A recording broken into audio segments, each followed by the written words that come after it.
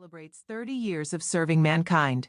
3 decades of peace, compassion, and humanity, from clean water in remote villages to medical care in crisis zones, from educating children to empowering women with skills that change lives. This is your impact. Join us for the Humanity First Global Telethon and Awareness Day on May 10th from 11 a.m. to 3 p.m. Eastern, streamed live on humanityfirstusa.org. This year's telethon will connect you to programs in action. Hand pump refurbishing in Mali to Nasir. Hospital surgeries in progress. See how youth and medical professionals are stepping up. HFSOs, Kids for Humanity, and Doctors for Humanity. They'll all be there sharing stories. We will also be live celebrating at the North Virginia barbecue.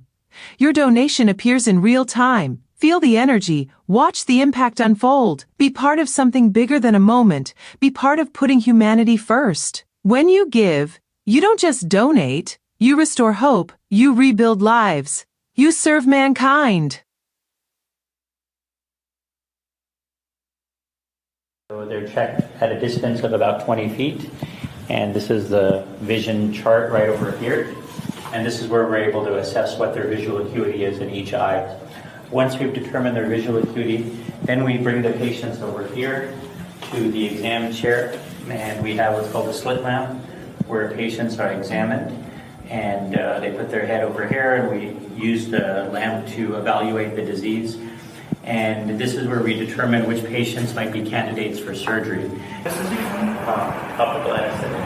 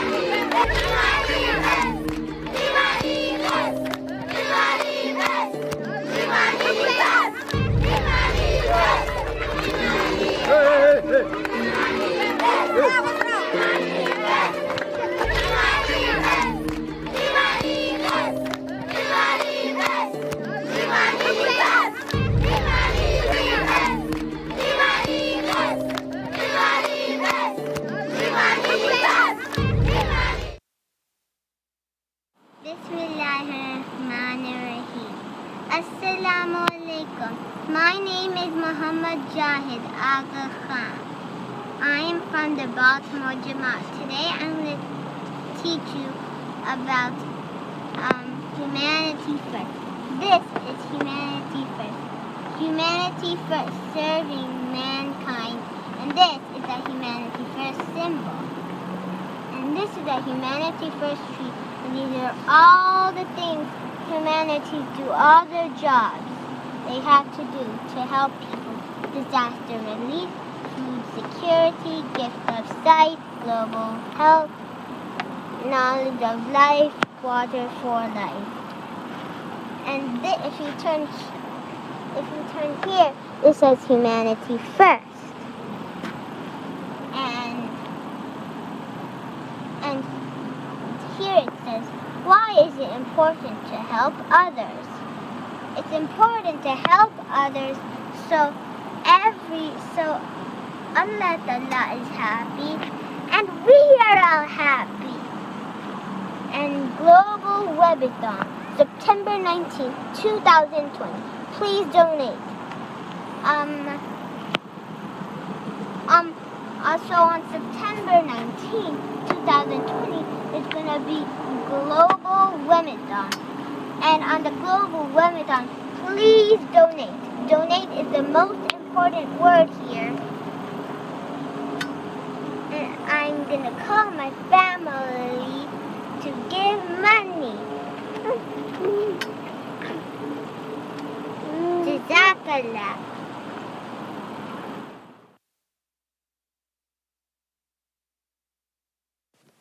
Assalamu alaikum. My name is Iman Ahmed. I live in Portland, Oregon, and I am representing our Nasirat and Young Lejna. 5 years ago, we were inspired by Humanity First's Water for Life efforts after watching a heartbreaking video displaying the deep struggles people go through to access one of life's most important necessities, water. Women are forced to walk miles every day to reach the nearest water supply and then carry the heavy load back to their families. It takes us seconds to reach our sinks, but hours for them to reach the closest well.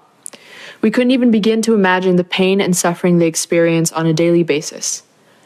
Living in the United States, we are privileged, and for most of us, it is easy to find accessible drinking water. We take it for granted.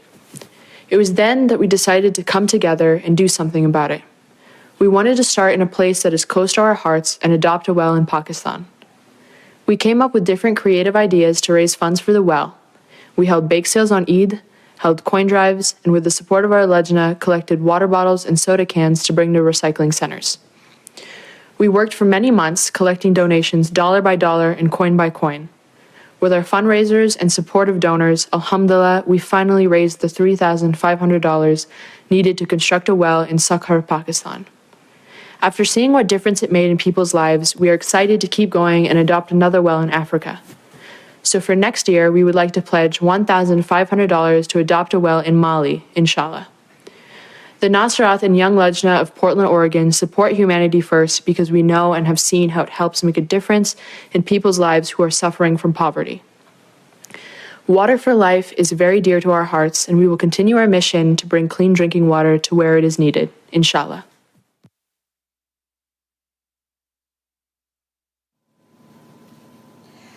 Assalamu alaikum warahmatullah. My name is Ryan. My name is Hassan. We are from South Virginia Jamaat. We support Humanity First because it helps needy people and makes them happy. We are making a Humanity First garden. And all these flowers are Humanity First projects. As plants need water, that plants can bloom from them. Humanity First has so many projects that need our donation and fundraising because our donation brings fruit to these projects. We are donating all our money from our little saving box to Humanity First.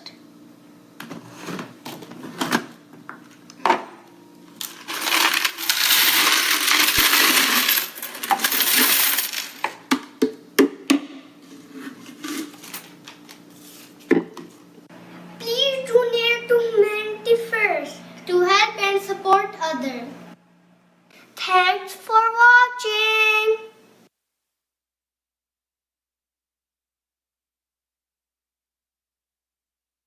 My favorite charitable organization is Humanity First.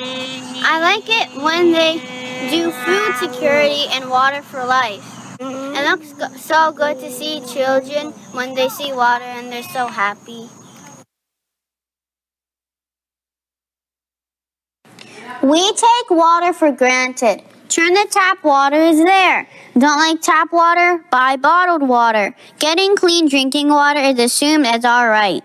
Imagine a different world. A world without water. No taps, no bottled water. Humanity First brings water to these deprived communities. Humanity First drills water wells, boreholes, and installs and repairs hand pumps to provide clean drinking water in remote villages and poor communities in Africa, Southeast Asia, and Central and South America. After COVID-19 in our mosque, a Humanity First pantry was set up.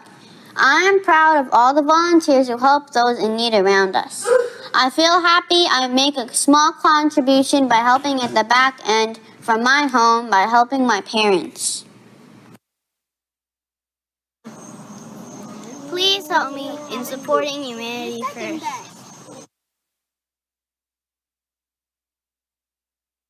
Join us for Humanity First Live Global Telethon and Awareness Day on May 10th from 11 to 3 p.m. Eastern.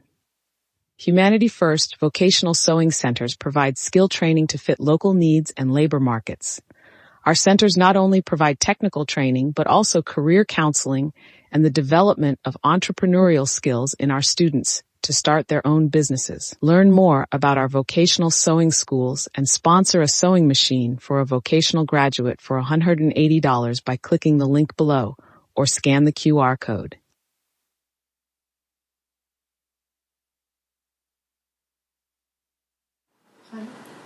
Barabai, what are you doing? I am saving money for charity for Humanity First. What is Humanity First? Humanity First is an organization for giving what you have to someone who needs it.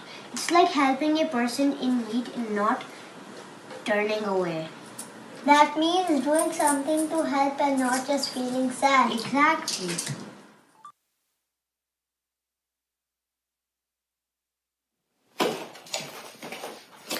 Bismillahirrahmanirrahim. My name is Daniel Ahmed and I'm from Boston, Massachusetts. I think helping out each other is a human nature. In society, we often live together and have a mutual relationship with each other. We share our problems and try to solve these problems together. Moreover, Allah Ta'ala says that we should help each other and care for one another as Muslims. I'm inspired by the Humanity First programs and its cause. I had the opportunity by Allah Almighty to attend the inauguration of Nasser Hospital in Guatemala. I was truly fascinated that our community had... This really shows how an HFSO across the United States can make any type of change in any type of activity. Every year, the Humanity First National Summit brings together student leaders from across the country, uniting HFSO chapters to learn, read, and launch change. Through workshops, panels, and collaborations, we explore how to respond to real-world challenges with empathy, strategy, and action. This isn't just about leadership, it's about building a generation to put service and community first. Back when I was in Ghana, my native country, there were always people that came to our communities to help. And I'm not saying it was Humanity First because I had no idea who they were at the National time. Summit is also a great way to build friendship, relationships, and also have fun, being with others like-minded who want to make a difference in this world. Through the Gift of Health initiative, students, regardless of the background in healthcare, have the opportunity to travel to underserved communities across the world and be part of something life-changing. Whether it's helping with intake, distributing supplies, or assisting physicians, every volunteer plays a role in restoring dignity and access to care. Just this March, the BCU chapter of HFSO traveled to Guatemala, where they impacted the lives of over 1,680 patients in just 1 week. This is what it means to serve directly, compassionately, and globally. Assalamu alaikum and peace be upon all of our dear viewers watching from all over the world. We've had a wonderful day of Humanity First programming coming to you from Asia Pacific to the UK, and now for the next 4 hours you will be with us and we will be with you here in the United States of America to celebrate 30 years of Humanity First International. Now, to start off with our USA part of the program, we're going to ask my co-host, Haris Raja, to start us off with a recitation from the Holy Quran.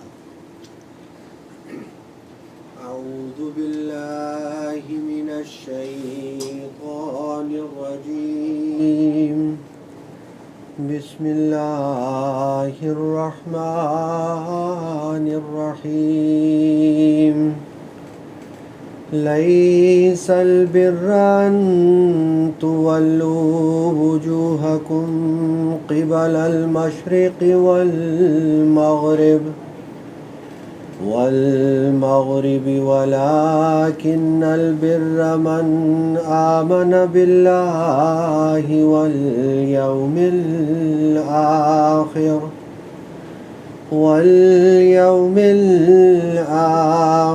والملائكة والكتاب والنبيين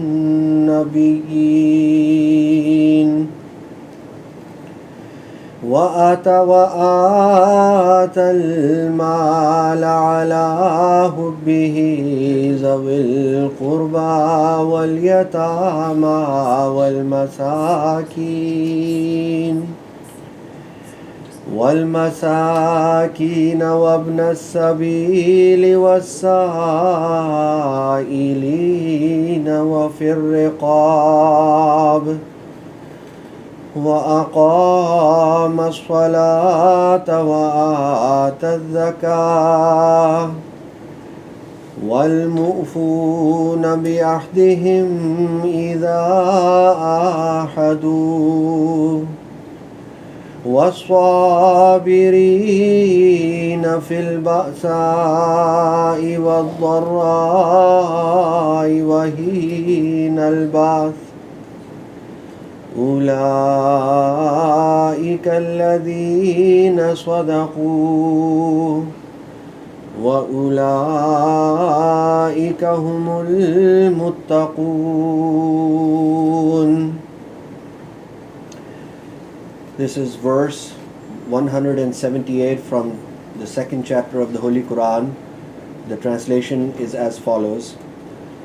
It is not righteousness that you turn your faces to the east or the west, but truly righteous is he who believes in Allah and the last day and the angels and the books and the prophets, and spends his money for love of him on the kindred and the orphans and the needy and the wayfarer and those who ask for charity and for ransoming the captives, and who observes prayer and pays zakat, and those who fulfill their promise when they have made one, and the patient in poverty and afflictions, and the steadfast in time of war.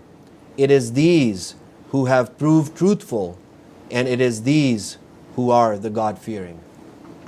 Thank you, Jazakallah, for that, Hajj Bhai. That really centers us to what Humanity First does for the people out there who is waiting for Humanity First support as well. So thank you for that. That was really nice. Joining us in the studio today is no stranger to the HF USA space. This is the Monam Naim, who is the chairman of Humanity First USA, and our missionary of the Ahmadiyya Muslim Community USA for Northern Virginia, Zafrullah Hanja Saab. Welcome, dear gentlemen. And Hanja Saab, if you could please start us off with a silent prayer. Okay, join with me in silent prayer.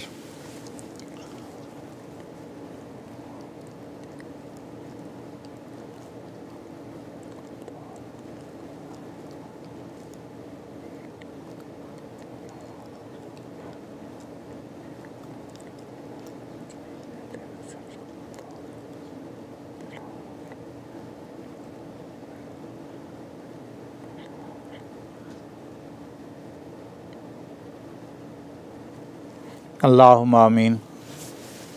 Jazakallah. Now, Monam Saab, could you please share us some opening remarks as we start off this amazing day? All right. First of all, Bismillah ar-Rahman ar-Rahim, and Assalamu alaikum to all of you and to our viewers. Just like you, I'd like to welcome all of our viewers to this 30th anniversary commemoration telethon. We just celebrated our 20th anniversary last year for Humanity First USA, as you know, right? So this is the 30th anniversary, and for that reason we are hosting this seminar. But I think I'd like to start out, first of all, thanking God Almighty. God Almighty has enabled us to serve over 17 million people in this 30 years across the globe, and in 65 countries. So we are very thankful. Then also I'm thankful to our beloved Azur, His Holiness Hazrat Mirza Masroor Ahmad, who continuously guides us, motivates us, inspires us to serve more and more. And that's the reason a lot of our members of the community join us in this noble work that we do. And then I also like to take this opportunity to thank our donors, 20,000 plus donors that we have now in the United States alone. That have enabled us to now, we have served over 5.2 million people just from the United States alone. So that is, I like to really say my thanks to all of them. And then like to say thank you to our wonderful team. People like you, people sitting in the studio and all across the United States that have enabled us to serve 6-7 major programs, whether that is medical program, whether that is our Water for Life program, Fight the Hunger, building hospitals and clinics, and you name it. And I'm sure you will read all of those stats later on in this program here. But I think without that team's hard work, we can't get anywhere. So one side is our donors, and other side is our passionate people, the team members that we have. So I think we are, as human beings, very blessed to serve our fellow human beings in need. So we are thankful to those people who allow us this opportunity to serve them as well. I think this is just dignity and respect for us, and this is our passion that drives us. So from my side, I think we have a wonderful program today. Obviously, the purpose is also the fundraising, and we are hoping that we can, because this is our annual fundraising program, we are hoping that we are able to raise the funds so throughout the year we can spend these funds for these wonderful program. I'm looking at my notes and make sure that that I won't miss anything, but I would like to provide the opportunity to our esteemed guest here, Hajra Saab. We have been friends for a long time, and I think we like to hear from him, what drives us, right? Yeah. Why do we do this? And why this strong teams of volunteers that we have, not only in the United States, but across the globe. Thousands of volunteers who are doctors, professionals, to handymans, to computer, everybody. People, why people do work. So I think I think this. I just like to pray and that we have a good day today, and our message is heard. So thank you. Thank you. I'll let you carry out the program. Please, yes, and Hajra Saab, please tell us, what is it that's driving us? Why do we do this? A'udhu billahi minash shaitanir rajeem. Bismillahir rahmanir rahim. Everything what we start is with the name of Allah. So whenever we start anything with the name of Allah, then we hoping and praying that Allah's help will be also with us. Number two is that Allah Almighty has mentioned in the Holy Quran, Anishkurli wale walidayka, to be thankful to me and also your parents. Parents, because they raised you, they helped you, and now you are mature. So Allah has put this one that parents had done things. Always we are thankful, we always do best to them. So Allah says that Allah has also provided you, so you should also become the thankful to God Almighty Allah. Urdu में कहते हैं कतरा कतरा दरिया बना देता है. Any little, whenever you make it, it will become huge. So not the dollar or $1,000, or at least you should be also participating in there. Allah say in the Holy Quran, we are Muslim. Allah say, kuntum khaira ummatin ukhrajat linnas. You say that you are the best people in the world. But why ukhrajat linnas? If you claim that you are best, then ukhrajat linnas, you should do something for humanity. You are created for the humanity. Do something for the benefit of the mankind, then you can claim that you are the best people. Allah say many places about Allah say these verses was recited. There is also other verse that believers yutimuna tama ala hubbihi miskinam va yatimam va asira, that they feed the people, those who are hungry, those who are poor, those who are prisoner, always they help them. But here there are three categories, that yutimuna tama ala hubbihi, because of the love of Allah that Allah has done for you, you should also feed them. Number two, because of the love of the humanity, that poor people, those who are sick, those who are the prisoner, because of you have the love of the humanity, they always feed those people. Three thing is that although you like that money, you have the love of the wealth, but instead of that one, you should do something for these. So these are the small words, but three categories have been applied with Allah love, with people love, the wealth of the love of the wealth, but from there you should give them. Life of the Holy Prophet ﷺ has said many things, but I just give you one example in the time of the Promised Messiah. There is a small book of the Sirat Abdul Karim, Sirat Masih Maud, written by Maulvi Abdul Karim Sahib Sialkoti. He said that what I saw the life of the Promised Messiah is that he wrote it. It's very interesting how he wrote 40 pages there. There he said one time, I enter into the house of Brahmin Messiah. He saw there are villagers, ladies were there outside, and there Hazrat Masih Maud giving them the medicine. I said, Hazur, you are a busy schedule and you can do this, you have no time. He said, Maulvi Sahab, I just buy few allopathic medicine from Gurdaspur and Batala. These are villagers, they come here to me and they have no any medicine or they cannot afford it. So I just serve them, give them that one. This is also humanity serving, this is also part of the worship of God Almighty. We always talk Hakukullah, the rights of the people. But the second part is Hakukul Ibad. And Hakukul Ibad is serving the humanity, pay attention toward the rights of their. So there is this long topic. But Allah say that you should do it for sake of Allah. Allah will love you. I love it. It's a great proverb. Can I add one thing quickly there? Yes, I know that session time is that, obviously the faith inspires you, as Rabbi Sahab very clearly mentioned, being Muslim faith and from the community, Amdim community. But, this every faith, whether it's Christianity, Judaism, Hinduism, every faith inspires you to serve, right? And that's the purpose of Humanity First, that, all those noble people, when it was established that it's non-religious organization as such, but all those people who are inspired by their faith to come and help people, because this is a grassroots organization. And this is how Humanity First is flourishing. We're not a big aid-driven organization. We are grassroots donors.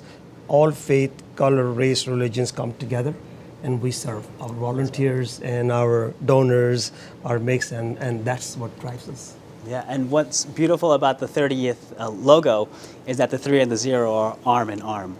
So it's a real community aspect that we're all engaged in, working together to solve for all these disasters that are happening. Now, HF USA Hottest has some really specific programs that it's focused on. What do we got coming up next? Yeah, absolutely. Welcome everyone to the 2025 Telethon. It is a blessing to be here, and as you saw, heard from our respected missionary, the purpose of why we do it for the sake of God and to serve humanity.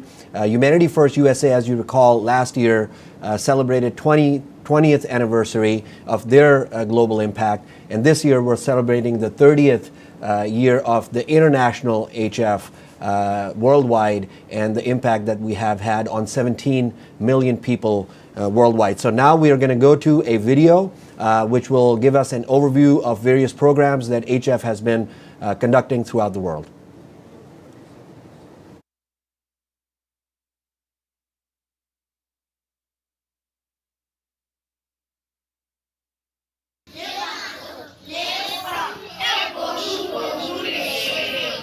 How can we not feel the pain of poverty and suffering? A heavy burden is carried worldwide by people to find necessities like food, water, and shelter. Every year, millions continue to experience food insecurity and lack of access to clean water and medical care.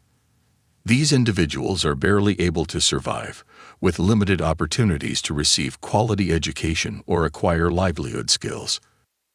Humanity First seeks to equip communities worldwide with education, food security, safe clean drinking water, health care for all, and immediate disaster response to address these pressing needs. Our goal is to empower communities through essential resources and opportunities for success and education so that they can achieve self-sufficiency.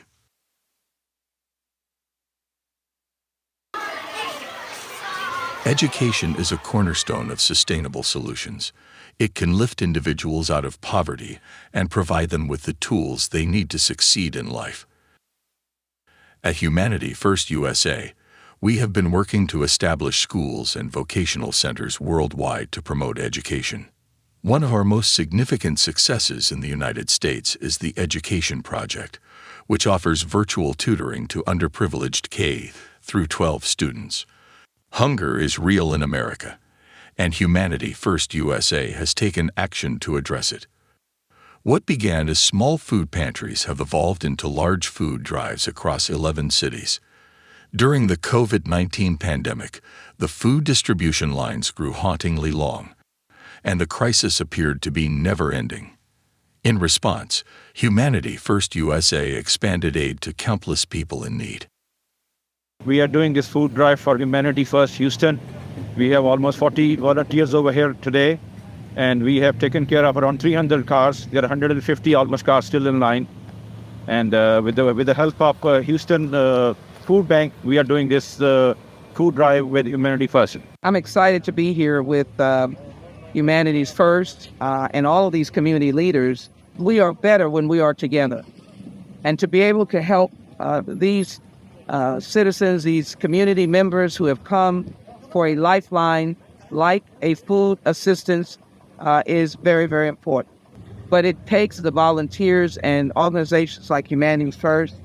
Recently, we opened the first ever standalone food pantry on the outskirts of Atlanta in Duluth, which has become a launching pad for our efforts to combat hunger in America. Our aim for this program is to beat hunger, which will provide food security to communities. Clean drinking water is a human right, but water can be a source of great danger. Over 2 billion people live in water-stressed countries, and more are at risk due to climate change, population growth, and disease in heavily contaminated waters. To address this basic human need for clean drinking water, our Water for Life program constructs hand pumps and digs boreholes that have the potential to save lives and build communities. Inaugurated in 2018, Nasir Hospital in Guatemala stands out as one of our most significant milestones. This hospital was built to provide vital medical care to underserved communities. The state-of-the-art care provided for the people of Guatemala has made waves in the community and the country at large. Humanity First USA has been at the forefront of disaster relief efforts both in the United States and with the Global Humanity First initiative. Our teams quickly assessed the situation and mobilized to help with the needs on the ground. We have a long history of providing disaster relief in the United States, dating back to Hurricane Katrina's devastation in New Orleans in 2005. Since then, Humanity First volunteers have aided in relief efforts for Hurricane Sandy, Ike, Dorian, Ida, and most recently Maui. Humanities First has helped me during Hurricane Ida in the state of Louisiana. They have got in my house. They have been friendly and passionate to our needs, and I can't thank them enough for helping me and my family when I had no one else. I can't thank them enough. Our recent global aid and support has extended to Ukraine, Pakistan, and we have offered unified relief efforts in Turkey, Syria, and Morocco. So we are here at the Zafar camp. It's located at the top of the mountain. The majority of the people here, as you can see, are Syrians. They have their camp set up, and it's growing in numbers by the day. Inshallah, alhamdulillah, we've had the opportunity to be here for the last week serving this group. Humanity First USA has joined a global initiative to provide food, water, shelter, medical care, and smiles for the people of Palestine. Join us as we take Humanity First USA forward and onwards. Together, we'll continue to serve, support, and uplift communities.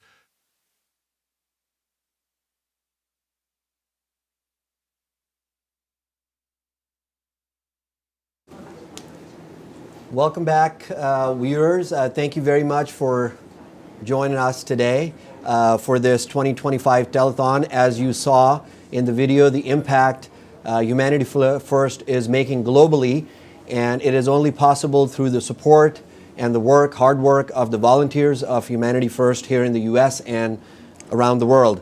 Salam, we have a very exciting program lined up for our viewers today. We will hear from our leaders in the U.S. that have been leading various programs from disaster relief to health services.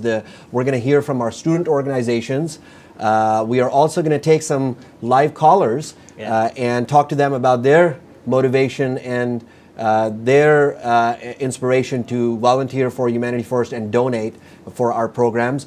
We have a lively barbecue here downstairs in the parking lot. And if you are here in Northern Virginia, please join us there. Yeah, I made sure I took the stairs today up to the office here at HF USA headquarters to get ready for Absolutely, that barbecue. yes. So we'll have the barbecue ready for you. If you're in the area, please join us and help us celebrate these 30 years of Humanity First International Global Impact.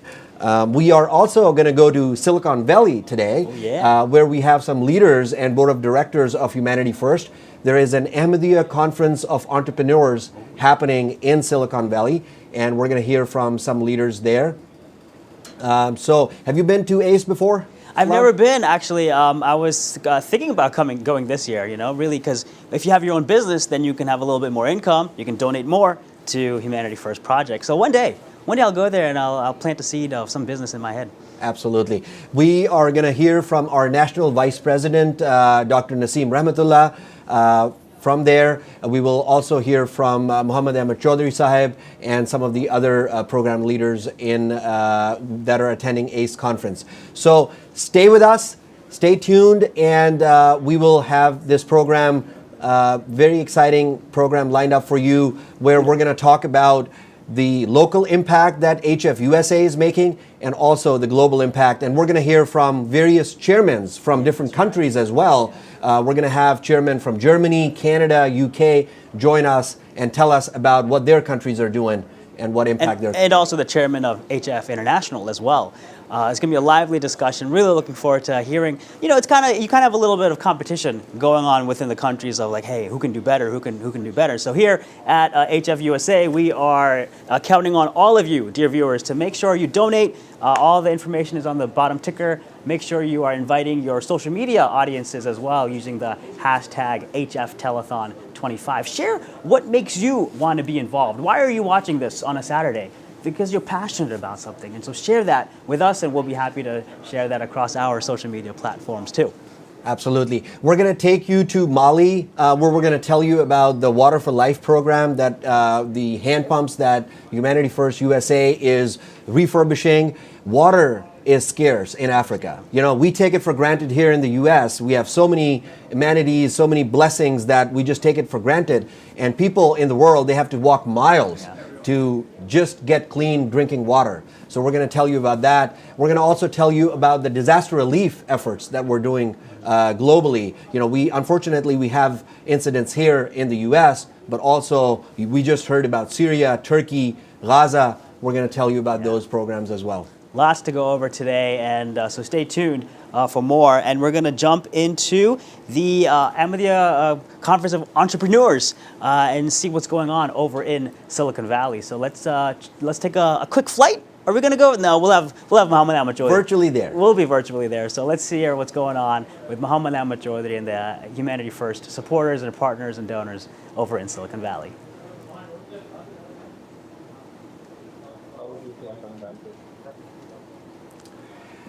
Salam, I recall that back in 1995, when Humanity first started, then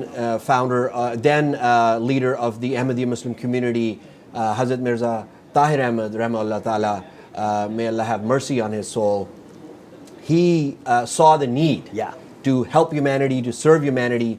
And during the Balkan crisis and then the Bosnian refugee crisis, that was the genesis of Humanity First. And our volunteers were on the ground, firsthand helping those who are in need and making a real life impact. And this was all happening to our younger viewers. 30 years ago, there was no internet, there were no cell phones. So this was a time where communication was happening old school ways and still stuff was getting done. Now we are in a time where people are watching this telethon on their phones right now. They're probably streaming it in their cars. They're watching it from multiple devices in their homes.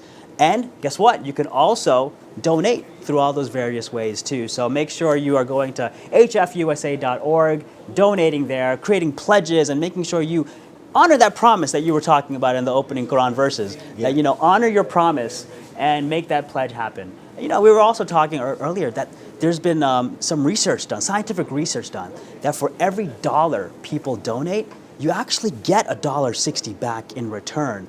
And that's just really fascinating as well. So keep that in mind. You're thinking about donating $10, guess what? Yeah, the universe is going to give it back to you. It's a gratifying thing to give back. And when we look at the impact our small donations can make, as Missionary Isa was saying, that every little bit counts. You know, $150 can help someone in Africa to get a cataract surgery.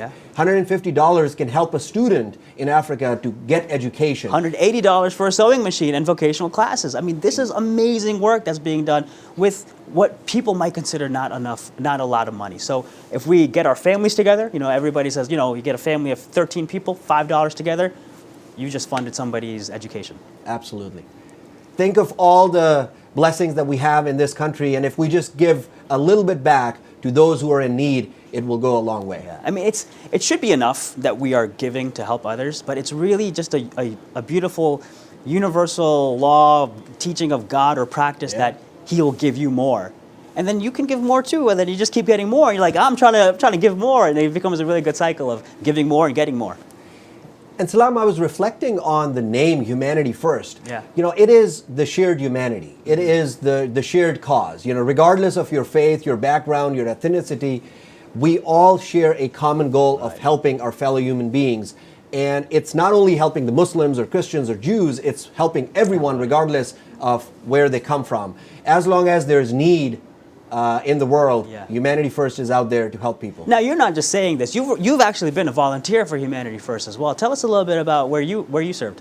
Yeah, it's a great privilege to be a volunteer for Humanity First. I've been involved with Humanity First since 2005. I remember the Hurricane Katrina days where we were on site and helping the needy there. We're also helping the local community here in Northern Virginia, where we're providing weekend meals for those underprivileged elementary school students, to provide weekend meals for them. And the group here is putting those meals together, packages together, and serving it to the local school. Oh man, we're going to talk more about that and the need for that right after or during the rest of the day. But for now, we're going to head over to Silicon Valley, where Muhammad Ahmad Chaudhry is awaiting with some Humanity First supporters, partners, and leaders. We are here live in Silicon Valley at the Ahmadiyya Muslim Conference for Entrepreneurs, or otherwise known as ACE, at Fatul Basir Mosque, and we are celebrating Humanity First 30th anniversary as well. I'm here with a few guests who have been engaged with Humanity First, who will share their experiences. First, I'm here with Dr. Naseem Rahmatullah Sahib, who's also Naib Amir of Ahmadiyya Muslim Community USA. And Dr. Saab, can you share the start of Humanity First in the USA? Ji, Assalamu alaikum. So, we started Humanity First in the early 2000s when M.M. Ahmed Saab was the Amir. At that time, Nazir Ayaz Saab, the late president of New York Jamaat, and myself and Shakur Saab got together and came up with the idea of starting Humanity First. Khalifatul Masih Rabi Rahmullah Ta'ala gave the permission to start that. So it was in its infancy when M.M. Ahmed Saab passed away and Dr. Ehsanullah Zafar Saab took over. And then because of changes, then Monim Naim Saab was subsequently appointed as the chairman of Humanities First, and he took over and got formal registration and all that. It's been quite a journey, and since then, Humanity First has served in many ways, and I know you've been engaged. A lot of the doctors, you were in charge of the Muslim Medical Association as well. A lot of doctors have volunteered and given to Humanity First as well. That's correct. The doctors, especially the MD doctors, they realize that if you have that passion of seeking the pleasure of Allah, the preeminent way to salvation is serving mankind.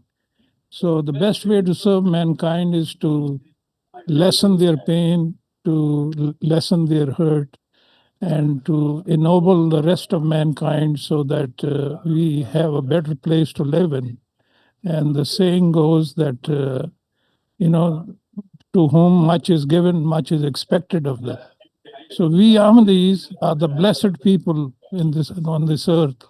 So we have to give back to the people what we have, and even more, so that the rest of mankind can come to God and realize what we got. Great. Jazakallah. And we're here with Mujib Ijaz Sahib. Mujib Ijaz Sahib is the National Secretary of Sanat Tijarat USA. He's also a board member of Humanity First. He's also the CEO of Our Next Energy One. Mujib Sahib, there's a lot of innovation happening in Humanity First as well over the last 30 years. You've been a part of innovation for a long time. How have you seen Humanity First grow and innovate as a board member and in other capacities? Mohammed Ahmed Chaudhry, it's really good to be with you in Silicon Valley. And to the viewers, as we're now in a telethon to raise funds, one of the areas that I'm very excited about that Humanity First gave birth to over 10 years ago is the student organization. Now, if you think about spreading the sort of good works of Humanity First, as envisioned by Caliphate, as it grew into a volunteer organization across the Ahmadiyya Muslim community in more than 60 countries, developing and serving more than 16 million people. About 10 years ago, the Humanity First USA organization gave birth to the Student Auxiliary Function, HFSO, and that organization now has more than 50 chapters in itself. And with the youth coming together, now this is a very diverse population. Members of the Ahmadiyya Muslim community often form the leadership, but you'll find that these student bodies are diversely organized across all cultures, faiths, and races. And as they're coming together to do service, they're really carrying forward the volunteer force. But this year we kicked off an innovation and technology-driven competition, which is going to design and develop across these universities and high schools a water for life solution that's the lowest cost, easiest to implement. And that competition at the end of next year will start selecting the winners of, which will start the birth of a technology oriented student engagement that really drives forward our ability to have better products that can go into mass markets, that can perform functions like building water for life at a much lower cost and a higher speed. So that's something that we're working on right now. Very excited about the students lifting up that part of the organization. That's incredible. And I know there's one up the street here at Santa Teresa High School in San Jose where there's no Ahmadis involved, and they still have a thriving HFSO, and I'm sure 50 across the country. Coming back to the conference for a little bit, where you're hosting here, Humanity First is a part of it. There's entrepreneurs here as well, and I'm sure they're very excited about supporting Humanity First as well. You know, when you come to the idea of entrepreneurship, and ACE is the Ahmadiyya Conference for Entrepreneurs, Ahmadiyya is all about entrepreneurship. It's really the beginning and birth of a long standing legacy that we've already had with Caliphate.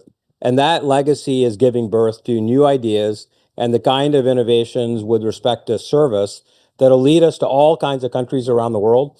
And so we're happy to bring the entrepreneurs together here. Really appreciate the opportunity to speak to the donors of Humanity First online. And we're hoping that you'll generously contribute and support these initiatives. And back to you, Muhammad Ahmed Chaudhry. Thank you. And we have Nahil Mahmood Saab here. I know here we're doing, you're the head of corporate fundraising for Humanity First. I know there's a lot going on. There's actually a Batul Basir Lattes, which is an entrepreneurial venture, which is selling lattes, and proceeds will go to Humanity First, plus many other things going on here. How are corporate leaders getting involved with Humanity First? Thank you very much. ACE 2025, another fantastic event, the flagship entrepreneurship event in the United States. And Humanity First, Telethon coincided, and we took this wonderful opportunity to be here and engage with the hundreds of entrepreneurs and professionals who are here at this event. We're doing a raffle. We are giving away prizes and inviting people to come visit the Humanity First stall. We have a target here to collect funds from corporates who will come and visit and who we're engaging with. and not only company owners, but also professionals, because there's a lot of professionals from top companies in the United States who are here at the event today. And I think that we are growing this program. My department, we're working with companies, business owners, and professionals to help raise funds for Humanity First, so that everybody can come together and contribute for a wonderful cause to serve humanity. That's great. That's great. And we have Tahir Sufi Saab, who lives in Zion and is going to, food insecurity is a big issue in the heart of Silicon Valley, where you would think that all the riches in the world are, and around the world. What's Humanity First doing in that work, and how can folks support it that are watching? Yes, thank you, Mohammed Chaudhry Saab. Thank you. Let me give you the first numbers there, that the numbers that we consider food insecure is 44 million in America. Food insecure basically means those households that have not had a proper meal or nutritious meal in a daily way. So 44 million, and Humanity First has served 1.1 million. And if you do your math, that's only 3% that we've tackled. And that's very good for a small organization, which is in its 25th year. But we have a lot more to do. We have about 8 chapters, and we're working with other auxiliary organization, nonprofit, such as the Elders Association, where we've are in Puerto Rico. And Puerto Rico is one of the poorest territories that within the United States, and that's starting on May 31st. So your donations will help such food pantries that are in Puerto Rico. We have it in Boston, Virginia, Illinois, and you go down to Florida, up to Seattle. So we're covering the nation across USA. So we need your help to help us. So, we want to give of your time, your talent, your treasures. Today is about the treasures, and the corporate individuals here, while they're talking about entrepreneurship and business development, they're also engaging in giving to Humanity First as well. Mujib Ajasab, one final question for you. How can corporations give to get engaged with Humanity First? If I'm an entrepreneur, if I work at a company, what can I do? I know one is a big supporter as well, but what can I do in my small company, or if I'm an employee of a company, how can I get my company involved? Yeah, it's really important to bring a message that resonates with the local traditions of the company. For example, food insecurity here in Silicon Valley, people would understand that topic very well. Bringing a presentation from Humanity First to the corporate leaders of the company that already plan giving. Every year, companies have an agenda of giving.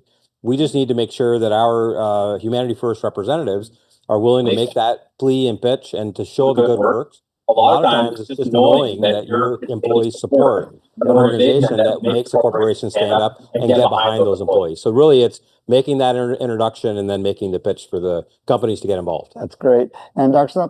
Closing thought, yeah. So the important thing about being part of Humanity First is that no matter what you want to donate, small amount, big amount, remember what God said. He says, "Tawanun alal birri wat taqwa." You must cooperate with everything good. So if you do that, and if God decides to bless these people, give them salvation, you'll be part of it. No matter you give $1 or $10, or you can give much more, you should. So that is the principle that should be guiding us when we take part in assisting Humanity First. No matter what the amount, be a part of it.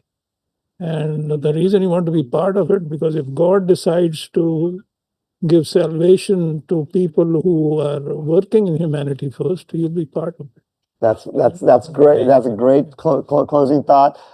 Thank you for joining us here in Silicon Valley. Salam Bhatti Saab, Munam Naeem Saab. We are rooting on the international telethon and the U.S. telethon from here, and everyone here will be supporting Humanity First. And we hope you have a great telethon. Back to you.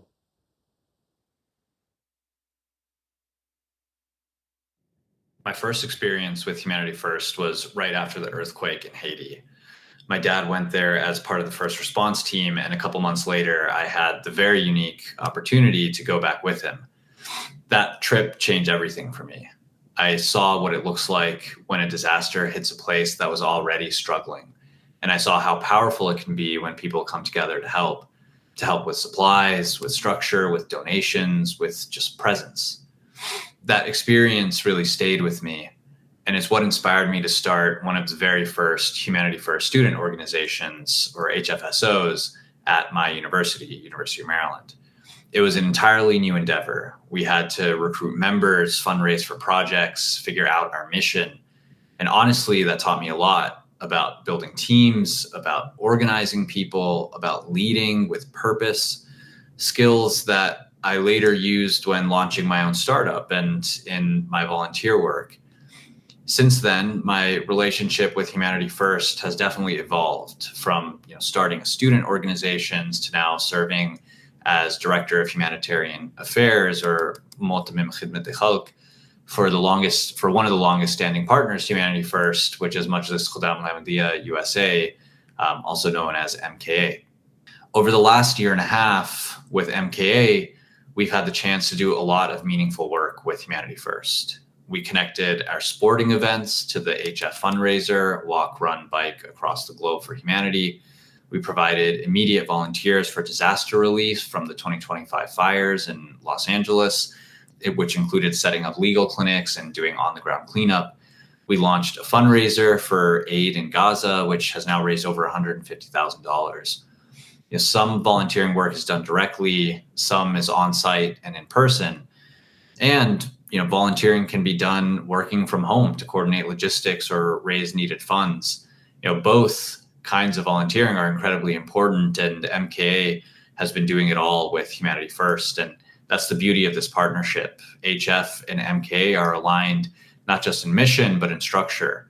We're building on years of trust between our organizations to connect through local chapters, national leadership, youth energy, and a shared commitment to achieve impact together. I've seen it firsthand. When Humanity First puts out the call, MKA members show up. They take off work, they raise funds, they donate their time. And part of what I love the most is how these experiences change people, how they impacted me, and how I'm now privileged to connect other people to service in their own communities and on trips abroad.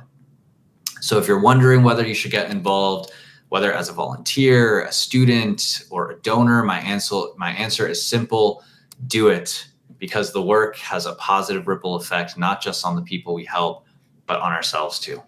Thank you. Wonderful parting words from Adil, and as advice to you, if you are not yet doing what Muhammad Ahmad Chaudhry said of donating your time, talent, or treasures, this is a great time to do it. And we're going to be talking throughout the course of the day, especially with Monam Saab, about the state of the world, and especially the state of America as well, and the need for organizations like Humanity First to pick up the slack that unfortunately is being left behind.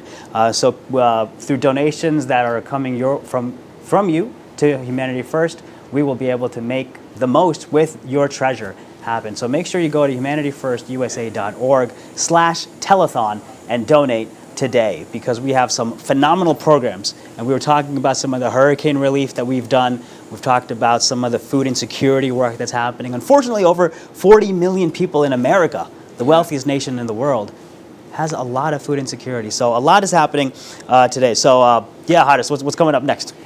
Yeah, so we're going to have a chairman session where we're going to hear from the country leaders around the world about the work of Humanity First in their countries and the impact that their volunteers and donors and supporters are making. We're going to hear from the chairman in the UK, Germany, Canada, and we're going to hear from them on what inspires them to take part in sometimes very tough circumstances where people have to go to these disaster sites and people have to take time off of work and stay away from family, but still they do it for the love of humanity and for the cause that Humanity First stands for. So we're going to hear from these leaders, and we're going to come back to the studios, and we're gonna tell you about other programs that Humanity First does in Africa. So Water for Life is a major program which we're gonna tell you about. But right now we're gonna go to the chairman's session where we're going to hear from these leaders. And also the chairman of the Humanity First International will be a part of this discussion as well. I'm really looking forward to hearing what all of these leaders have to say and how their nations have done so much great work. And hopefully we can beat them as well.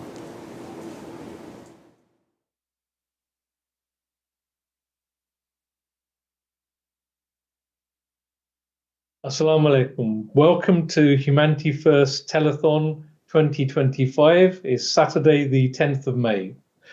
We're going to explore some key events from our 30 years history and where we're heading from here. So to get things going, if we start off with Ahmed Yahya Saab, Ahmed Saab, you've been involved since the beginning. How did Humanity First start and how has it grown over the 30 years? Yes, Fadl, if we recall that in the early 1990s, as Europe faced its worst humanitarian crisis since the World War II, with the Balkan conflict, as we call it, in response, His Holiness Hazrat Mirza Tahir Ahmed, then head of the Ahmadiyya Muslim community, declared 1993 as the Year of Humanity. And as we remember that Hazur has earlier directed in 1992 that a global organization should be established by our community, one that would serve all people regardless of race, religion, or nationality. So this vision laid the foundations for what soon became Humanity First. Moving to the second part of your question, reflecting on our journey over the past 30 years, by the grace of Allah, Humanity First is now registered in 66 countries. This extraordinary progress is the result of divine blessings of Allah, the guidance of Hazrat Khalifatul Masih, and the tireless dedication of our volunteers.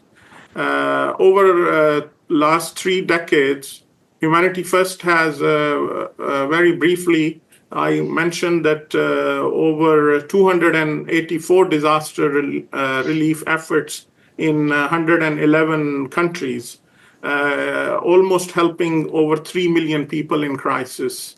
We have established more than 100 schools and 56 vocational training centers under our Knowledge for Life program. And also under our healthcare program, we have built state-of-the-art hospitals like Nasser Hospital in Guatemala and currently almost completion of Masroor Hospital in Ivory Coast.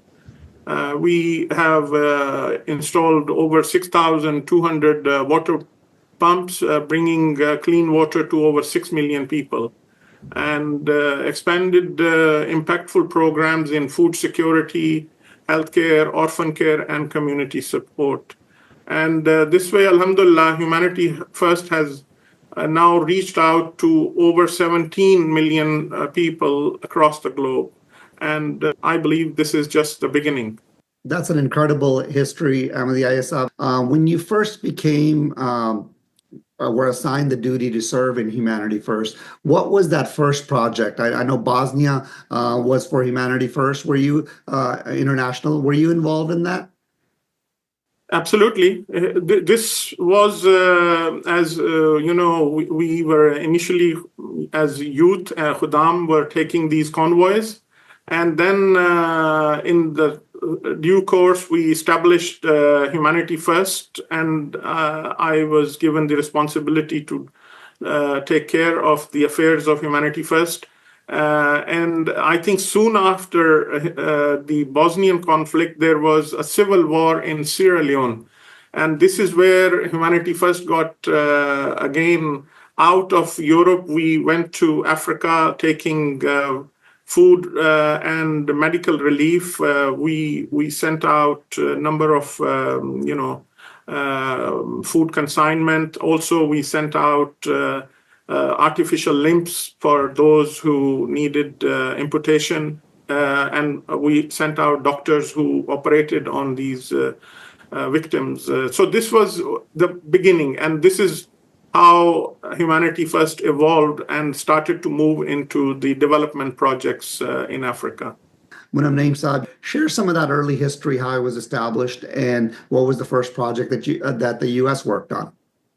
Assalamu alaikum warahmatullah. Again, Mac, I think the work was being done since Humanity First started, especially in 2002, 2003 timeframe. The youth organization was working towards getting Humanity First established. But officially in November, I got the assignment to register Humanity First, and we started to work on it. And in April of 2004, we finally registered Humanity First in USA.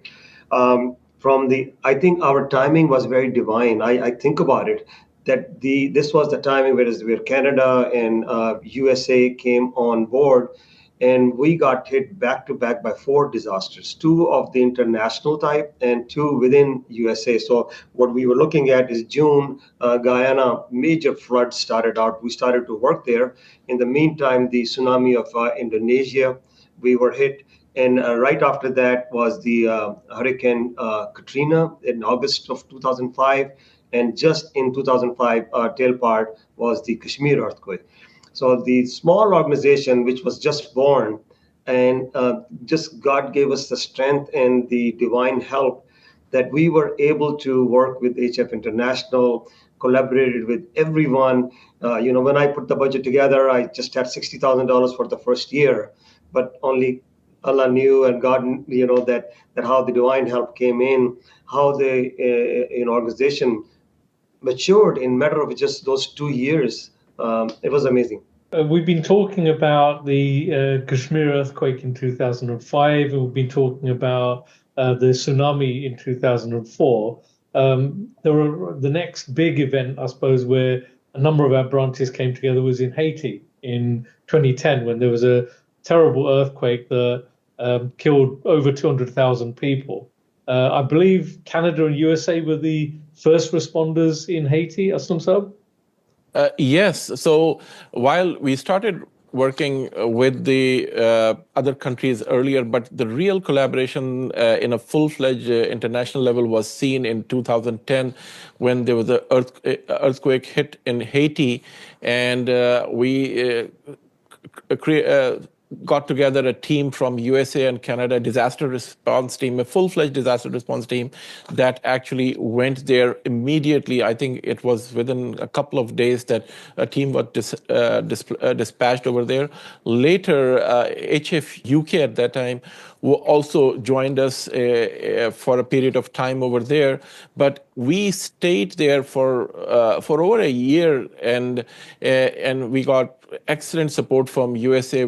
From Canada, I think 169 volunteers actually went at that time to Haiti. So it was one of the biggest collaboration that we saw in 2010. But later, we continued. We developed a very good North American disaster relief team from Canada and USA.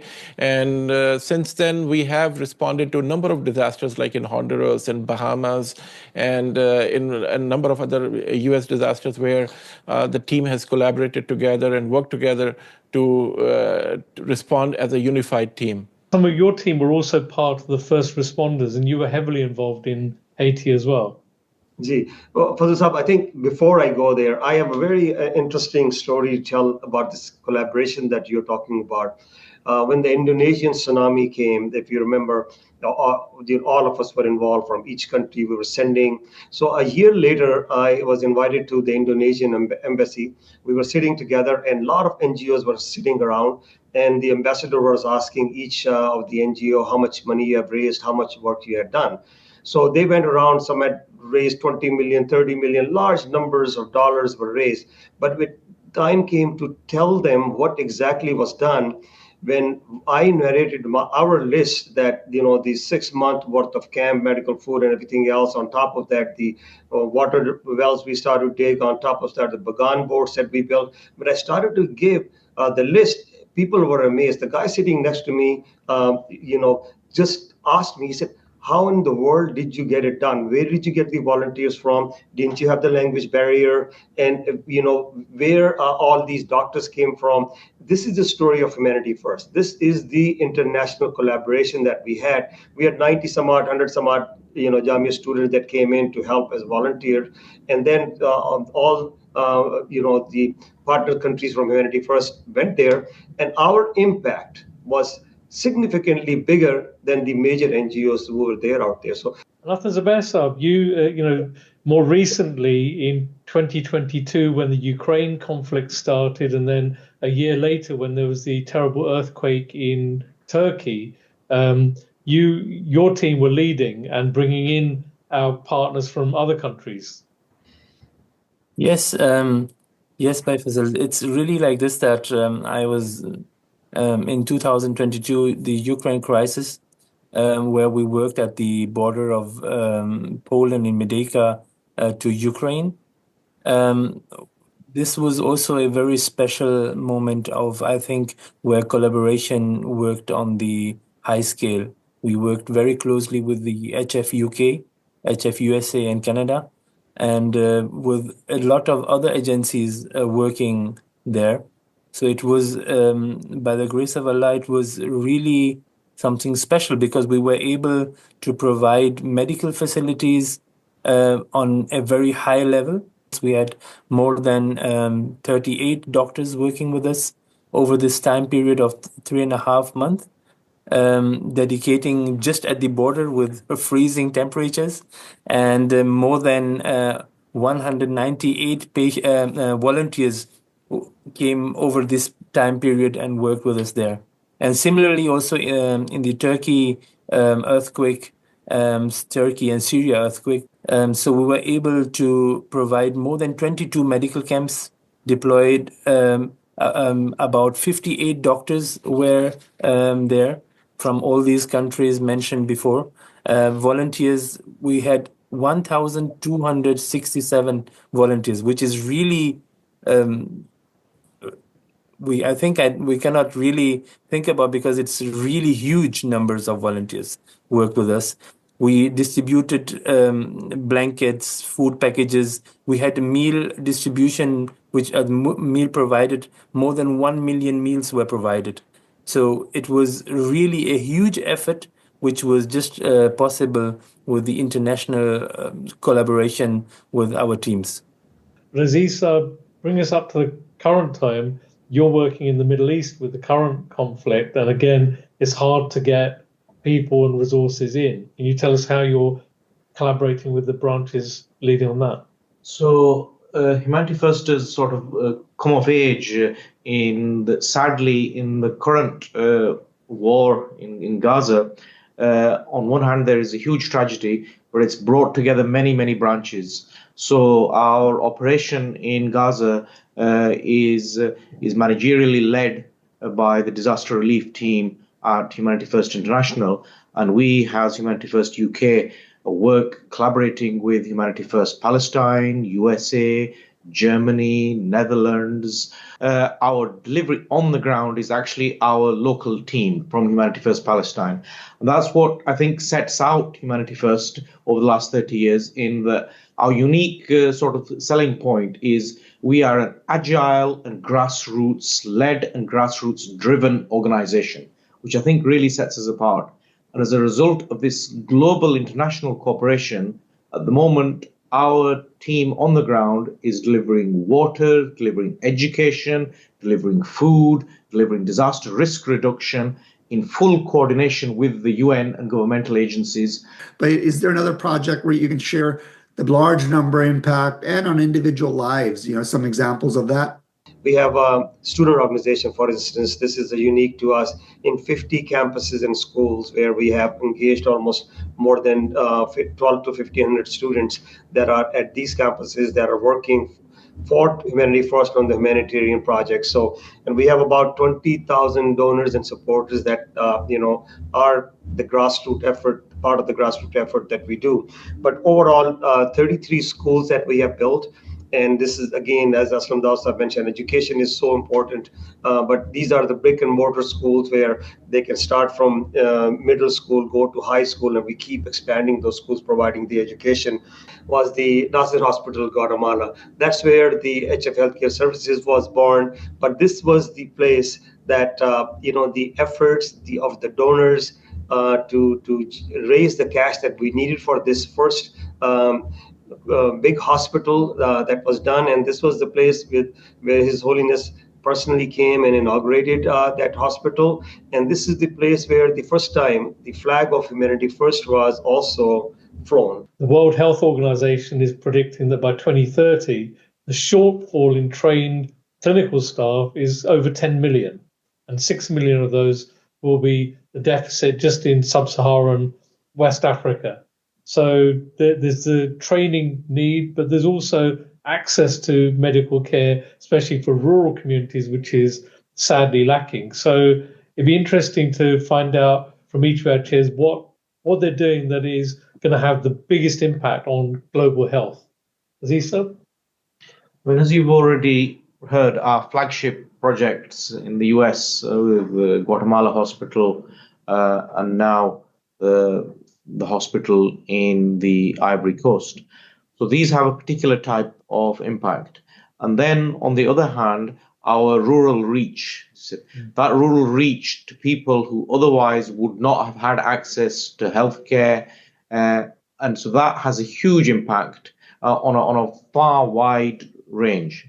And then thirdly, I would say is the capacity building in terms of the training of staff and clinicians in West Africa, particularly in the Gambia, the teams that we're involved with, just to upskill them and enable them to have access to a particular skill set that otherwise would not be available to them, or they would not be able to leave their country, not have that financial support, etc., to leave and learn and bring that back.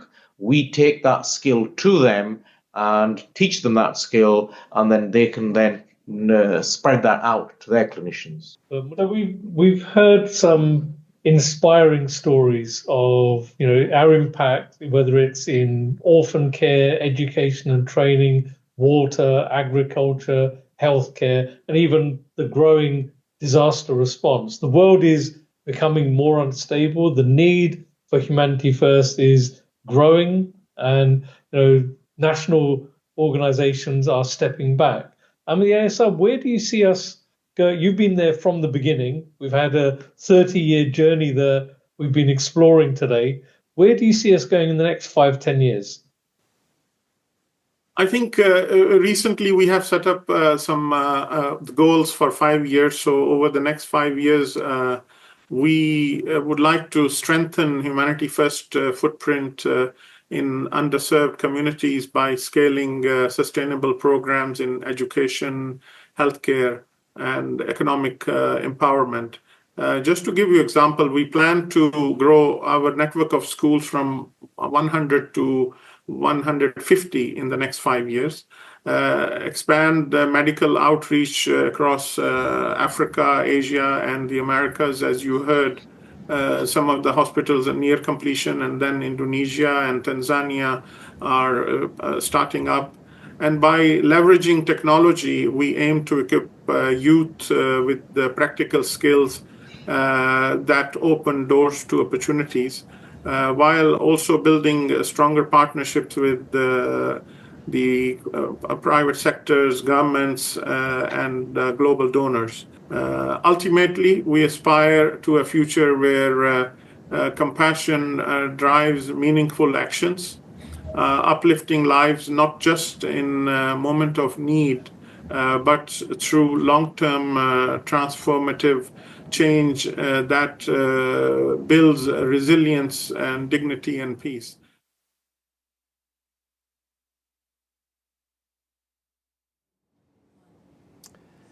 Welcome back, viewers. That was a very inspirational video. We heard about the global impact that Humanity First has made over 30 years and many more years to come, and continue this impact and to help humanity in every way we can.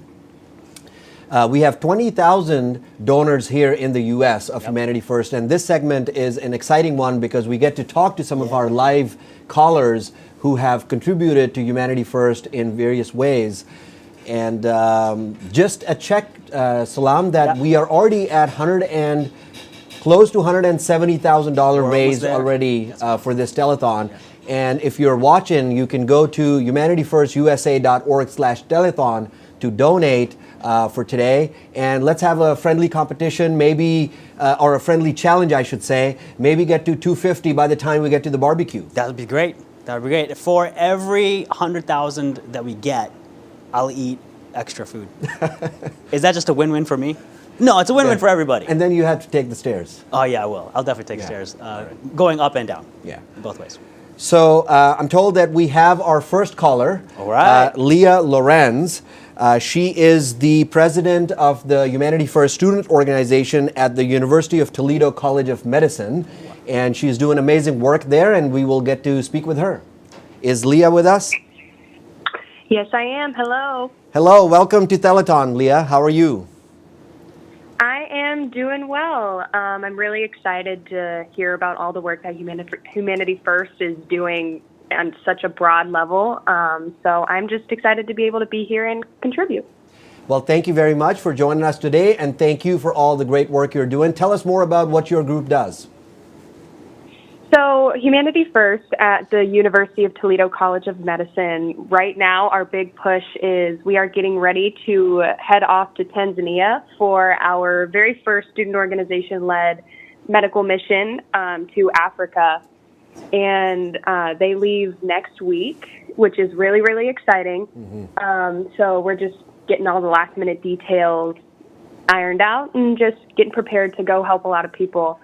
In preparation for that, we have also been collecting eyeglasses, and we have been working with the undergraduate campus as well to do fundraising for various different philanthropies through Humanity First, like Water for Life and Knowledge for Life. And they've been doing a great job at the undergraduate campus with that, and we're just glad that they rope us in as well. We also have fundraisers that we have planned for the upcoming year. If anyone knows anything about medical student culture, Anki is huge. So we have planned an Anki remote sale for the beginning of the school year to try to fundraise for some of the philanthropies through Humanity First. And we're really excited to get to do so. Well, thank you very much. That sounds really exciting. How big is your group? Our group right now, we have about, I want to say, 30 students in our group chat. Of course, it's a little difficult with med students being so busy to get everyone in one spot, but that's how many people we do have officially registered. No, that's wonderful, and thank you very much for making that trip out there to help people in Tanzania, as you said. Have safe travel, and we would love to hear the great stories that when you come back, the impact that you have created there. We would love to do that. Thank you. You know, of course. My mother was born in Tanzania, in Dar es Salaam. Oh, nice. Yeah, so I don't know where I was going with that, but I'm really looking forward to hearing what Leah does with her crew. We have our next caller, Layla Isaac. Assalamu alaikum, Layla. Can you hear us? Wa alaikum assalam, yes. I'm here with my son Zaid as well. All right, assalamu alaikum, Zaid and Layla. It's such a pleasure to hear from you. What inspires you to be participating and volunteering and donating to Humanity First? I think I'll tell the story for Zaid because he's feeling a little under the weather. But we had just left, recently we got involved with the Kids for Humanity First program. We had just left Los Angeles right after visiting it, and then the fires had broken out. And Zaid was actually having trouble sleeping that night, and I asked him why he wasn't sleeping, and he kept saying just that it was upsetting him and that he wished he could do something more. And of course, we were saying prayers and donating through Humanity First myself. And then he said that he personally wished that he could do something more. So that's how we ended up reaching out to Humanity First and getting involved with their Kids for Humanity First program. And then he was able to recruit all of his friends and everybody at the masjid, and the local masjid did a whole campaign for it. So it was a great success, and we were very grateful to be a part of it. How old is Zaid? Zaid, how old are you? You can speak. 9. 9, mashallah. This is amazing to hear that your mom is getting you involved in such a young age. Zaid, I heard you're not feeling so well, but are you able to chat with us for a few seconds?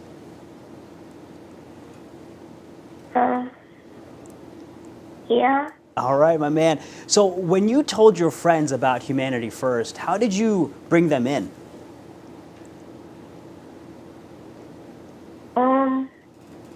I brought them in around with like having it, making it fun for everybody. So then they wanted to do it more. So then I gathered them around for the. That's nice, Zaid. That's amazing to hear. Now, Layla, when you saw Zaid doing this amazing work, how did that make you feel as a mom? You know, it was so incredible to see. When I say he couldn't sleep that night, I'm understating it. It was amazing. Like an hour would go by, another, and I was like, just so inspired to see how his heart feels the same, right? There's so much global issues going around the world, and I know that we all wish that we could do more, and we try all of our efforts, and then I think to see my son just so feeling the same way, like what can he do, to such a point that he asked, can I start a lemonade stand? Can I do something more? And I said, okay, inshallah, we'll figure this out. So alhamdulillah, that was a great blessing. And all of the kids, they all came together. They were so excited. So not one of them was not eager to help their local brothers and sisters around the world and the children that are in need. So.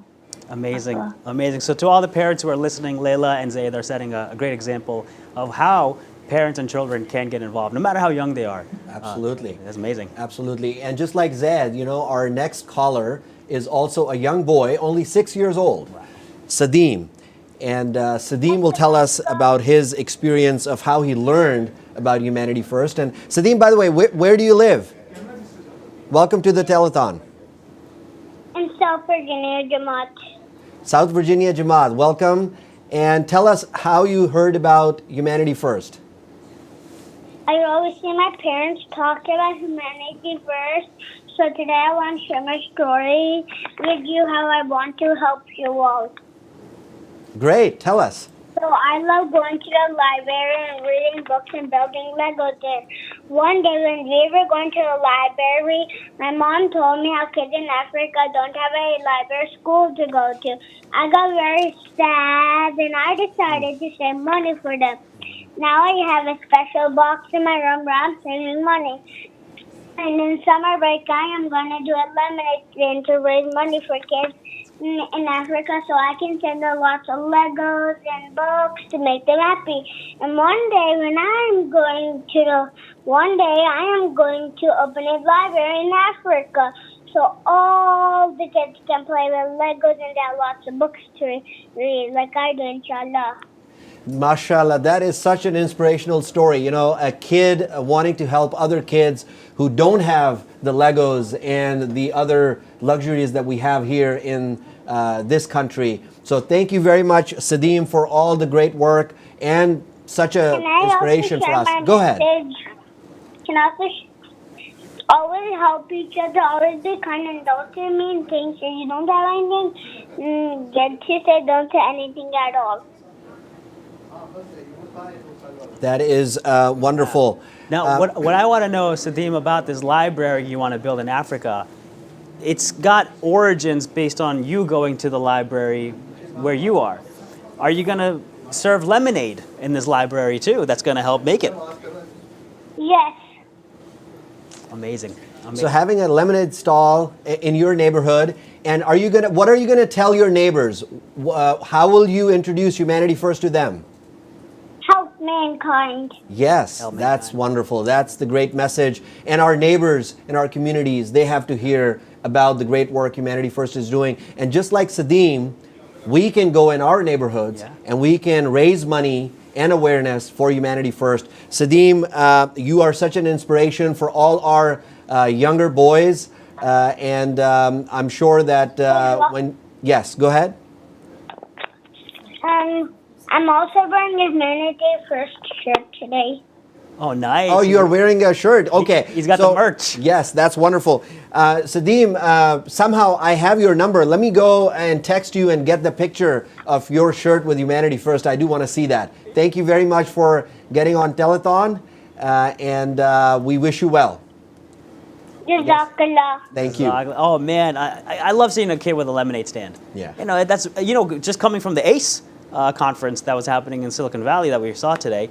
Entrepreneurial spirit, it's wonderful. And when you give, if he creates a corporation out of that lemonade stand, you can maybe double a corporate match, maybe. That's right. Who knows? Absolutely. There's a lot of opportunities. That's wonderful. We're joined by another young person, Zafar Sikder. Zafar, can you hear us? Welcome to the telethon. Hello. Assalamualaikum. Welcome, Zafar. You are live on the telethon. We're so excited to hear from you and learn.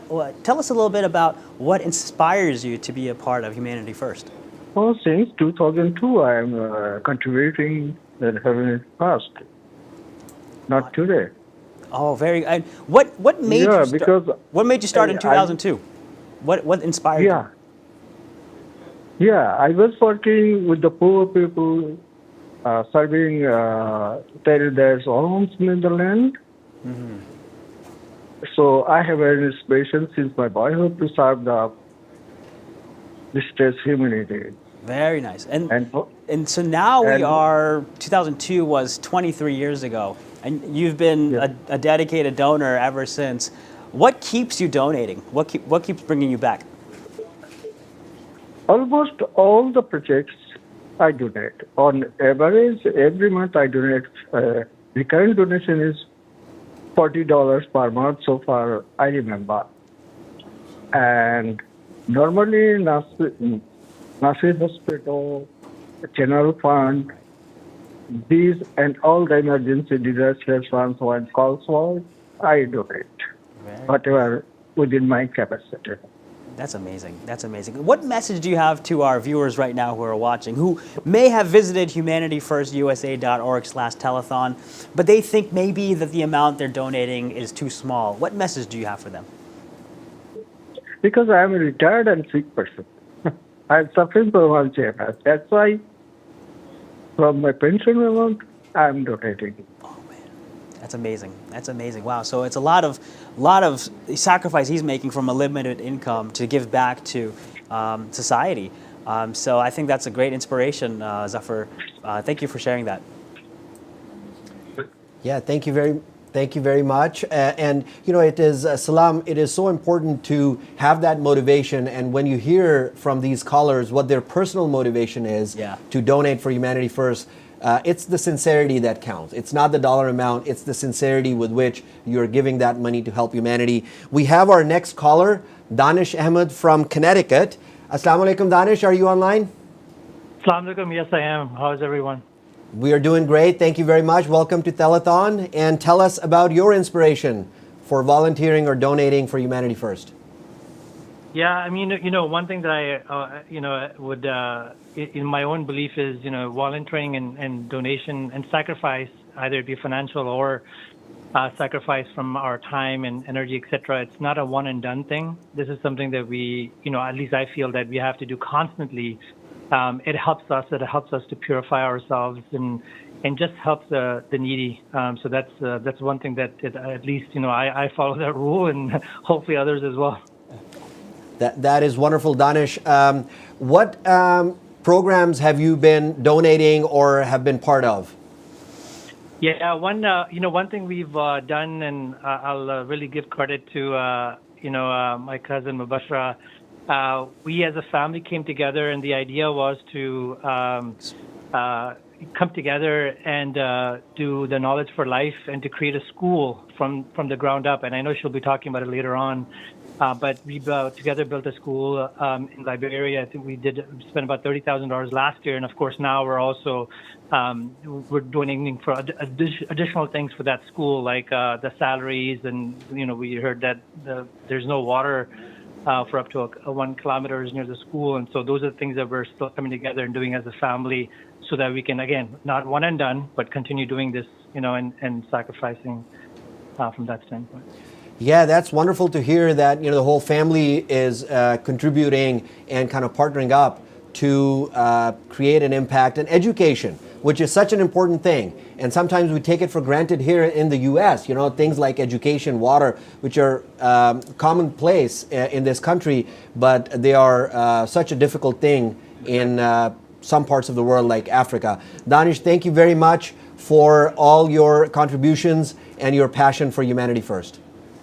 And when we started the live stream here for our HF USA, we had so many wonderful videos leading up to the USA moment of what's going on out there, what type of things have been happening. And now we're going to be bringing in the Humanity First International 30-year anniversary, like highlights of what's happened over the past 30 years. So let's cue that up, and we're going to share all the wonderful things that your donations have helped resolve or provide relief for, and what should inspire you to give more, because natural disasters are getting worse year over year. Food insecurity is increasing year over year, and there's so much more that can be done. And with the 20,000 donors and one more with you, dear viewer, we're going to do so much more and make so much more impact for people who are suffering right now.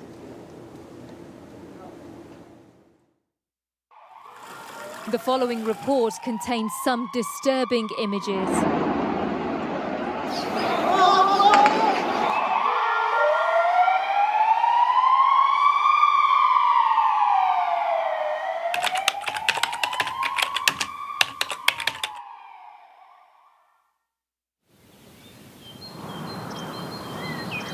"30 years ago, a vision was born. A vision of service, kindness, and above all, humanity. It was the vision of Hazrat Mirza Tahir Ahmed, founder of Humanity First. बैनुल-अक़वामी खिदमत खल्क़ का इदारा कायम करना चाहिए और उस इदारे का दायरा कार तमाम बनी नौ इंसान तक आम होगा और उसमें सिर्फ एमएलयू से चंदा नहीं लिया जाएगा, बल्कि शरीफुल नफ्स दुनिया के किसी भी इंसान से जो इस इदारे में शामिल होकर खिदमत करना चाहता हो उसको भी खिदमत का मौका दिया जाएगा। अल्लाह ताला इसकी तौफीक अता फरमाए। He envisioned an organization that would transcend borders, races, and religions in order to serve those in need simply because they are human. Thus, Humanity First was created, a global relief organization dedicated to alleviating human suffering. What began as a response to the Bosnian crisis has now become an international movement for good, with branches in over 65 countries. Through every disaster, every crisis, Humanity First has been there, wiping the tears of the distressed, holding the hands of the vulnerable, offering hope where there was none. Under the continued guidance of Hazrat Mirza Masroor Ahmed, Khalifatul Masih V, this mission of selfless service carries on to this day. Thus, to love Allah's creation is something truly great and deeply appreciated by Allah the Almighty. Hence, it is up to the members of Humanity First to strive earnestly seeking the betterment and well-being of mankind. Never rest easy or feel satisfied with what has gone in the past. Rather, look to the future and see how and where you can increase the scope of your service for humanity. It should always be your objective to provide the maximum possible service whilst utilizing the minimum possible resources. From war-torn Gaza to the flood-ravaged lands of East Africa, Humanity First has responded to over 280 disasters in 111 countries, assisting nearly 3 million victims. Trained teams work alongside the UN, delivering medical aid, emergency shelter, food and water, bringing immediate relief in times of greatest despair. Half the world's population lacks access to basic healthcare. Humanity First is changing that. With hospitals in Guatemala, Senegal, and the Ivory Coast, clinics in Mali and Indonesia, and mobile clinics reaching rural villages, Humanity First has provided medical care to over 900,000 patients.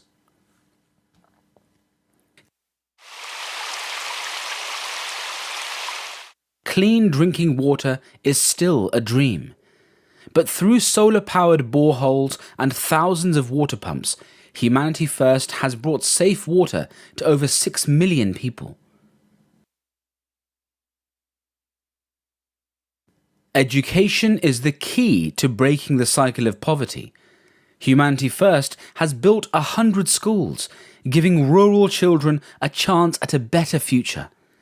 With over 56 vocational training centres in over 30 countries, more than 70,000 graduates have gained the skills to transform their lives. The most vulnerable among us are orphans. Humanity First has therefore provided food, education and shelter to thousands, with orphanages in Benin and Indonesia, and new facilities opening in Uganda and Sao Tome. From food banks in Europe and North America to sustainable farming projects in Africa, Humanity First is fighting hunger. Over 700 million people worldwide face chronic hunger. Humanity First has distributed more than 6 million meals in the last decade alone. Moreover, through Qurbani meat distribution, Humanity First has fed nearly 5 million people, ensuring that families in the most remote regions receive vital nourishment. In Canada, the USA and the UK, Humanity First food banks provide thousands of meals every week to struggling families. For the homeless, the elderly and the forgotten, Humanity First is not just a charity. It is a lifeline, a source of dignity, and a symbol of compassion. Healthcare is a fundamental human right, yet billions lack access to even basic medical services. Established in 2017, Humanity First Healthcare is a subsidiary of Humanity First, incorporated to build and manage healthcare facilities. With a mission to provide affordable, quality healthcare, HF Healthcare has served over 75,000 patients and performed more than 1,000 surgeries. More importantly, 17,000 patients were helped financially. Facilities like the Nasser Hospital in Guatemala, a self-sustaining facility, operate 24/7, offering emergency and surgical obstetrical care. Staffed by local professionals collaborating with over 400 international volunteer physicians, HF Healthcare ensures that even the most undeserved receive the care they deserve. Another addition to the network of hospitals is the Masroor Centre for Healthcare in the Ivory Coast, which is set to make a real difference not just for the people of Ivory Coast, but for communities across West Africa. With this initiative, HF Healthcare is taking a significant step toward improving lives and strengthening healthcare in the region.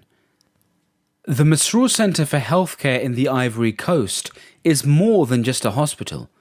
It is a beacon of hope. This organisation is not just for those in need, but also for those with the heart to help. HF brings together selfless individuals who want to give their time, resources and love to make a difference. To our incredible donors, we want to say, every life you touch, every meal you provide, every child you help empower, and every family you uplift is a reflection of your boundless compassion, unwavering kindness, and deep commitment to the betterment of humanity. You are the reason hope exists, and your impact will resonate for generations to come. From just a dream to a worldwide movement, Humanity First has touched 17 million lives. But the journey does not end here. As we mark 30 years of service, we look ahead with renewed determination to reach further, to serve more, and to put humanity first.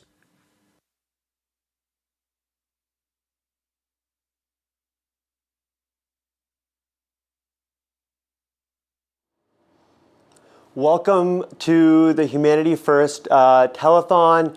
We are here to welcome you to join us and join the International Humanity First community in celebrating 30 years of service since 1995.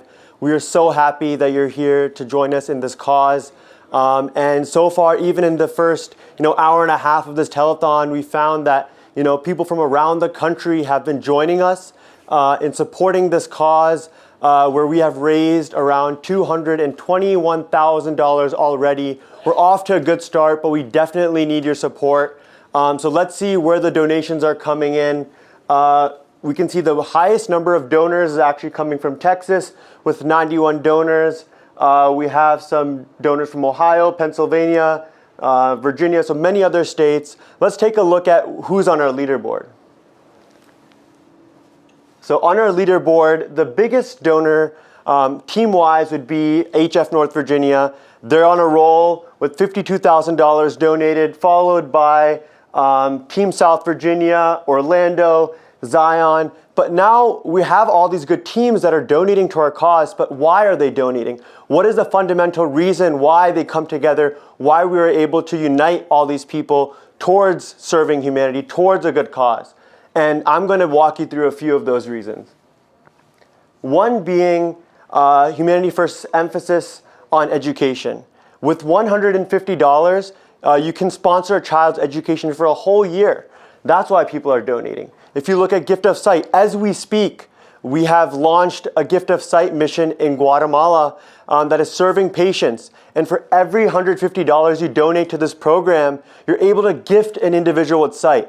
How impactful is that? Somebody who has lost such a precious, you can't put that in monetary terms, how important that is. And you're able to give somebody sight. So that's something that I urge you to donate towards. Also, you have healthcare for all. Through our global health programs, if you donate $80, you can help treat a patient at Nasser Hospital. Beyond just global health, we also have disaster relief efforts around the world. To every disaster, Humanity First is always on the ground.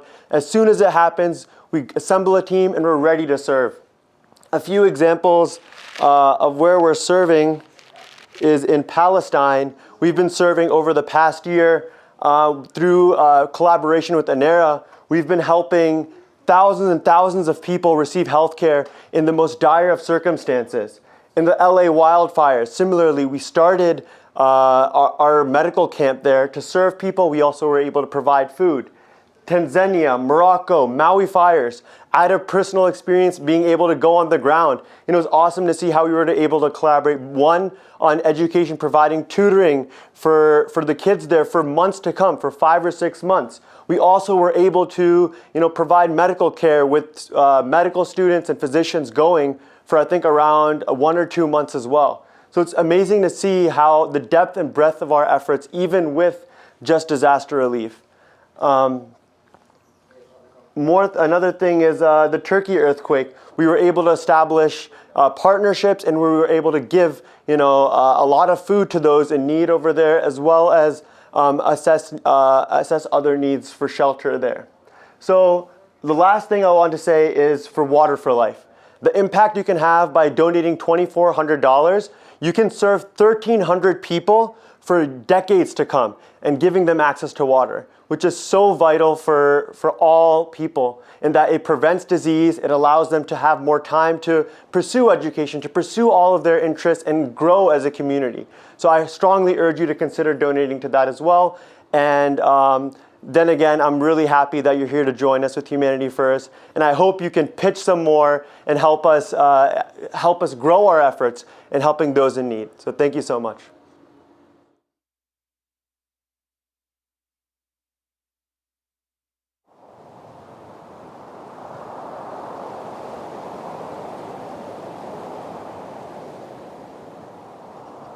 Every day, millions of people around the world face an invisible crisis, a lack of access to basic health care. From urban neighborhoods to remote villages, the barriers are immense. Overcrowded clinics, long travel distances or wait times, insufficient medical staff, and the financial burden of treatment. Imagine not being able to have a doctor check your growing child to make sure she stays healthy. Or managing a chronic condition when the clinics require hours of travel, or needing a surgery that no one has the skill set to perform. These are the realities faced by countless communities across the globe. At Humanity First USA, we believe healthcare is a fundamental right, not a privilege. That's why we are committed to addressing these challenges to provide life-giving healthcare around the world.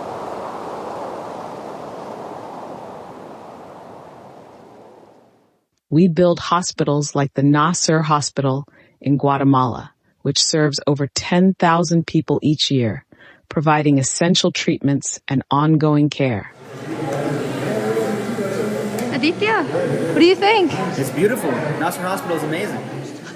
We also send vital medicine and supplies to our partners, boosting local resources and enhancing the capacity of community clinics. This ensures consistent and reliable care, even in the face of shortages. In Bamako, Mali, our health center stands as the only 24-hour medical facility in the region. Thousands of people rely on it for uninterrupted care.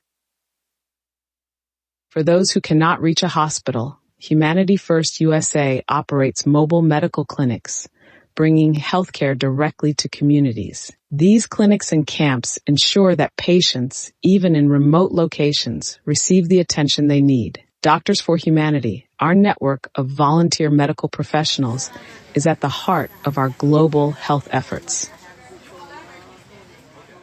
So I think what we did here, what Dr. Fahim and Jane was doing here, is really important, very important. Whether responding to disasters, conducting training, or fundraising for vital healthcare initiatives, these heroes bring hope to thousands. Our dedicated medical missions unite volunteer medical professionals from the United States and abroad. Together, they host health screenings, provide critical treatments, and ensure no one is left behind. Building a sustainable future means investing in education. Medical professionals build capacity in our partner countries by teaching courses to doctors, nurses, and non-medical staff. From emergency first aid to advanced surgical techniques, these training missions improve the quality of patient care now and far into the future.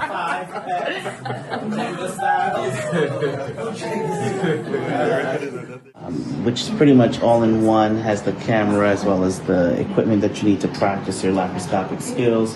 We also have some other lap trainers set up here where we have surgeons practicing the skills before we go into the operating theater. And our Humanity First Student Division leads learning exchanges, where U.S. pre-med and medical students participate in trips to countries like Guyana and Guatemala. They assist with patient care, shadow experienced doctors, and learn what it means to deliver compassionate service in low-resource settings. These programs not only provide immediate assistance, but inspire a new generation of medical professionals to continue serving those in need. Hi, my name is Mo. Once again, I'm grateful for this opportunity from Humanity First. Today, I learned how to take vitals, blood pressure, ask specific questions, especially family-related issues. Far just for this day alone, and we had to expand our clinic from 4 clinics to 6 clinics. That's how much need there is. So it's amazing to see how we have this 6-clinic operation, and we're seeing over hundreds and hundreds of patients every day. And it's amazing how Humanity First is able to do this. With your support, we can continue expanding our reach, delivering more medical missions, building more facilities, and training more local professionals. Join us in this mission to bring healthcare to everyone, everywhere.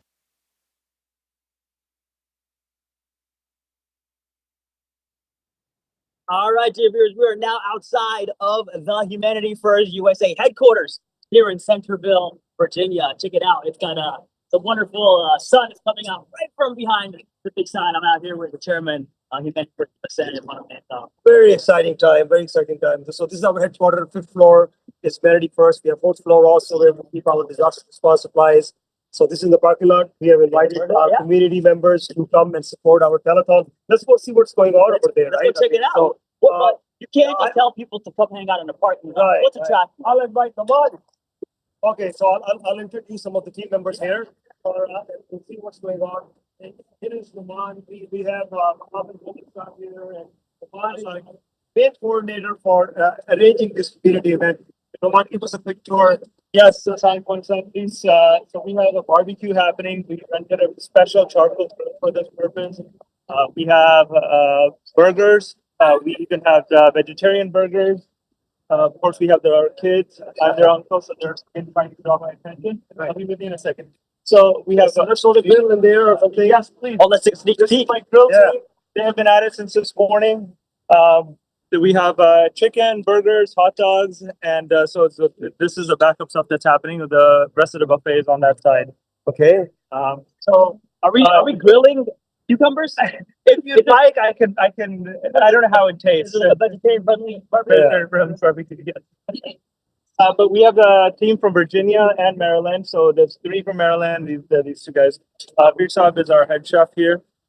Bir Saab. Earlier was here. They were filled with chicken and a lot of other things there. I think they're on the table there. We've put it out on the table, but we're going to start with the second round in a few seconds. While you're here, we'd like to show you the disaster relief trailer. This is the first of its kind for Humanity First. Just recently, we got the decal and everything done. And if you're able to pan out this way, we actually have it open so you can take a sneak peek of what we have inside. The idea of this trailer is that if a disaster strikes, we are quickly able to mobilize, and we have a trailer, generator, gasoline, and all sorts of other equipment. We plan to stock it more with first responder equipment as well, first aid and whatnot. And in case a disaster strikes, we'll be ready. We'll be able to quickly immobilize and get this trailer there. And this is the first time we've showcased it here after it's been prepared. So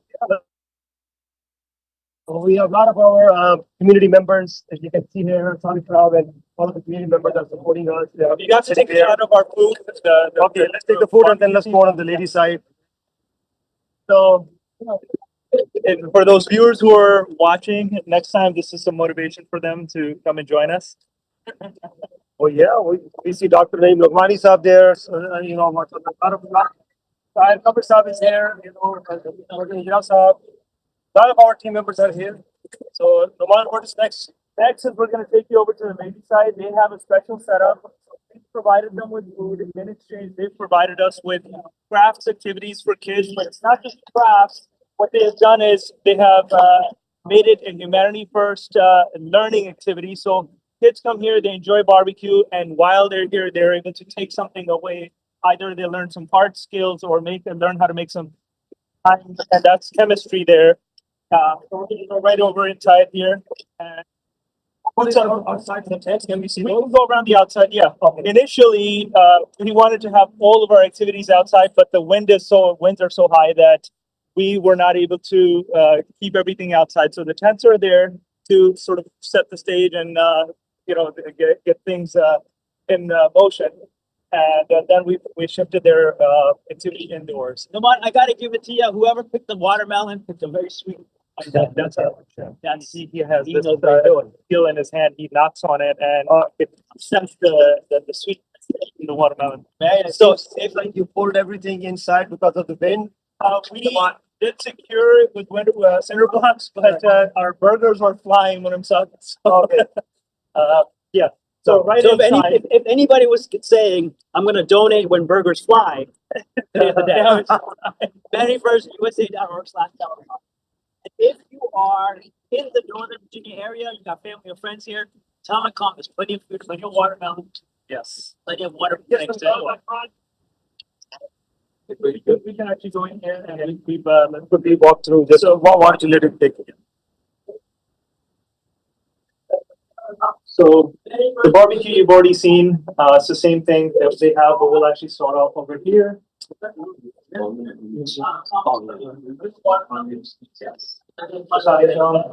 you want to introduce yourselves and show what you have here? My name is Asfa, and this is the canvas painting station. So kids can just come and paint on canvases. Awesome.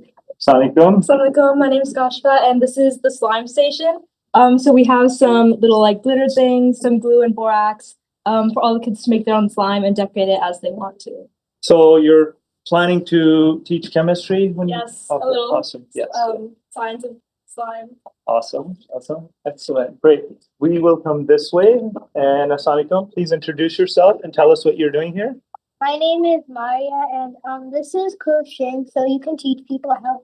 It's like so they can choose a color and they can grab a hook. And who's the teacher for crochet? Me. Awesome. You know how to crochet? Excellent. Hi. I know. This is my daughter, Maria. Okay. Thank you. Okay. And yes, please introduce yourself. Yeah, and they're crafts. Crafts. They're also. Now, do you need to be careful of what you ask her? Is she your daughter too? Yes, she is. Okay, all right. Oh my goodness. Okay. Serving run in the family, Exactly. So we have some food here too, I guess. We do, and this is the same sort of setup. Initially, this is what we have outside, and we can bring it inside. Okay. And so yeah, they've done a wonderful job putting this all together, and the idea again being that yes, we all come together to enjoy and celebrate 30th year anniversary, but at the same time, we want people to walk away with something, some sort of a skill that they can learn and remember that we went to Humanity First event, and this is what we learned there. And also walk away with a full belly. Yes. Yes. All right, we're ready to go back outside? Yes. Yes, return to the studio. So, yes. What do you think? Yes. Are we taking the elevator or the stairs? Okay.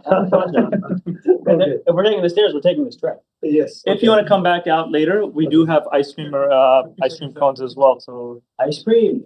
Okay. Brewster. So we're gonna add ice cream to the schedule. Yes. We're gonna take the liberty.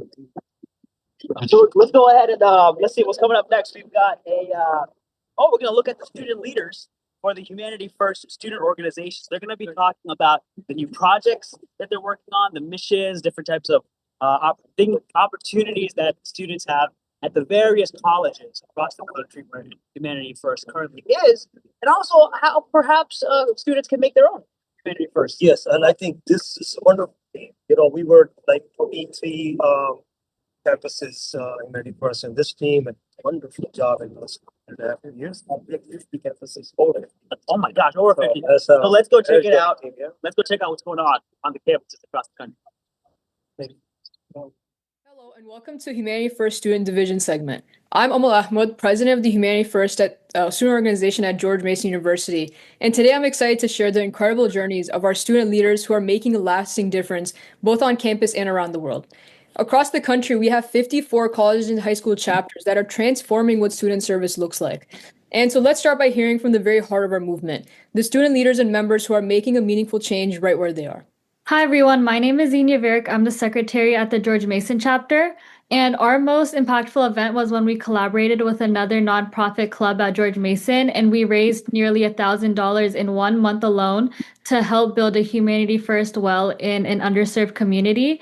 And as part of the Water for Life Humanity First program, and each club promoted this initiative at various events. Hi, everyone. My name is Fadia Ahmed, and I'm the president of the HFSO at Loyola University Chicago. One of my favorite events that we hosted was a volunteering fair where we showcased different volunteering opportunities in the Chicago area and then also gave people the chance to sign up for those opportunities. We also were able to promote our Gift of Health trip and gained a lot of interested volunteers. This was one of our most successful events with many people signing up for new volunteering opportunities and over 150 attendees. Hi, I'm Fatima, the co-president of the Humanity First student organization at Dartmouth College. And our most memorable projects, since we are a newer HFSO, are the 3 projects that we are currently building for Humanity First, which is an EMR system, diagnostic kits, and a locally sourced water filtration system. Though we have made a lot of progress with these projects, we are currently recruiting for other Humanity First students to volunteer and help out when building these projects, engineering them, or coding them. But so far, we're really excited on the impact that these projects are going to have. And we really hope that more Humanity First student organizations can join and make a lasting impact to Humanity First and the globe. That's so amazing to hear, guys. And thank you, Fatma, for bringing up such a great point. So HFSO projects can always use more help. So if anyone watching is interested, they can contact either Fatma or the Dartmouth HFSO and work on their EMR project. And so moving on, so how would you guys recommend HFSOs to promote campus involvement? In our experience, the most important thing is to not be afraid to talk to random people wherever you are. So at George Mason, once a school year, we have an awareness campaign where we set a goal to talk to at least 200 people in a day about Humanity First programs and our upcoming events just to maximize attendance. And we also tell students about our upcoming events throughout the semester. And people are always a little bit more interested in Humanity First when you tell them about current and past initiatives and the changes that they've made on the people and communities directly. We really prioritize collaborative events, and those were some of our most successful events. They were so successful because we paired multiple organizations with similar goals but very different audiences together. And so then we could promote both of our clubs to multiple different audiences. And this helped us gain a lot of traction for HFSO and let us gain a following and a community within our school. All right. Thank you guys so much for sharing your experience on how to get your campus involved. And we look forward to seeing more great projects from your HFSOs. And so the work we do on campus is powerful, but Humanity First mission has always extended beyond borders. And through our Gift of Health program, students don't just learn about global health, they become part of the solution. And these trips are a chance for our volunteers to bring medical aid, compassion, and hope to underserved communities around the world. So let's hear from those who've seen firsthand what it means to put humanity first on a global stage. Hey guys, please introduce yourself and share which Gift of Health mission you participated in. Hey guys, my name's Fahim Ahmed, and I'm one of the presidents for the HFSO at Virginia Commonwealth University. I recently just participated in the Gift of Health trip in March in Guatemala. Hey, my name is Lemuel Nkum, and I'm the vice president for the HFSO at the University of Toledo. I participated in the Gift of Health trip to Guatemala and Guyana, and I'm excited to go back to Guyana this June. So what motivated you guys to join the mission, and what were your expectations? Yeah, for the past couple of years, I've seen how some organizations have been able to travel to other countries and serve underprivileged patients under the Gift of Health program. So I've always dreamed of one day being able to be part of it, whether that was in college or my future career in medicine.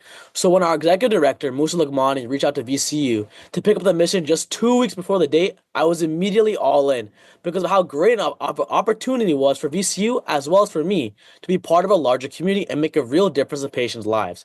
Going in, I had absolutely no expectations for how it was going to be.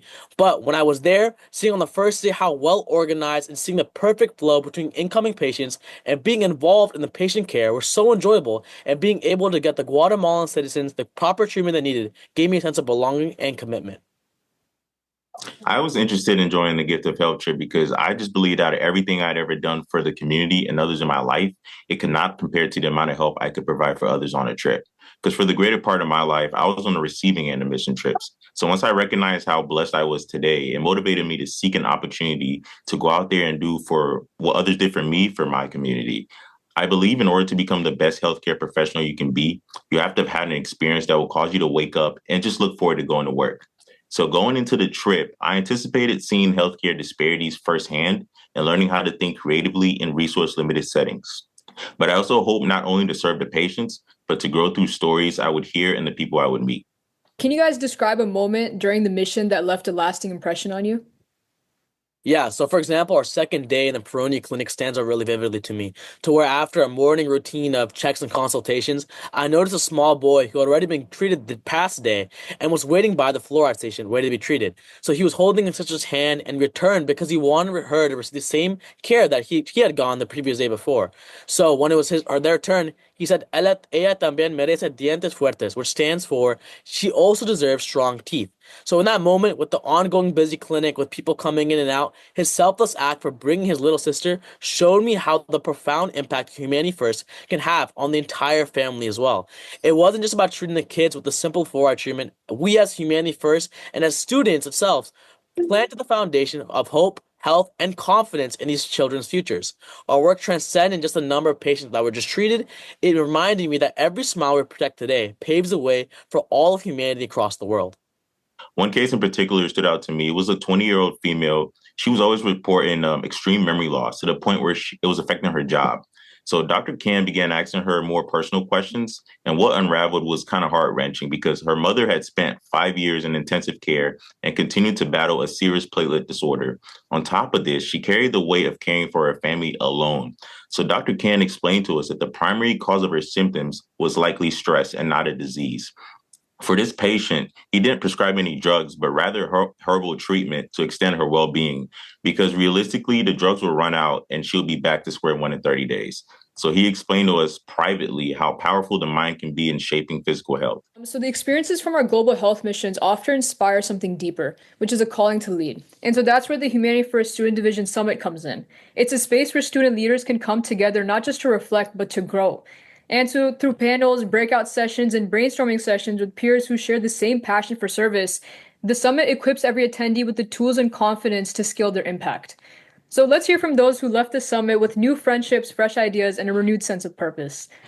Hi, everyone. My name is Drishti, and I'm the president of the HFSO at Siena College. My board attended the leadership summit before becoming an official HFSO, and the summit gave us a lot more insight into what an HFSO can be on a college campus. We were able to meet so many people willing to share their experiences that gave us advice on how to move forward. So what advice would you guys give to students considering attending future summits? I would say the leadership summit is definitely more than worth it. For us, we were given like the last push that we needed to really sell our HFSO and get it approved by our college, as well as an idea of what the next steps were, like what our HFSO could do next right after being official. Connecting with other HFSOs and students gave us a vision of like what kind of events we could do, how to publicize them, how to run them, how to grow more. And we also made a lot of friends at the summit, and the HFSO community is so incredibly inspiring in their commitment to service. So I think you'd be missing out if you didn't come. I would say 100% do it. It's truly what motivated us to keep trying to start our chapter at our campus. We really recognized how connected the other HFSOs are at what they achieved, how they marketed events, and how close-knit the community was. And they were truly the ones who helped guide us and inspire us to pursue advocacy on our campus. All right, thank you guys. And thank you to everyone, like all our dedicated student leaders, for sharing your stories. Your commitment to Humanity First just exemplifies the inner drive within you to serve humanity. And to our viewers, we invite you to support our initiatives and join us in making a difference. And together, we can continue to serve humanity with passion and dedication. Welcome back, viewers. The day is progressing really well. If you have just joined us and you are in Northern Virginia area, there's a barbecue going on right now downstairs.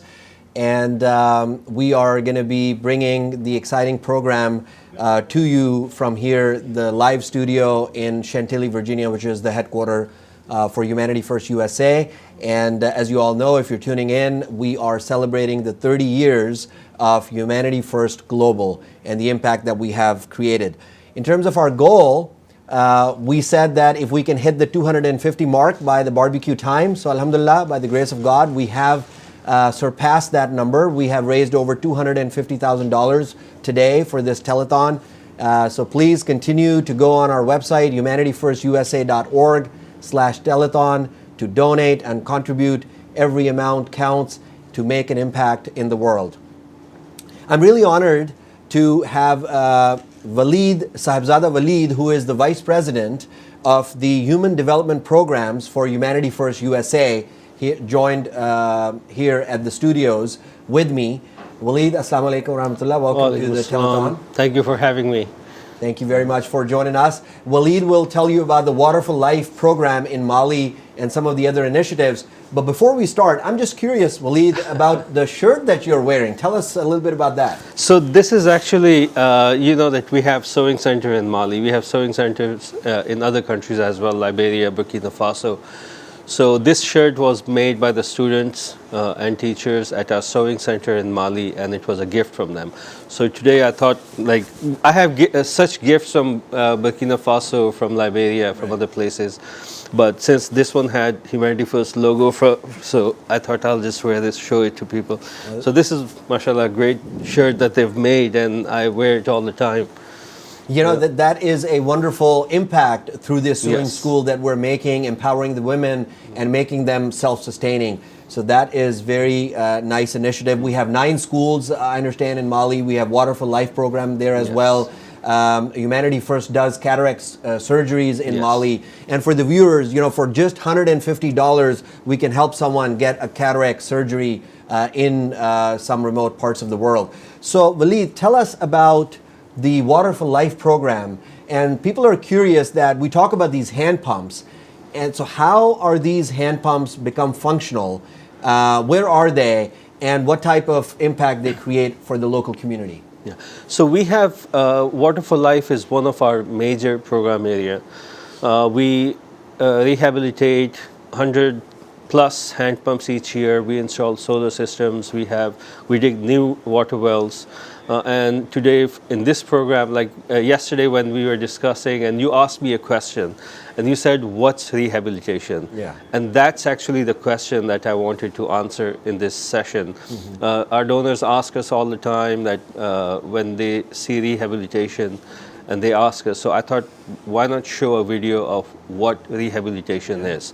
And that way you can really understand how we spend the donated dollars and how that is changing lives of people. Just a couple of $1,000s, but that changed so much in a community that you cannot imagine that the impact of those couple of $1,000s. Water being such an important ingredient of life, and to provide water for these local communities where they don't have to walk miles to get clean water is amazing, and looking forward to seeing so that let's watch that video, and at the same time I'll explain what's happening in the video.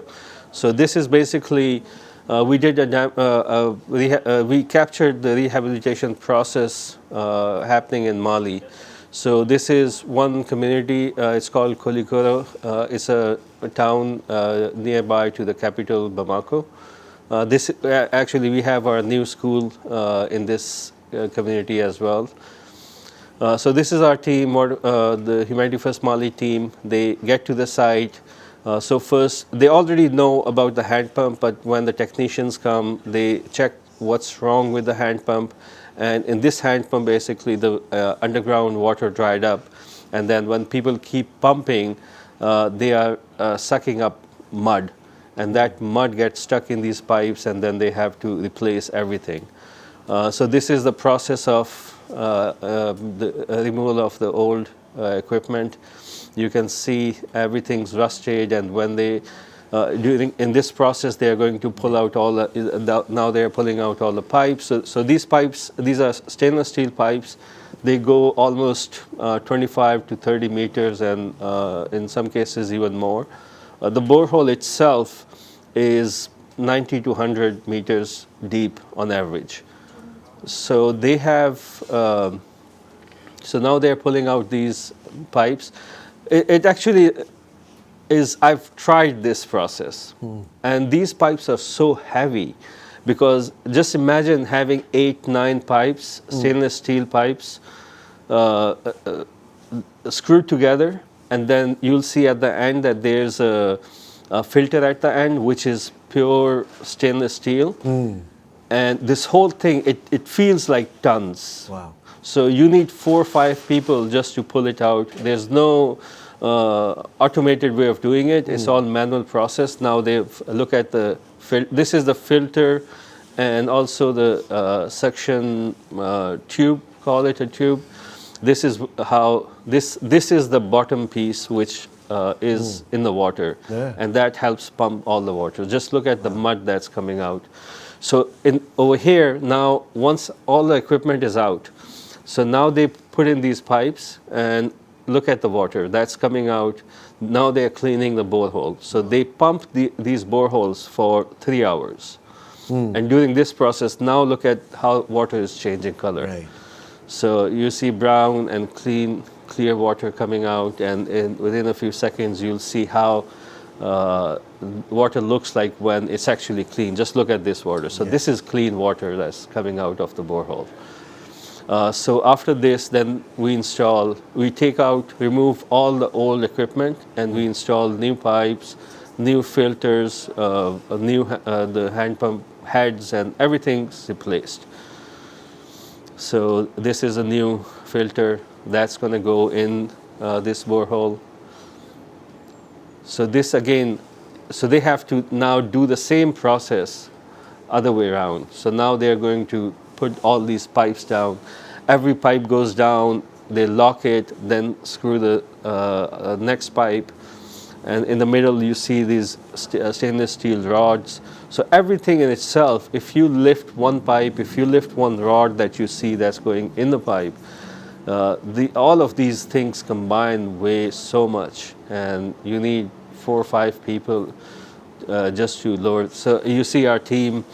So luckily this hand pump has a proper forewall. If the forewall is broken, we rebuild all of that. If it doesn't have the floor, the cement floor that you see, because if you don't have cement floor, it gets muddy, and then that's where all the different insects, the mosquitoes grow, and it becomes a hub for spreading malaria. So we have to make sure that everything's cleaned, everything's taken care of. So now they're installing the new equipment. This is called the head kit. So it has the handle, it has all the chains and everything. So now the hand pump, all equipment is installed. Now see the water's coming out dirty. They keep pumping for 30 to 40 minutes. Before this process, they also put chlorine in these boreholes. And now you can see, voila, clean water. So this is where your donation, all the Water for Life donations are going. It takes almost 6 hours just to rehabilitate one hand pump. And this is the team, and they do an amazing job. So everyone's so dedicated that they understand where the money is coming from. They understand the emotions of the people who are donating for these hand pumps. So they make sure that the money is spent in the right way, no wastage, and they just do an amazing job. I wish that I could take all of our donors to these sites, and this work would happen in front of them, so they see the impact of their donated dollars. Absolutely, and just the smile on those kids' face, that's precious. And you know, I've got this Kirkland bottle on my table, and you said it took 6 hours for these people to prepare this hand pump for people to have clean drinking water. And before that, the hand pumps are not functional for months, and in some cases for years. Right. So this is the first time in probably a year and a half that these people are getting this clean water. Yeah. This is an amazing story. Thank you very much for sharing that, Waleed. I'm curious, this entire project takes about $1,500 or so to complete? This is $2,400 for rehabilitation. Then we do new boreholes as well, communities where they don't have access. Like these are the boreholes which are not functional, hand pumps which are broken down. Then there are communities who never had clean drinking water, so we do new boreholes for them and install new hand pumps. So that project cost about $6,000. Then we do solar systems as well, like in schools, in mosques, in places of worship. You need bigger systems. So that one, the bigger system which are installed in public places cost anywhere from $12,000 to $13,000. So there are different price ranges. Different tiers. Yeah. And viewers, one way that some of our donors are contributing for this water crisis in parts of the world is in the name of their loved ones, which is a great way of Sadaqah Jariyah, that once you provide clean drinking water, it affects the health, it affects the communities, it affects their empowerment. So please consider donating for this Water for Life project that Humanity First has, and you have different options to contribute from $2,400 all the way up to $6,000, depending on what type of hand pump for water it is. Waleed, thank you very much for sharing this great story with us. It is truly inspirational, and we hope that we continue to make this positive impact in our communities. Definitely, and we'll come back with more such videos just to show our donors how we do different things, because I know people are curious. So hand pumps and solar systems, we'll take you to our schools as well.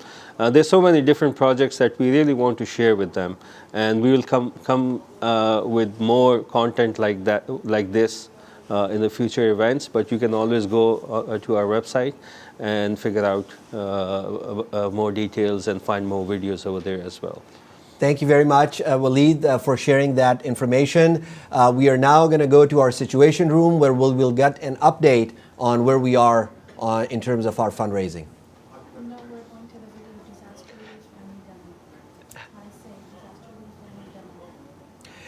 I apologize. So first we are going to go to the disaster relief family survival kit demo, and after that we will go to the situation room.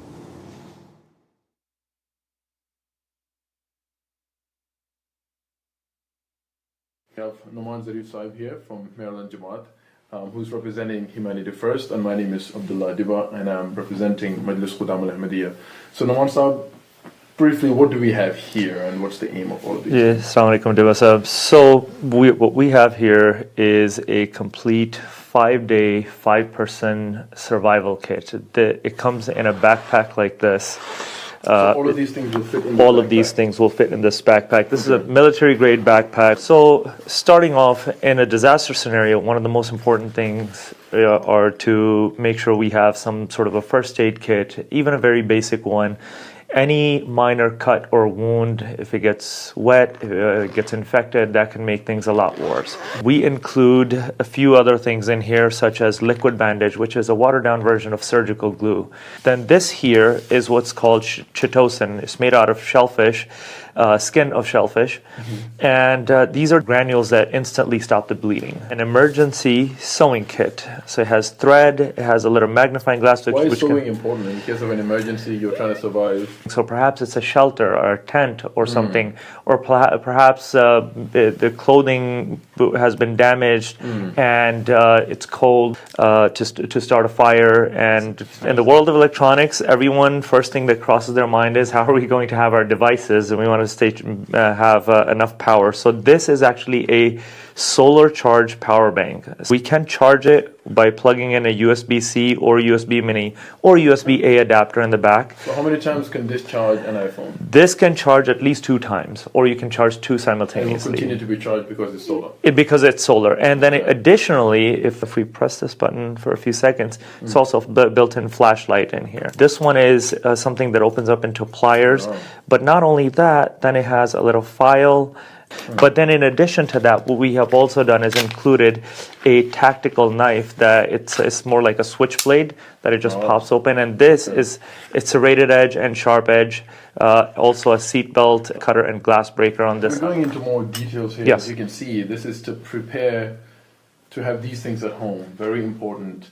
In case of a disaster, sometimes we don't know it's coming. So food and water. So we'll cover both of these together. Life straw is basically a water filter, so we can put this into a pond or any kind of body of water. You can see body of water. You just stick this in there, and you just drink water directly out of it, and it filters 99.999% up to 3 microns. It'll filter the bacteria. This will be food, and this is 200 grams total. There are 4 individual sizes, and we can actually even open this up, and it's a Malar bag. Vacuum sealed with 20 years shelf life, and it's 20 years shelf life. A bit tough to open. That's why we've included the knife in there. So this is a hand crank radio that has a solar cell on top, lithium ion battery, so multiple ways of powering it.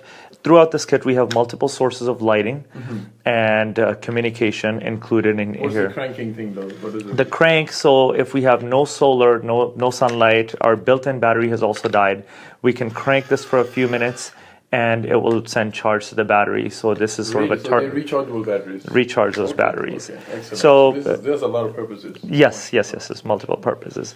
That's excellent. That's brilliant. So we covered all of this, and I think again, Humanity First has put this together. We're collaborating with Khudam al-Ahmadiyya, who is helping now to make sure members have this. So if I just wanted to go and buy all of these things on my own, it will cost me over $400. Over $400. So we reached out directly to many different vendors, and we negotiated with them.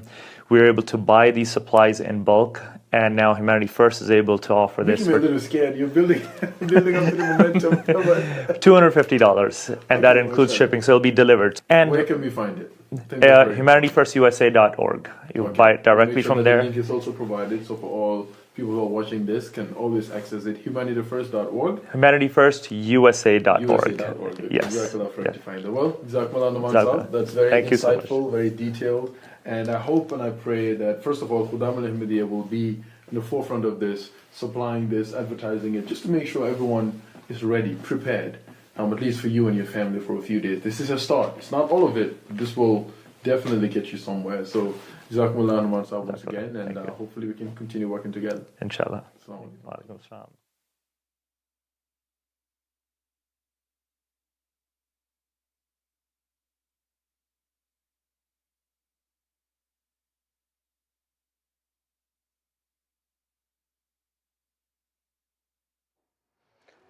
Welcome back to Situation Room. Before I give you some of my updates, let's take you to the Atlanta studio where you'll be hearing from the National President of the Men's Association for the Ahmadiyya Muslim Community, as well as the Youth Association. So let's take you there.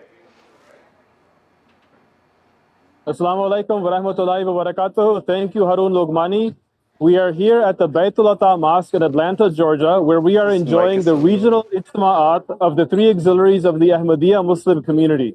You can see behind me our men, our youth engaged in different sports, different physical competitions. But aside from this, in different rooms of the mosque, we have men, women, and children engaged in spiritual, moral, religious competitions as well, reciting the Quran, delivering speeches. And the whole point of this 3-day weekend is to serve as a spiritual retreat. It's a point at which we re-engage with our faith, where we reconnect with the higher values that Islam and Ahmadiyya teaches us. Now, aside from worship of God, aside from spirituality, aside from that individual connection with our Creator, one of the core values of the Ahmadiyya Muslim community is also to serve humanity. It's also to serve creation and have compassion for all living things. Now, joined with me today are the national presidents of Majlis Khudam al-Ahmadiyya, Abdullah Dibasam, and the national president of Majlis Ansarullah, Mansur Qureshi Saab. Now, if both of you can share with us a little bit about your personal journey with Humanity First, and also how do you see the auxiliaries you serve further aligning and serving shoulder to shoulder with Humanity First? Assalamu alaikum wa rahmatullah. Jazakumullah. Mine is a very personal journey, as you mentioned. In fact, I was born and raised in the Gambia, in Africa, West Africa. So I've seen firsthand, since I was a little kid, the services of Humanity First. My own younger brother and my own younger sister went to high school, to a school that's owned by Humanity First. So I can say we are first-hand beneficiaries of Humanity First. So all the donations and all the service that people put in, I've seen it firsthand.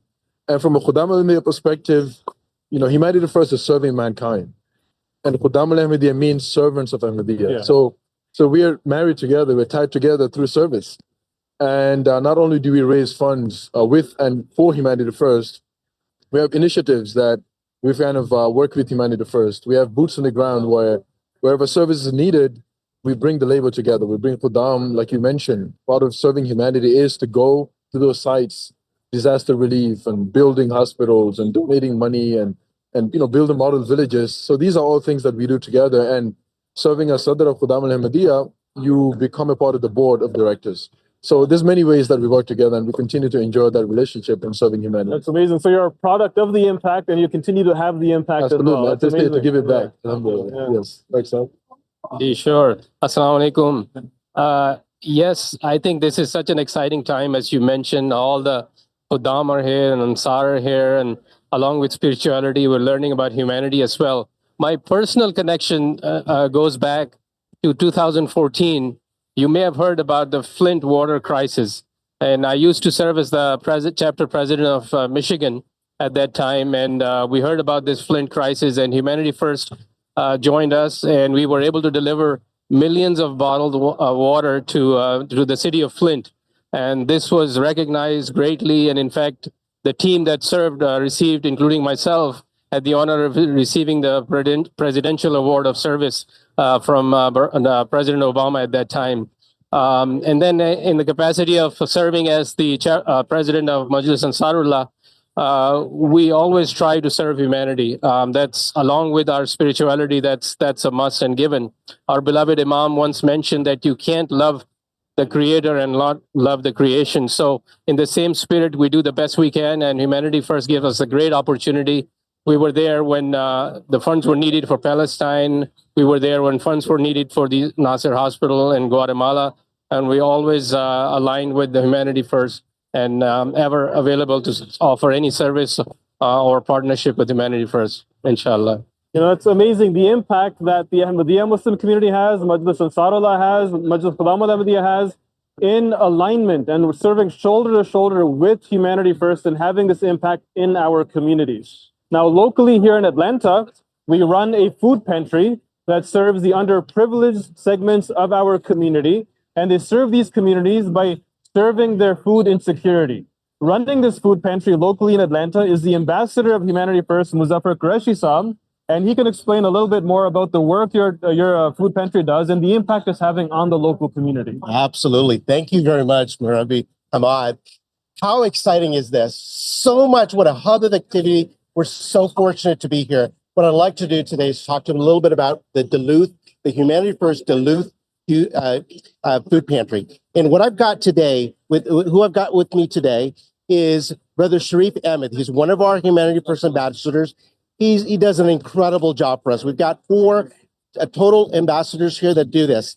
So let me tell you a little bit about this, the Humanity First Duluth Food Pantry. We've been here since January 2023. And in that time frame, it was such an incredible vision that was set up to really bring this about, right? Humanity First, we brought the idea, Humanity First said, this is the way to do it. And we were able to do this. Now, in that short time period, over 4,000 families have been helped by this food pantry. Every single Sunday from 12 p.m. to 5 p.m., about 5 to 8 minutes from here, just north of here at our masjid, our standalone food pantry is housed. And so on Sunday, what we'll do is we'll have appointments for families. The families would come in and we would give them enough food that will last them about 4 weeks. And just the looks on folks' faces when they receive this food, this much needed food to really make a difference in their lives. So we've been able to do this. Now, it's fantastic that they're able to get this nourishment and they don't have to worry about things. Our main motto there is we want to make sure we give people a hand up, not a handout. That's really important. And so the way we've done this is we've got volunteers. The volunteers that we have at our food pantry are unbelievable. Farah Qureshi is the Humanity First ambassador who runs this entire this pantry. She's the executive director, but we've got a lot of different folks that do it. So we're really fortunate. And so what I'd like to do is I'd like to make an appeal. If you can give anything, $1, $10, $25, $50, whatever it is per month, let's have you do it. We really appreciate each and every one of you. And so what I'd like to do now is to take this back to the studio, and we're going to give a special presentation about food insecurity via a video. So let me take this back to the studio.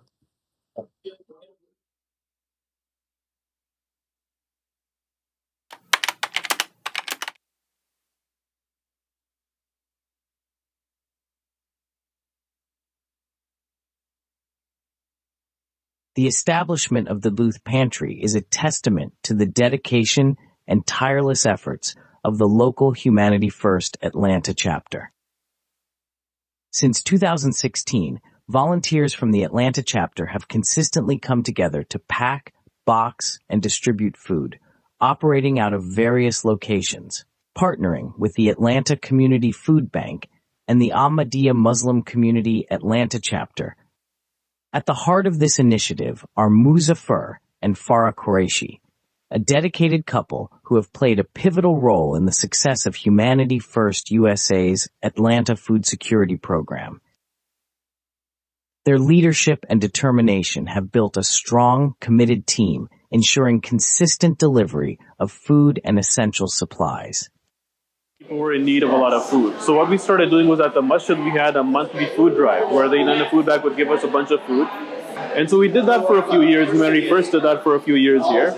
But then from there, the idea started that we should actually start developing and have our own standalone pantry to serve people in our communities. Recently, Hurricane Helene struck Augusta, Georgia, with devastating force, leaving behind fallen trees, downed power lines, and damaged homes. The Duluth Food Pantry quickly mobilized to assist the affected residents, using their recently replenished stock of food and supplies. Muzaffar and Farah Qureshi reached out to local officials in Augusta and, with the help of local students, swiftly loaded a truck with essential items. And so, Shantu, can you say a couple words for us? Yes, we're so excited for your organization to be able to come in and make a difference. Within Augusta, Georgia, Richmond County area, our priority is safety and habitable living for all. But through your organization and what you've been able to provide, you've put a dent in this particular area. We're so excited because we're going to take these donations and make our own version of a survival kit to get to those who are needed most. Residents that are sick, that are shut in and cannot leave out their homes, they lack transportation and then also the means for them to survive. So we don't know what we would do without organizations of such. So for myself, I'm the Deputy Director for the Augusta Housing and Community Development Department. We tell you thank you so much for not seeing it robbery to travel the road at such late at night to make a difference. We care about you, so whenever you need us, call and we'll be there. Together, they delivered much-needed food and supplies to support the hard-hit city. The Duluth Food Pantry now plays a critical role in reducing poverty and improving the quality of life for local families.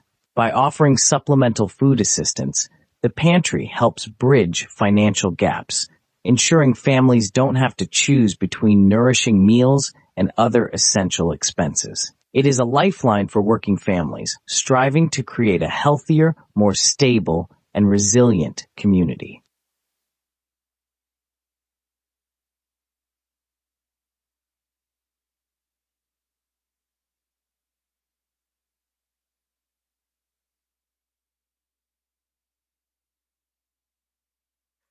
In 2005, a massive earthquake struck my family town of Balakot. We lost all contact with my father, and for days we had no idea if he was alive. Desperate, I got on a plane and arrived in Pakistan. I packed a truck full of food, water, and whatever supplies I could gather and drove to the disaster zone. When I got there, it was horrible. Everything was gone. The air was heavy with dust and loss. But the moment I told Humanity First what was happening, they responded. They sent truckloads of emergency supplies, shelter kits, food, medicine, everything we needed. That was my first experience with Humanity First. But it wasn't just about what they did for my hometown. It was the start of a lifelong journey for me and for so many others. Over time, I realized there were more and more doctors like me, ready to help, eager to serve. But when a disaster strikes, it's not enough to just want to help. You have to be organized. That's why we started Doctors for Humanity, a community of medical professionals who are trained, mobilized, and ready to respond. It's growing steadily. Now we have over 200 doctors in our network. Some fly out to disaster zones, others join peacetime medical missions to expand access to healthcare in underserved areas, others support missions from home, others sponsor care for patients without money or fund medical camps. But all of them are united by one goal: to bring care for humanity where it's needed the most. Practicing medicine is disaster is totally different. In the hospital, you treat one patient at a time. In a disaster zone, you may face hundreds of patients at a time, but with limited time and limited resources. That's why we train our medical teams. Our annual weekend intensive disaster response course teaches how to triage these patients, how to coordinate with local governments and militaries, how to communicate and work with the media, and how to integrate with global disaster response network. Today, Humanity First is proud to be part of WHO Emergency Medical Team Initiative. We are already involved in international coordination meetings with them, and we are working towards full EMT Level 1 certification, a major milestone that proves a readiness to deploy anywhere in the world. Whether it's Haiti, Turkey, or Maui, when disaster strikes, we mobilize. We don't just show up, we coordinate, we partner, we train, we lead. And we don't just need surgeons, we need primary care physicians, nurses, administrative and logistical support.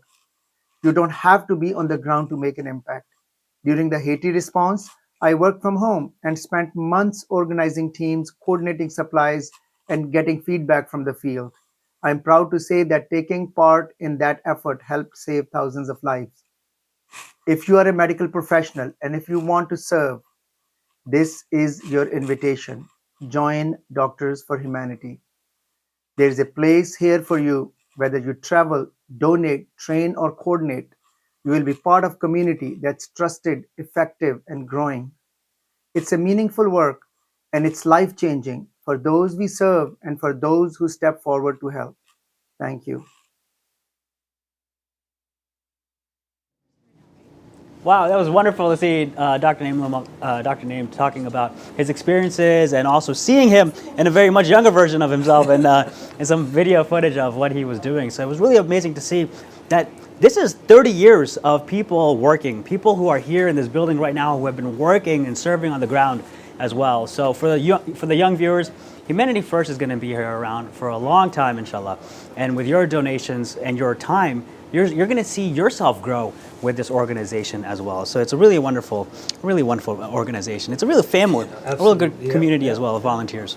Passionate. Very passionate. And speaking of passion, we're going back to one of my favorite parts of today, where we're not just asking for your donations of going to humanityfirstusa.org/telethon, but also talking with the people who have donated, not just their talents and treasure, but also their time for all the wonderful disaster relief that's going on around the world through Humanity First USA and through your donation. So one of the callers that we're speaking with very soon is Dr. Fizan Abdullah. He's participated a lot in the Gift of Health missions of Humanity First USA, and he's going to be coming up later. But first we're going to be speaking with Mariam Malik, who is also a dedicated volunteer, right? Yeah. So Mariam, Assalamu alaikum, can you hear us? Walaikum salam. Yes, I can. Thank you. All right, wonderful. So, Mariam, tell us a little bit about the work you do with Humanity First. What inspires you to remain a part of it? So, I volunteer with the Education Project. I am a math teacher in my day job, but I saw a website, for the Education Project where they needed volunteers, and they arranged tutoring for Title I schools. So, a Title I school is when a significant percentage of the families are low income, and the tutoring they arrange, it's through Zoom. It's very convenient. If there's any college students out there who want to join, this is great for them too, because it's through Zoom. They can do it at home. And I also volunteer with the administration department with it as well. Oh, so helping on the back end and the front end. Yes. Wonderful. So when it comes to Mariam plus Humanity First, it's a total success. It all adds up. It is, and education, we all believe is extremely important to fight the poverty. Yeah. So not only you're building schools in Africa and other underdeveloped countries, but within our USA, we have this TEP program as well. Yeah. So we need people like her, to help us through. So Mariam, you're a math teacher by training, and you're also doing it for Humanity First. So there's other teachers who are watching as well. What message do you have for them to bring them in? Oh, this is something they should definitely sign up to do. And I think so I actually tutor as well a student who is in the correct grade that I teach to. So obviously you have a lot of experience. You can really make a big difference. And the students are motivated. The families are obviously, they're very grateful. And when you hear about, doctors and medical staff that are doing amazing things, you want to do something yourself too, and this is something teachers, if they have some skill in this area, they can make a difference too. And we saw a lot of impact happen, negative impact after COVID on children's math education. So are you seeing Humanity First at the forefront of helping try to reconcile that? Yes, and I think also after the earthquake in Haiti, they also requested for teachers and tutors to help. I couldn't do that, unfortunately, because of the time zone, but they needed teachers. I mean, there's a lot you can do to help kids overcome sort of trauma, and also, like you said, with COVID. Wonderful. Jazakallah, Mariam, for your work. Nice, Mariam, thank you. Jazakallah. So who do we have next? Jihad. Yes, so speaking of education, Right. which is such an important initiative that Humanity First undertakes, we have Mubashira Ahmed Sahiba online, and she has contributed to Humanity First in the education program along with her family. So Mubashira, welcome to the Mubashira, assalamu alaikum. Assalamu alaikum warahmatullahi wabarakatuh. Jazakallah for having me. So We actually contributed towards the Liberia School project. And the thought that comes to my mind when I think of Humanity First is it's dedicated to wiping away tears and bringing smiles to the faces through sincere efforts and compassion. And one of the most striking, feature of this contribution towards the school project was there were 3 generations of our family that contributed towards building the school. And Alhamdulillah, it is a testament to unity, vision, and the faith across time. So, and I pray that it is a source of blessing and will be able to serve humanity in the best way. Jeeva Mashra, I mean, I think you somehow you named it to Madrasi family, is it? Yes, so it is named the Madrasi family with our roots in Madras. So, Alhamdulillah, we're all able to come together. And this, I've been inspired by my deceased parents as well. Kaisa Muhammad and Nusrat Jahan, by looking at the financial sacrifices that they did when I was younger, observing them. This is the model we should follow, right? I mean, like Mubashara and the family can do it, other families can do it too, right? I mean, this together with the families is a wonderful work, and it's Sadqa Jariya as well. Absolutely. And Sadqa Jariya is the charity that keeps on giving. Yep. It's absolutely the charity that keeps on giving. Yep. The charity that keeps on giving, and the impact that they're making for these students. Right. Education being such an important thing, and by just donating $150, which is not a large amount, we can help a student in Africa and help drive some of these schools that we are running in Africa, places like Liberia where Mubashara and her family. Right. Or do like Mubashara's family, support the whole school. Support the whole school. That's ideal. Yeah, I wanted to also acknowledge my family. They say that you just have a good intention and Allah Ta'ala helps through that, and the angels come to assist. So in our case, it was my own family who became those angels, coming together to make this dream a reality. So Jazakallah to my family as well. Thank you very much for your contributions, Mubashara. And Munim Saab, this passion that our volunteers have is contagious. When you hear about their stories, they're so inspirational that people want to donate and want to contribute as well. Absolutely, you're right. Yeah, and speaking of people who are wanting to donate and donate collectively, raising funds, having fundraisers, next we have Aaron Dunn, who's from Binghamton. Oh, wow. Aaron, can you hear us? Yeah, I can hear you. Can you hear me? Yes, sir, Aaron. What a pleasure to speak with you, and congratulations on raising $4,000 for Water for Life. Oh my goodness, thank you so much. Really, it's incredible that you guys have asked me to be on such an important telethon like this. Really, I'm very grateful for this. So tell us a little bit about what made you want to do this. Yeah, so I was initially brought on to the student organization by a couple friends, and I realized how important a mission like this is when we went to the student organization summit in Michigan last year, and it dawned on me just how much of an impact we were able to make just with the small group of people we have dedicated to this cause in Binghamton. And that kind of was the platform we could launch off of to advocate for the Water for Life mission and donate all of this money. Nice. And how many people came together to raise $4,000? Well, just between us this semester, it's been about 7 or 8 people, and we were able to raise together about $4,000, and that's not even including the generous donators that have donated about $6,000 or $7,000 additional dollars to other wells, which is just incredible. Yeah, this is wonderful. So, Salam, if we think about it, just HFSO like Aaron's, right? We have 50 of them. Amazing. If they all work like what Aaron's doing, and they're doing a wonderful job. And once you realize, I think Aaron, if you have not been to a place where you see the result of your water well, I suggest that one of the days you visit. And when you see that smile on the face. Yeah, that is incredible. Yeah. It's like just a small amount of people can make a huge impact for so many different communities. It's just incredible. Now, Aaron, you mentioned you were at the summit. Tell us a little bit more about what happened there. What did you do? Yeah, so the summit, it was all the different student organizations. We all met up to collaborate with each other. And there we learned, because we mainly focus on the Water for Life mission with Humanity First, but there's gift of sight, there's food donation, and we got so many different ideas on how we could improve our student organization here.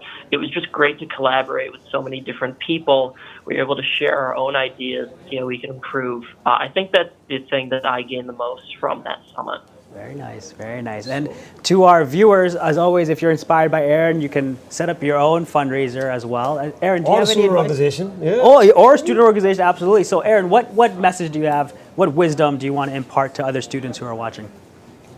I would say the biggest takeaway would be if you have an idea to help spread kindness or anything you think could help improve the world, it starts with you, and anybody that's willing to help you, it's just one small impact can be, it makes all the difference. Beautiful That's message, amazing. isn't it, Aaron? Thank you so much. Thank you. And I'm glad that you are not done with Humanity First. Oh, I see what you did there. Yeah. Such a beautiful message. It's a great message that one person can make a difference. Yeah, absolutely. We need to think of how our contributions can make an impact, a broader impact in the society. It was Tolkien who wrote that even the smallest person can change the course of the future. Yeah. So absolutely. That is so true. Yeah. Okay. Well, thank you so much, guys. I appreciate this immensely. Thank you. Thank you. Yeah. Thank you. All right, wonderful. Now we have next caller is from Maryland, Muzaffar Ahmed Sahib. Welcome to the Telethon, Muzaffar Sahib. I apologize. The next caller we have is Muzaffar Ahmed Sahiba from Maryland. Oh, welcome Muzaffar. to Telethon. Okay. Yeah. Walaikum salam. Walaikum salam. I'm glad to be here. It's such an important focus for all MDs and all the world to be able to serve humanity. Yeah, we really appreciate your contributions. And so what drives you to volunteer for Humanity First? It's just an innate desire to help humanity, just the way my parents raised me. With the Jamaat around us, and that we are here on this earth for such a small period of time, that whatever we can do, it's Hukuk al-Abad that motivates me. Hukuk Allah motivates me. It's just the way I was raised. Yeah, so serving humanity, the passion for helping people, that is a great way of contributing. Hukuk al-Abad, the rights of people, yes, right? Rights of people. Yeah, absolutely. Mm-hmm. Yeah, when Muzaffar is saying that we're here for such a short period of time, we should make life good for everybody else, right? Because we're just here for a short period. Why be selfish about it? Right. When we're young, we don't really think like that as much as we should. And then as you get older, you're like, oh wow, time is going by really quickly. And I see so much devastation happening all around the world. What can I do to give back? And so if you're watching for a reason. And it's because it's time to start giving back if you haven't started yet. And going to humanityfirstusa.org/telethon is a wonderful place to start. It's never too late to start donating to a good cause. And what better cause is there than putting humanity first? First, absolutely, yeah. So yes, definitely. Yeah, Muzaffar, for the people who are watching who haven't gotten involved yet or want to maybe get involved a little bit more, what guidance do you have for them? We are told to pray, and prayer is the key, but we are also told to act. And with the problems that we see with society, with the cruelty in the world, you sometimes feel very depressed. And when you put your money forward, when you put your time forward, I think it helps you. Because it's not just monetary funds that you can give to Humanity First. You can give your time as well. I've seen it on the website. But it makes you feel at peace that you are doing the best that you can. You're giving whatever you can. And that you're moving in a positive direction, even though the world is, maybe going in the opposite. Amen to that. Well, Muzaffar, thank you so much, Jazakallah, Thank you. for all your words of wisdom and your donations and your sacrifice. Next up, we have Dr. Fazan Abdullah. Is not just on the phone, but as we would say, on call. On call, He's a doctor, right? So, Dr. Fazan, can you hear us? Yes, I can. Assalamu alaikum, Dr. Fazan. Before you start, I just want to tell you, Dr. Fazan has been working with us from day one. Yeah. And not only he's our board member now, not only he's head of MD Muslim Medical Association, but he's a passionate volunteer as well. So, Dr. Fazan, assalamu alaikum, how are you? Wa alaikum salam wa rahmatullahi wa barakatuh. I'm fine, alhamdulillah.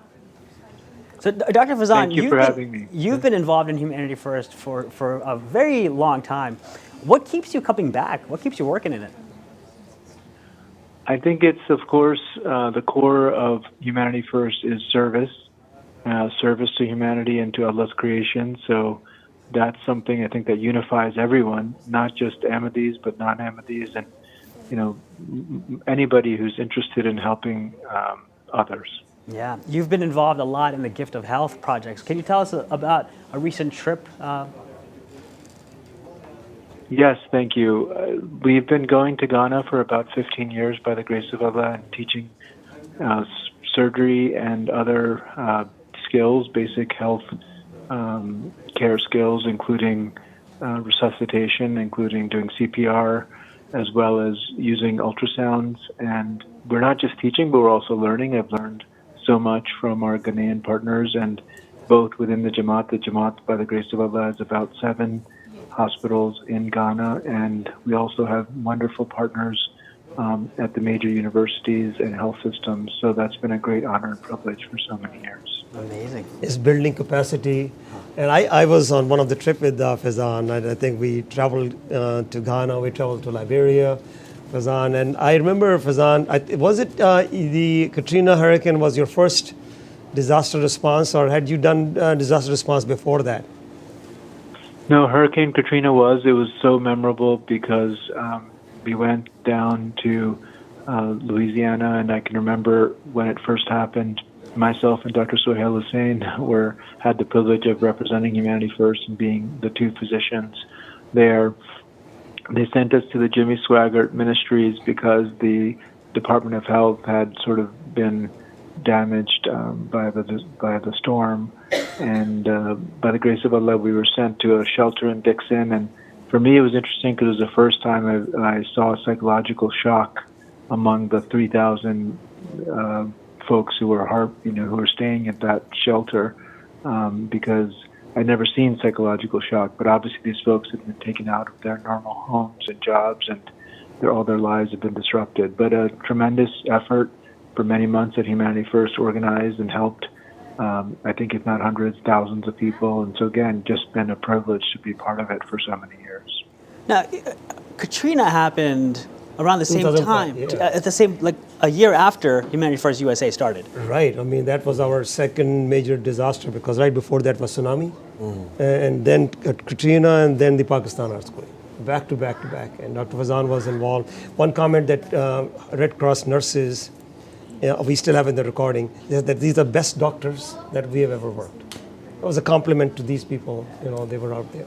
Amazing. Yeah, so go ahead. Making great impact on the ground, all these doctors and other volunteers. Thank you very much for all the callers who have joined us. We really appreciate your support and your contributions to Humanity First. Now we're going to go to our next section, where we're going to talk about the Gift of Health story from Dr. Nadia Malik Sahiba. We will hear that, and then after that we will go to Guatemala, where we have built the Masrur School, and we'll hear about that story as well.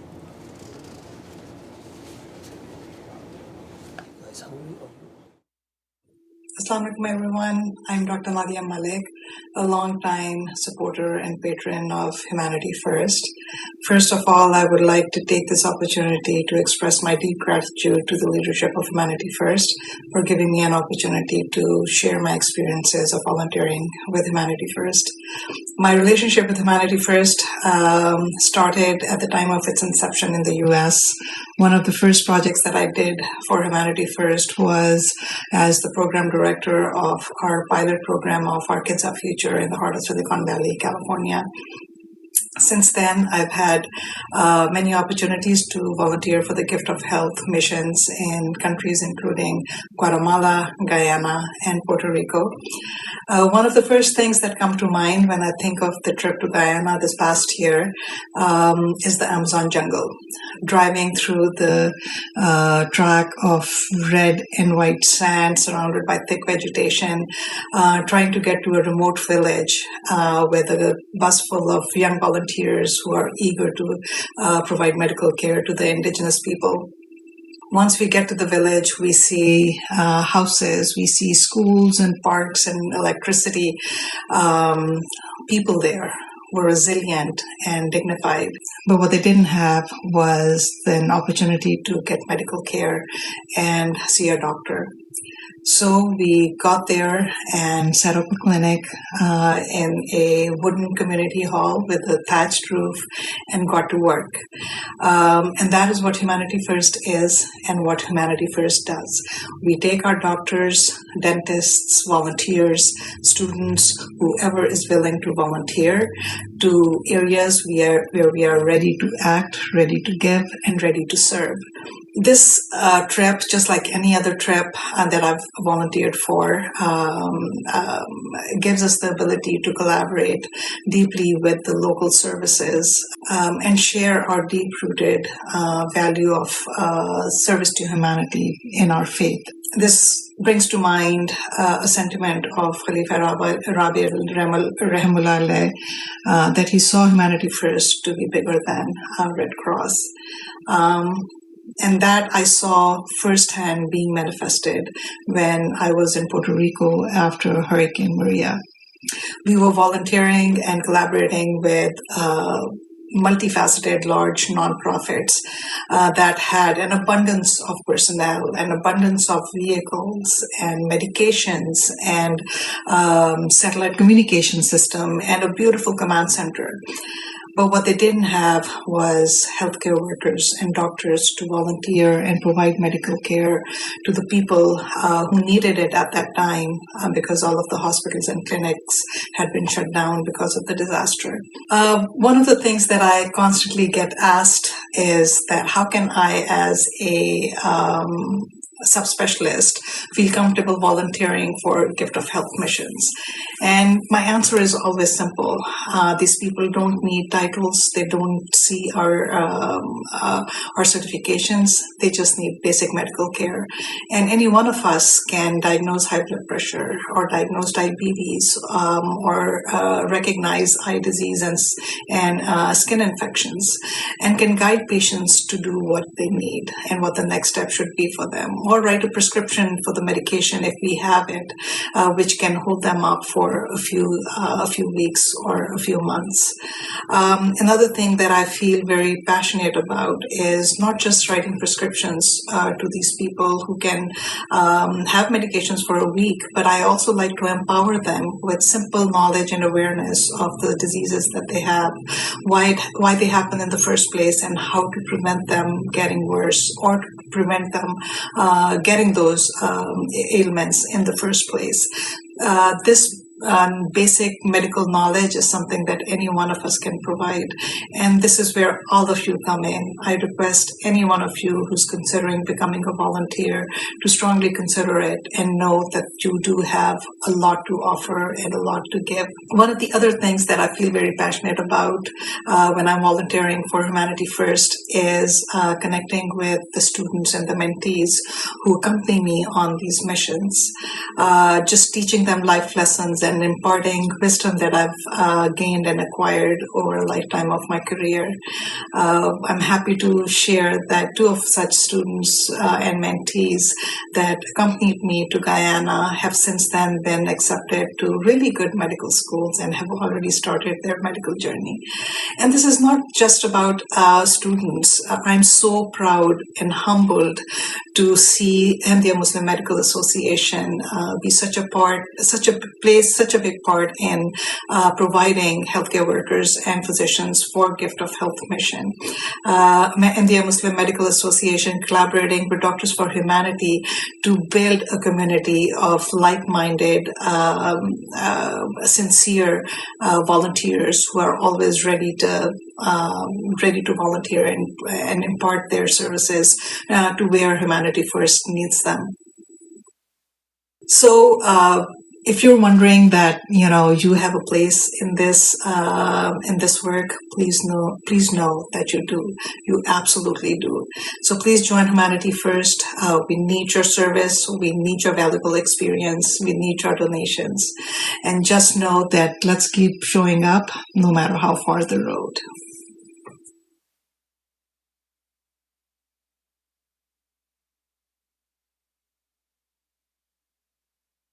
Assalamualaikum, everyone. My name is Dr. Safir Bhatti. I serve as the Director for Kids for Humanity, a new initiative under Humanity First, where we empower the youth from around the country to serve in their local communities, to help the nation, and to obviously help the rest of the world.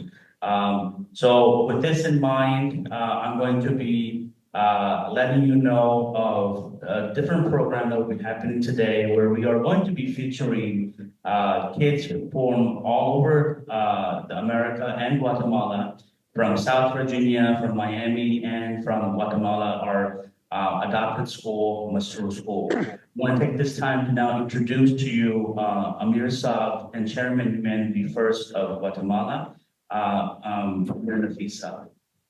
Assalamu alaikum wa rahmatullahi wa barakatuhu. My name is Amin Nafis. I am serving here in Guatemala as a Humanity First Chairman. Today I'll give you a brief introduction about the Masur Ahmad School. This Humanity First School from kindergarten to 9th grade. It represents the ideals of serving humanity through its institutional and educational funding of bringing together 317 students from the local community. It has 9th grade, some classrooms, and 24 teachers. And country level and district level, it has a very good success here in Guatemala. It is highly rated school, and Humanity First helps subsidize the cost of education in this local community. It has over 1,000 families. And today we'll show you our school through the eyes of our children. Jazakumullah. Jazakallah, Mirza. And now I'm going to be introducing to you our Assistant Director for Kids for Humanity, Shaila and Saiba, who've been very instrumental in Kids for Humanity success around this country. Shaila Saiba. Assalamu alaikum. My name is Shaila Ahmed, and I am serving as Assistant Director of Kids for Humanity. This program presents children from South Virginia, Miami, and Guatemala. These children are here to show their love for humanity and also to show what it means to be a kid for humanity and showcase how has been their experience of learning here in America and in Guatemala. Allow me to introduce to you today's MC, who is Shanze Hamid from Baltimore. She is serving as the youth coordinator there. Shanze. Assalamu alaikum, Jazakallah Shaila Baji. Can all the kids wave and smile at the camera so I can know you can hear me? Very good. It's so nice to see all of you. So my name is Shanza Hamid. I am the youth coordinator from the Baltimore area. And for today's program, I'll be your host. And I'm going to just invite you all to join me to enjoy this quick program. We're going to be meeting some students and staff from the Guatemala Masur School. So let's start with Angie from there. Hi everyone, my name is Angie Paola. This is my teacher, Miss Veronica.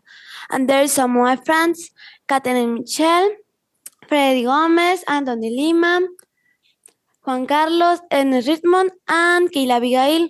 We are very happy to learn here because our teachers are so kind. We are really thankful to study at the amazing school Humanity First. Now let me show you our school, our classrooms, and the places where we learn and have fun. This is where we have the best time as kids. Now come on, let's see our school.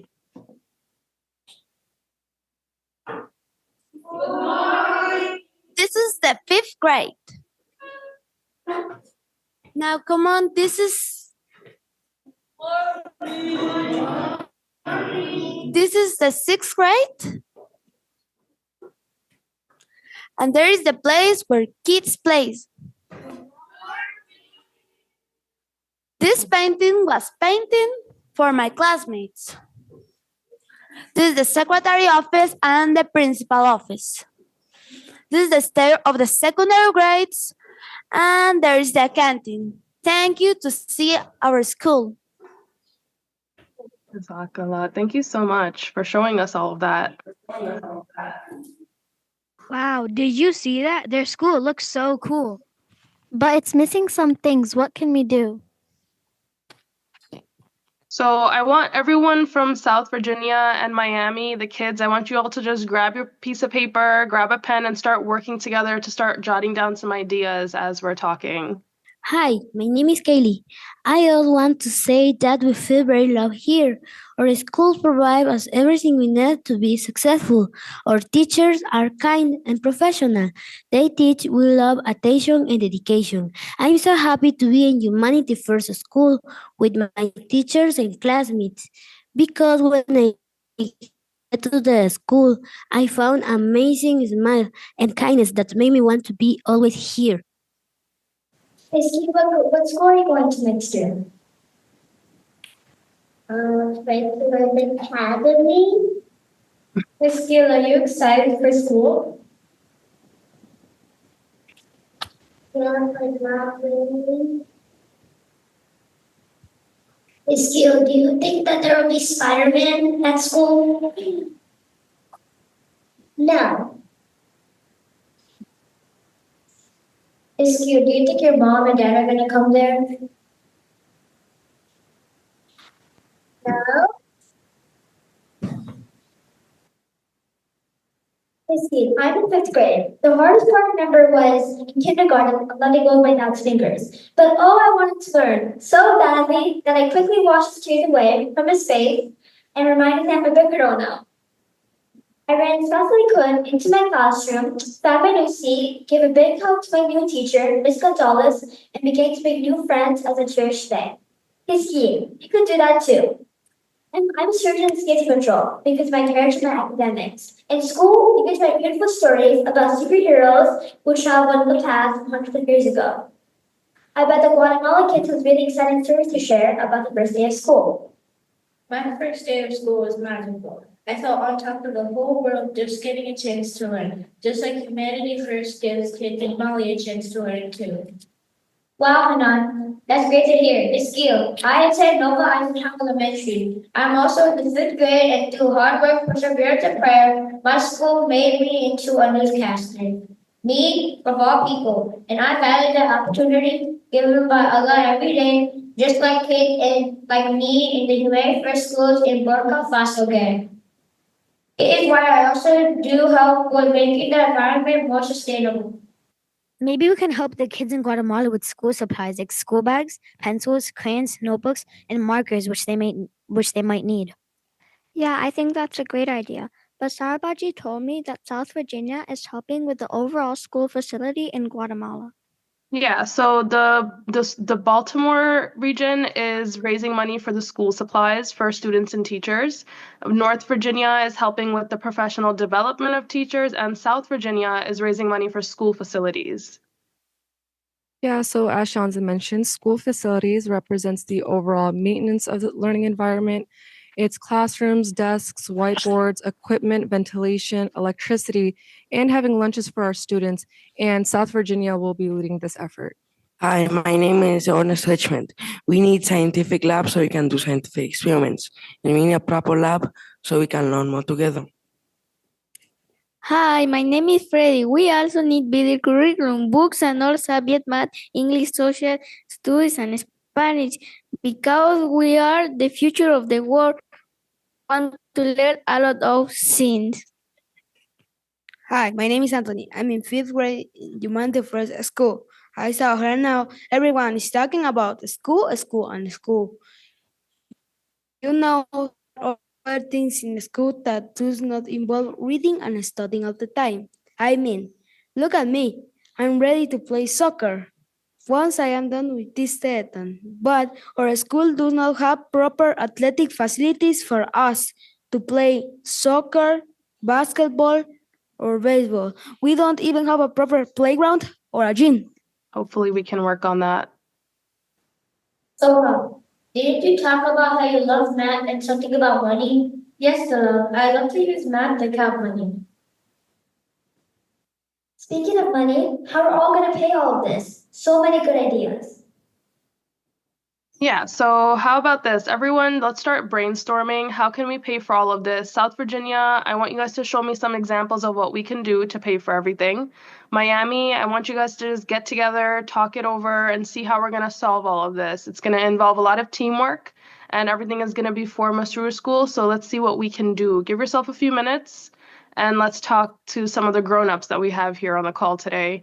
Let's go to Sarah from South Virginia. Can you tell me about your experience with as a youth coordinator and what you're doing and what we can do to help? Yeah, so assalamu alaikum and thank you, Shanze. I'm so honored to represent Humanity First for South Virginia. Our chapter is involved in many important efforts from food packaging events that help feed families in need to disaster relief efforts that bring hope and support to those facing emergencies. And we also have an amazing Humanity First student organization that empowers youth to take action. And one of the most exciting additions this last year has been Kids for Humanity. It's been incredible watching young children come together to serve, learn, and grow, not just here in Virginia, but with their friends across the world, like those in Guatemala. And helping the school is going to require a lot of teamwork, not just from the kids, but from parents too. So we need your support, your ideas, and your dedication to help raise funds that these students deserve. Jazakallah. We really do. Thank you so much. So now we're going to go to Dr. Safir Bhatti. If you can just explain, I know you work for Humanity First, you've been helping a lot, but I don't know exactly what you guys have been doing. So here in Kids for Humanity, we are looking for more chapters to grow. We have a lot of chapters right now, whether we have in Baltimore and Silver Spring and in North Virginia and South Virginia, Philadelphia, Miami and elsewhere. So if you're interested in becoming a youth coordinator and you love kids, please do sign up and become a youth coordinator so we can create a Kids for Humanity near you and allow these children to serve humanity to the best of their ability. Sincere, yes, absolutely. Please do. Now let's go to Miss Veronica in Guatemala. Can you please tell me about your experience as a teacher working for Humanity First School in Guatemala? And what can we do to help? Assalamu alaikum wa rahmatullahi wa barakatuh.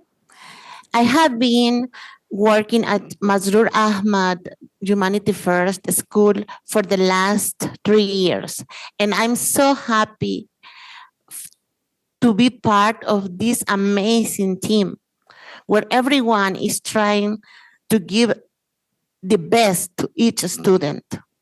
What we need, how you can help us. We need our own building, a special place where the kids can play and study at the same time. Is that? It's amazing. Inshallah, we can work on something like that for you with this program. Inshallah. I thought this program is called Kids for Humanity, not Grown-ups for Humanity. Okay, Pezan, let's see what you guys have. Let's see what Miami has for us.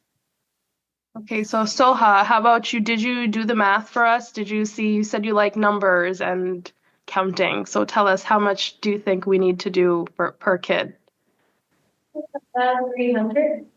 About 300. Okay, great. So I think what they're saying is that if every kid that we have involved raises about $300, we might be able to help subsidize the education for at least one student in Masroor School, like the kids you see in front of you today. Let's go over to South Virginia and see what they've drawn for us today. Assalamu alaikum, my name is Mohid Imran and my idea is Assalamu alaikum warahmatullahi wabarakatuh.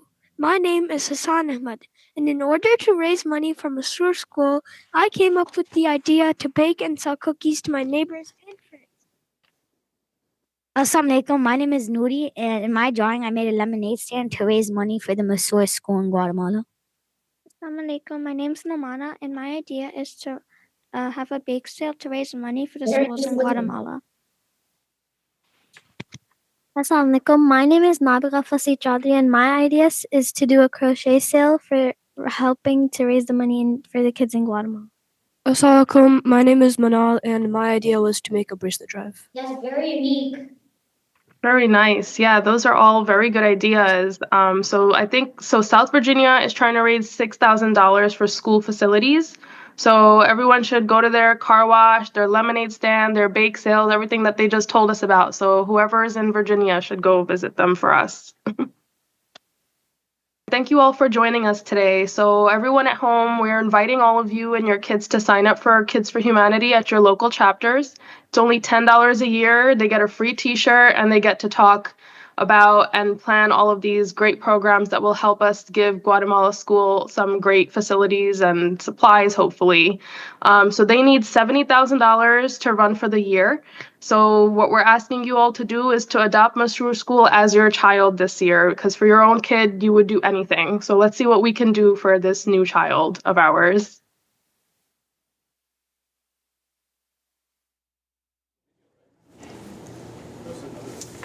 Welcome back, viewers.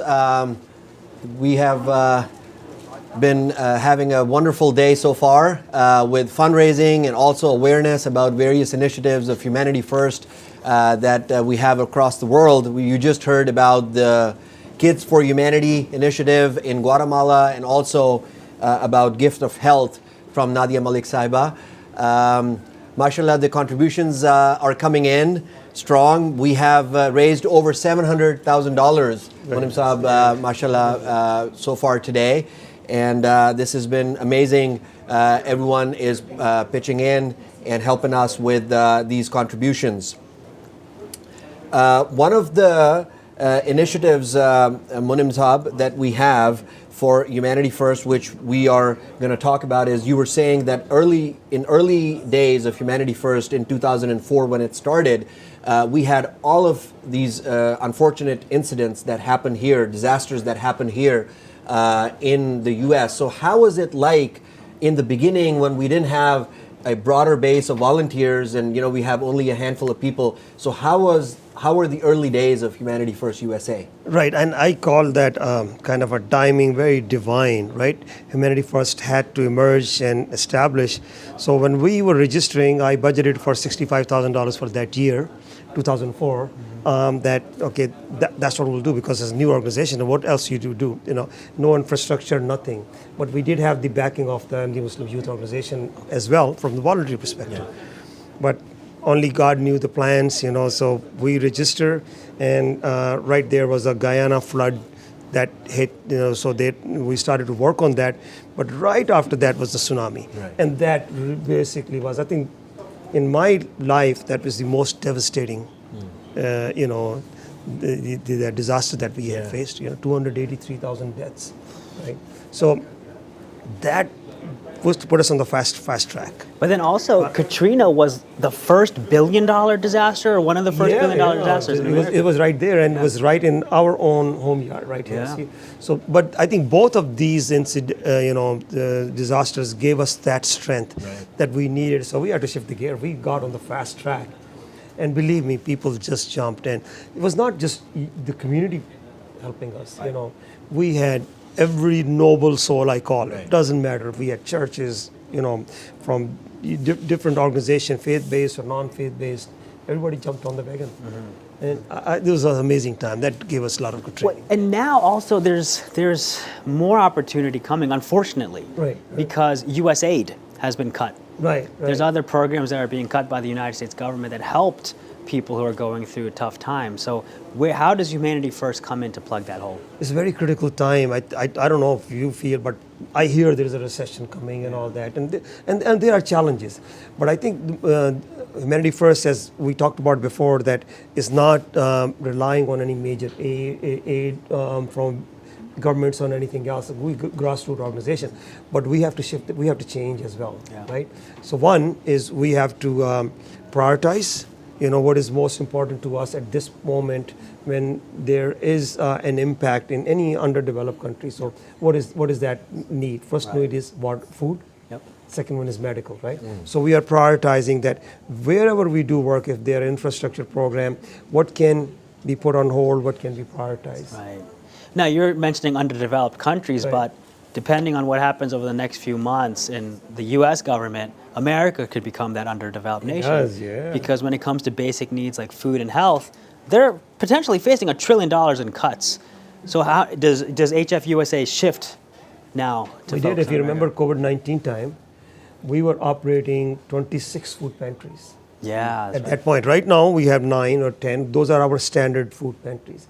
But we had to spool that up, and people jumped in and helped us. Volunteers came and helped us. There were volunteers who, many people would not dare to go out in the time of COVID-19 because there was no treatment at that point, right? But we had volunteers. New York was ground zero at that point.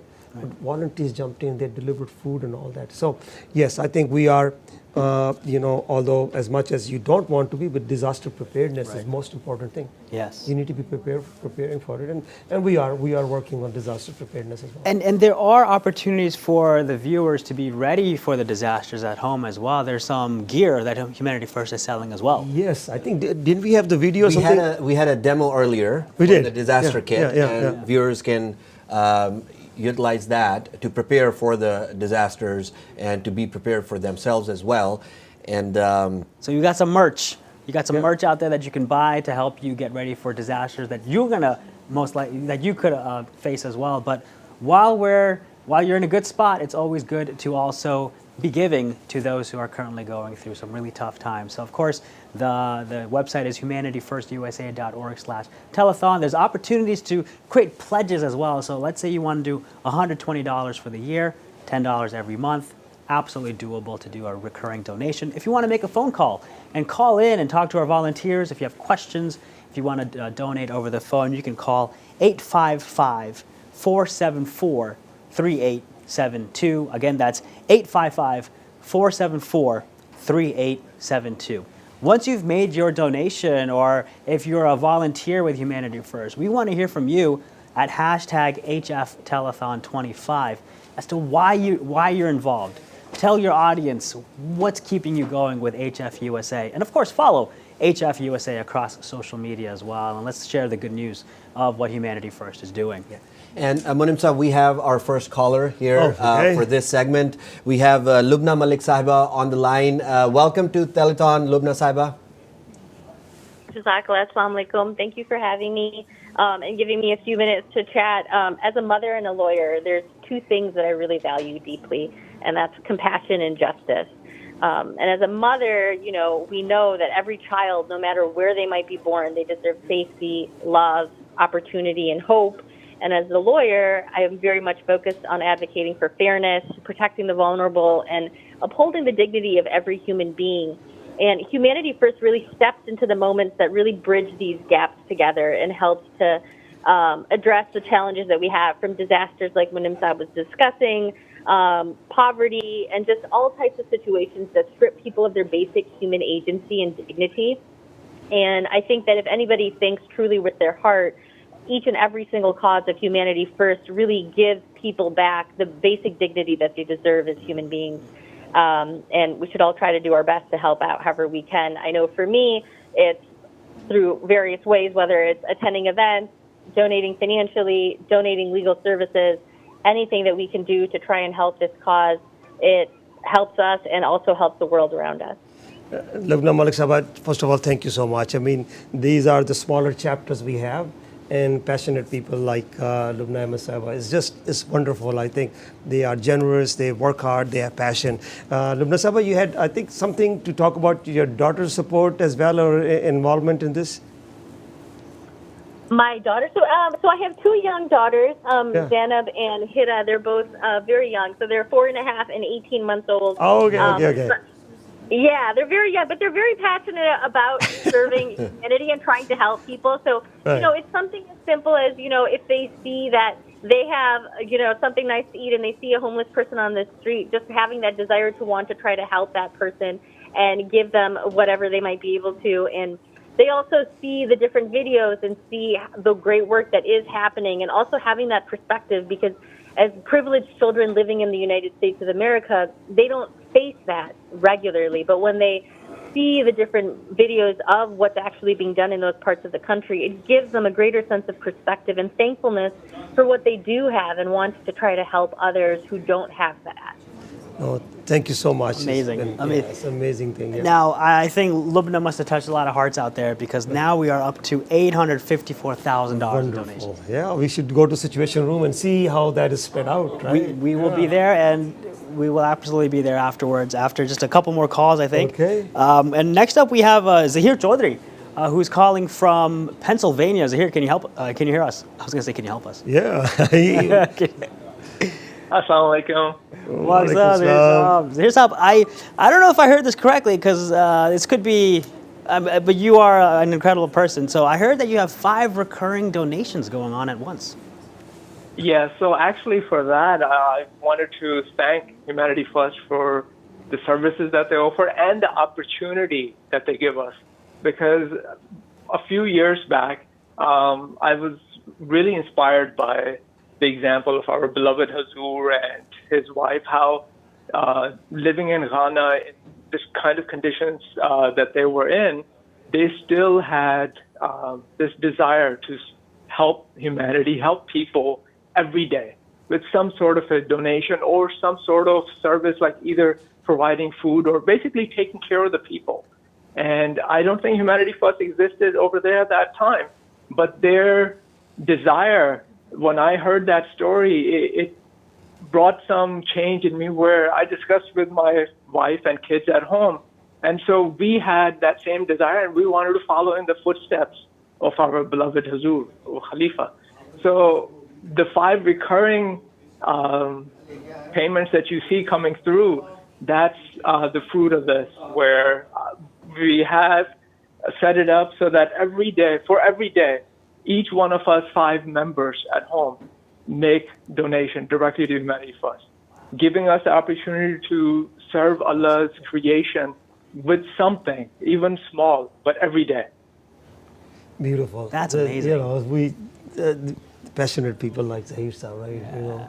This is what keeps us going. Right. Absolutely. And a little bit of impact, a little bit of contribution goes a long way in terms of the impact. Right. And he was talking about the recurring donations, which is actually a great practice. We can for back all on our it. donors out there who are listening, that, even if it's a small amount, if you're donating it on a regular basis, recurring basis, then it all adds up, and it creates a great impact. Thank you very much for all the great work there, Zahir Saab. Jazakallah. Excellent. That's inspiring me. I got a family of 4. We got to figure something out. Yeah, we got to go do 4 donations, I'll need another one just to compete with those 5. So we'll see. Next up, we have Qudsiya. Qudsiya's on the line. Assalamu alaikum. Can you hear us? Walaikum salam. Yes, I can. All right, Qudsiya Lone Saiba. We are so excited that you're joining us today. Tell us a little bit about what makes you passionate about Humanity First. I've known it through its conception. I remember when the Bosnia war took place, and the fourth Khalifa of Ahmadiyya Jamaat said that he was saddened by the fact that there were humanitarian organizations that catered to one religion or the other, and he wanted an organization that would cater to humanity regarding anything else. And so I think Humanity First is a great example of that. Amazing. And which programs are you involved in with Humanity First? Nothing specifically. Something if happens around my town, I take part in it. I do participate in the recurring donations, and if any. Donation, that's the biggest thing, right? Yeah. Yeah, that's right. So, do you want to share which recurring donation you're making? To a specific I've made it. I've made it general because I believe that whichever is like the most pertinent need or whatever would be fulfilled that way. But if something like happens, a catastrophe or something, and then I would make maybe a special separate donation in that category. We like it that way, because this gives us the leverage to spend wherever the priorities are, right? So, and for disaster time, everybody does it. But like Kutsia Sahab's donation, it helps us. General donations. Absolutely. Yeah. Very helpful. I know Monam Saab said that he likes the general donation, and I work in a nonprofit. I totally understand, but my heart is food security, so I will always be donating to food security. Absolutely, but you should do 4 donations, right? Okay, all right. I have Water for Life. You should donate for that, and then then give me. You got it. So, Munim Saab, before we go back to the Situation Room and get us an update on where we are in terms of our fundraising, I want to remind our viewers one more time that you can also call in via phone. The number is 855-474-3872, and you can donate by calling this number, 855-474-3872. And with that said, we'll go to the Situation Room to get the latest update. Welcome, guys. Welcome back to the Situation Room. We're glad to announce that we have raised $854,000 towards our projects around the world. And I'm going to walk you through which states have been donating more and a few updates on the leaderboard. So over here, you can see that the state which has donated the most right now is still Texas with 97 donors. Let's just kind of confirm that. Looks like it's still the case. Texas, 97 donors. The rest are kind of around at the same level of participation. Now let's go on to the leaderboard. We have HF North Virginia still on the lead with the greatest number of funds raised, followed by South Virginia, Orlando, Dallas, Texas, and Zion. So Dallas, Texas really made increased donation and increased funds for this cause, which is great to see. I think Binghamton was on the leaderboard. They've dropped off. Zion has taken their place, so good job for those teams. And one thing I really wanted to talk about a little bit more was global health, because they were talking about disaster relief and its importance. And one thing that came to mind was just how Humanity First is not just a shell organization, that every dollar you spend goes towards communities in need. And one story I have is that while I was on a medical mission trip to Guyana, we drove 2.5 hours outside of main Georgetown, their main city, through dirt roads, through desolate areas, and reached a small indigenous village called St. Cuthbert's Mission. And these people have no access, they don't even have phones, they have no access to technology, no access to people or physicians. So when we went out there, we saw that a lot of patients had diabetes, and it has advanced to such a stage that they start to lose their sight. But what Humanity First does is we go to these communities, we test them, and we make sure that we can prevent their diabetes and give them the care they need, just to prevent them from losing their sight and prevent them from really grave things that does not have to be the case if we can, extend our donation and extend our help. So what I really want to emphasize is that Humanity First is not just collecting funds to make itself bigger, but it's really just collecting funds to help individual people in need. So I really urge you to open your hearts and spend as much as you can, because every dollar will be going towards people who legitimately and genuinely need it. And the small things, just to get a perspective of your impact, $150 can go towards giving an individual sight, which is a huge impact with such a small amount of money. You can just imagine how that would transform somebody's life who has cataract, who can see again. And then also the whole family around that individual, how they can see, how they can be more relieved from having to take care of their blind relative. So there's a lot of impact just with the $150. If you spend $150, you can also give a child education for a whole year. And $80 can sponsor a visit at Nasser Hospital. So there's so much you can do with your money and stretching it to helping humanity. And that's what Humanity First is, why it's so special. Because most of our funds go towards direct service. We don't have that bureaucracy. We're really just focused on helping people in need. So that's something I urge you all to open up your pocketbooks, open up your hearts, and really help transform communities here and around the world. Let's go and look at Water for Life. I know Waleed was giving a nice presentation about Water for Life a little bit earlier, describing how a water well is built. And I just wanted to give you perspective of how much Humanity First has done over the years for Water for Life. As you can see, the impact that we've had is that we've helped 2.6 million people with providing access to clean water around the world, with 1,740 installations and with 5 countries we serve in. And this seems like a huge number, but you can play a huge role as well. If you donate $2,400, you can install a water well that will serve 1,300 people for decades to come. A whole village will come together. We'll be able to have clean water, which will, number 1, prevent waterborne diseases. Number 2, will give the whole community the extra time they need to, send their children to school, to have more working economic opportunities. So it's not just water. It's water interconnected with healthcare, interconnected with education, and interconnected with just their livelihood as well. So it's more than just a water pump.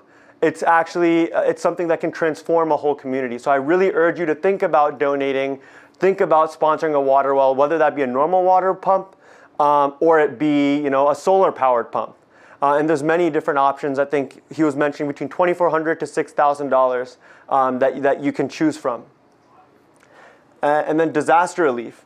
One thing that comes to mind is just how important disaster relief is. My family is from a small village in Pakistan called Balakot, and in 2005, it was devastated by an earthquake. And the way Humanity First was able to go there and build shelters and really build up this community and give them some hope really inspires me and motivates me to donate and support these causes. So I think you can see the direct work that's going on there, and it's really inspiring. It's not just marketing, but it's real stories, real people, and I really urge you to donate because it will go towards a great cause. And especially for these people who are suffering immensely, it'll go a long way. With that, I would like to take you back to Nasser Hospital, where they're going to be touring the inpatient area. So thank you so much. Just keep doing the good work. Thank you so much. So this is another exciting session with me. I have Majid Khan Saab sitting to my left here. Majid Saab is our president and the chairman for Humanity First Healthcare Services. We established that organization back in 2015-16 timeframe, and we'll talk to Majid Saab. We were both together. Majid Saab, Assalamu alaikum. Welcome. Assalamu alaikum. Thank you for having me, Madam Saab. Yes, it was amazing, what has happened in the last 6-7 years at Nasser Hospital. Right. And you were there to inaugurate the new block. And, it has been, the reason was simple, that we were getting more patients than what we could handle. And so that's why we had to do it. And yeah, but let's go back a little bit. Okay, so from the inauguration time, how is the hospital doing, first of all, from serving perspective? Give us some stats, and then we talk about why you did what you did, right? So, since Hazur inaugurated the hospital, right, and it is probably the only project Hazur traveled for Humanity First to inaugurate. Right. So that started with, the hospital started with the great blessings. So since the hospital had opened the doors for the patients, we have seen more than 80,000 patients. Right. And we have done more than 1,700 surgeries, including renal transplant, which is a very complicated surgery. So we have come a long way, and we are this year, 30th year of international, we are hoping to give more, and right, that is why we have the. Manim Saab, if you don't mind, yeah, we have our director of Nasser Hospital right, waiting on site. Wonderful. So she will be here live. Can we have? Hello, Dr. Mota. How are you? Hello, Mike. Good afternoon, Mr. Munum. Good afternoon, everyone. Oh, thank you very much for being here, and thank you very much for coming here on the weekend. So, so can you tell us? I was just telling Mr. Monem that how is the hospital doing, giving more on the 30th year anniversary celebration. So, can you briefly walk us through the hospital as well as talk about how the hospital has done?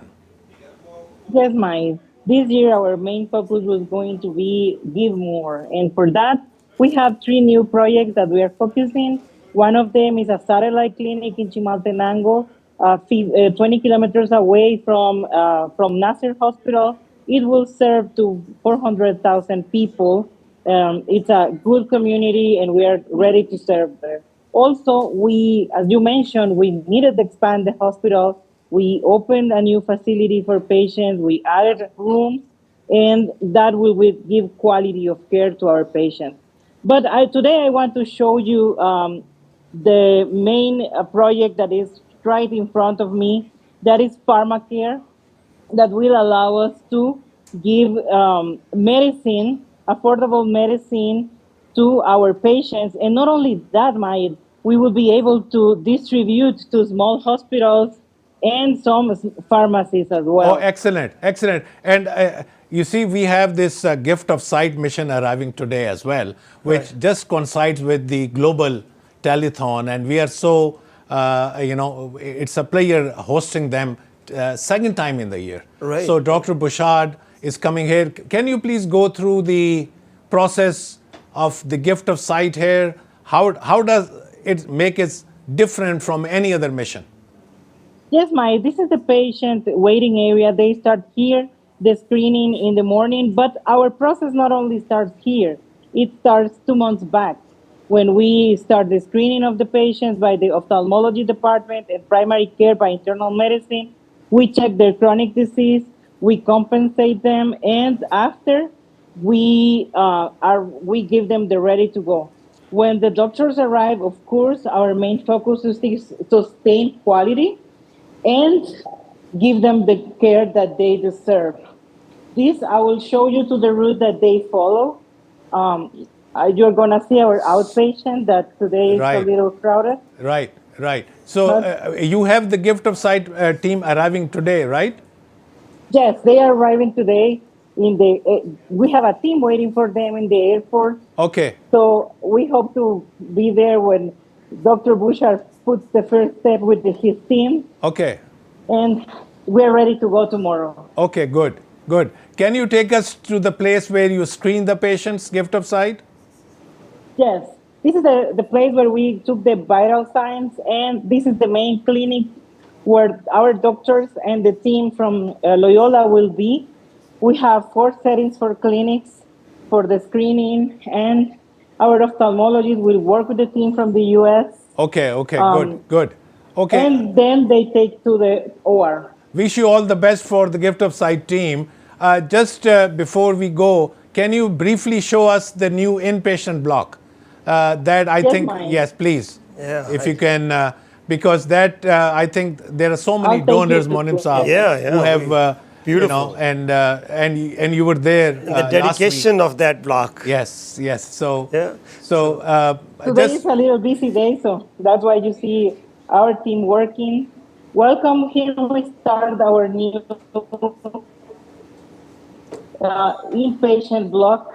As you can see, it's a nice, quiet place. Our fountain, we are focused on the environment for the patient. And I will show you a typical room. Yes. And yes, a typical room that for the patients. Oh, thank you. This Yeah, is a typical room. Okay. Looks beautiful. It's quiet. It's safe. Yes. The colors give absolutely, you peace. absolutely. Monim Saab, this is better than than a five-star hotel. No, mashallah. I think there is a need for both. I think you need to be Absolutely. sustainable and you Yes, need to serve yes, people. yes, How many absolutely. patients you have served, from free of charge and all? So the ratio between, if we have, as I said, 80,000 patients, 18,000 of them were given some sort of financial help. Very nice. So that is about 19%. I think I'm told that we are running out of time. There's one thing I just wanted to mention. The new block is named after our ex-chairman, Humanity First USA, Dr. Ihsanullah Zafar Saab. Yes. And you can see this, and this is, he during his time, this project was started. Yes, yes. And I know that you're building the pharmacy outside.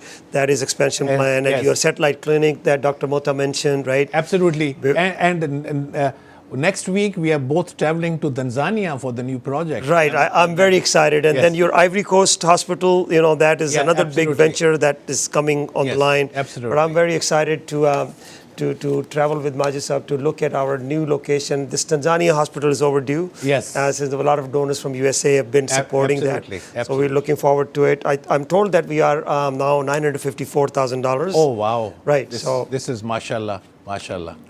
Hopefully, we would be doing much better than this by the end of the day.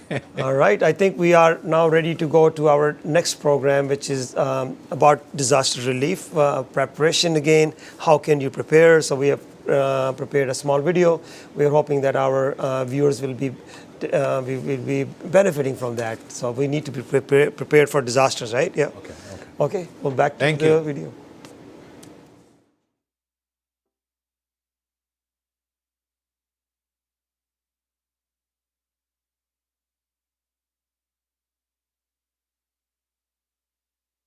You're sheltering in place. The quantities and the types of food are going to vary based upon what your personal preferences are. Everyone's got a list out there, Humanity First, FEMA, Red Cross. Pretty much all the lists are very similar in terms of what they tell you to stock. The main thing is you don't want to get overwhelmed by looking at those lists. And just look at what your own eating habits are and start with that. So typically you can go these food storage bucket routes. You can get one of these. It's got 30 days worth of food in it. The thing you want to watch out for with those is that just look at whatever the servings and the quantities, because it might have like 150 servings in it, but 50 of those servings might just be powdered orange juice. You can make your own food bucket. Just go buy a bucket, put whatever you want in there, put a label on it. That way you know how old it is and you can rotate your stock accordingly. Some of the other foods, you got, canned beans, canned vegetables. You could can your own food at the end of the year. If you got a garden, you can, can all those extra tomatoes and cucumbers, whatever you have at the end of the year. I get your proteins, canned chicken, noodles, easy foods to cook, powdered milk, cooking oils, peanut butters, canned soups, tomato paste. So just the general stuff that you would need to start a meal with. Tomato sauces, got vegetables over here, corn, peaches, everything's in a can so it can last for a good long time. Down here, first aid, so medicines are important, whether you go the homeopathy route or the allopathy route, whatever your preference is. Just make sure that everything is labeled and accounted for so that way you know when to rotate your stock, because just like food, those medicines are also going to have some sort of shelf life. I mean, you can go with your staple foods like your dal and your rice, easy foods to store, easy foods to cook. Quantities just based off of how many people are in your house.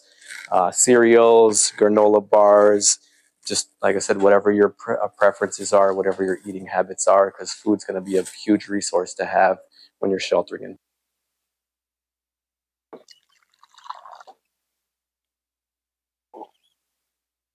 It's nice and clean, tastes good. So water is the most important resource to have when you're sheltering in place. And depending upon where you live in the country, your access to water can be a challenge. So what I'm going to talk about in this video is water collection, water storage, alternate sources of water, and how to purify and filter water. So we'll get right into it. So you need to have an alternate source of water. If your water is coming from the tap or from a well, you need to have, some other way of getting that water. One option behind me are rain barrels. So these are simply connected to the downspouts of the house, and they collect rainwater. So it's a means of collecting water, but it's also a means of storing the water that you've collected. Another means of alternate waters is simply go to the store and buy bottled water.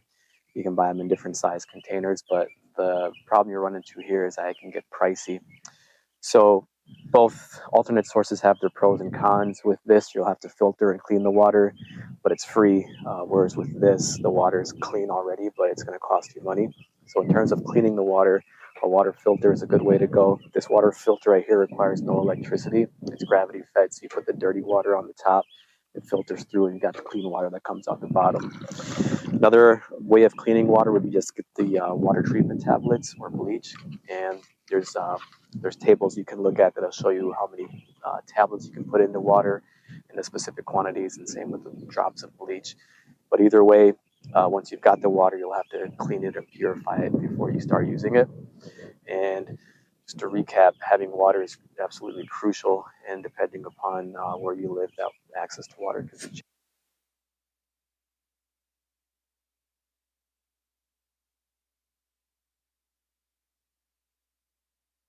All right, welcome back, dear viewers. Wonderful video presentations of things we need to be ready for and how we can prepare as well. So it's wonderful to be getting that training and that guidance from our fellow Humanity First volunteers.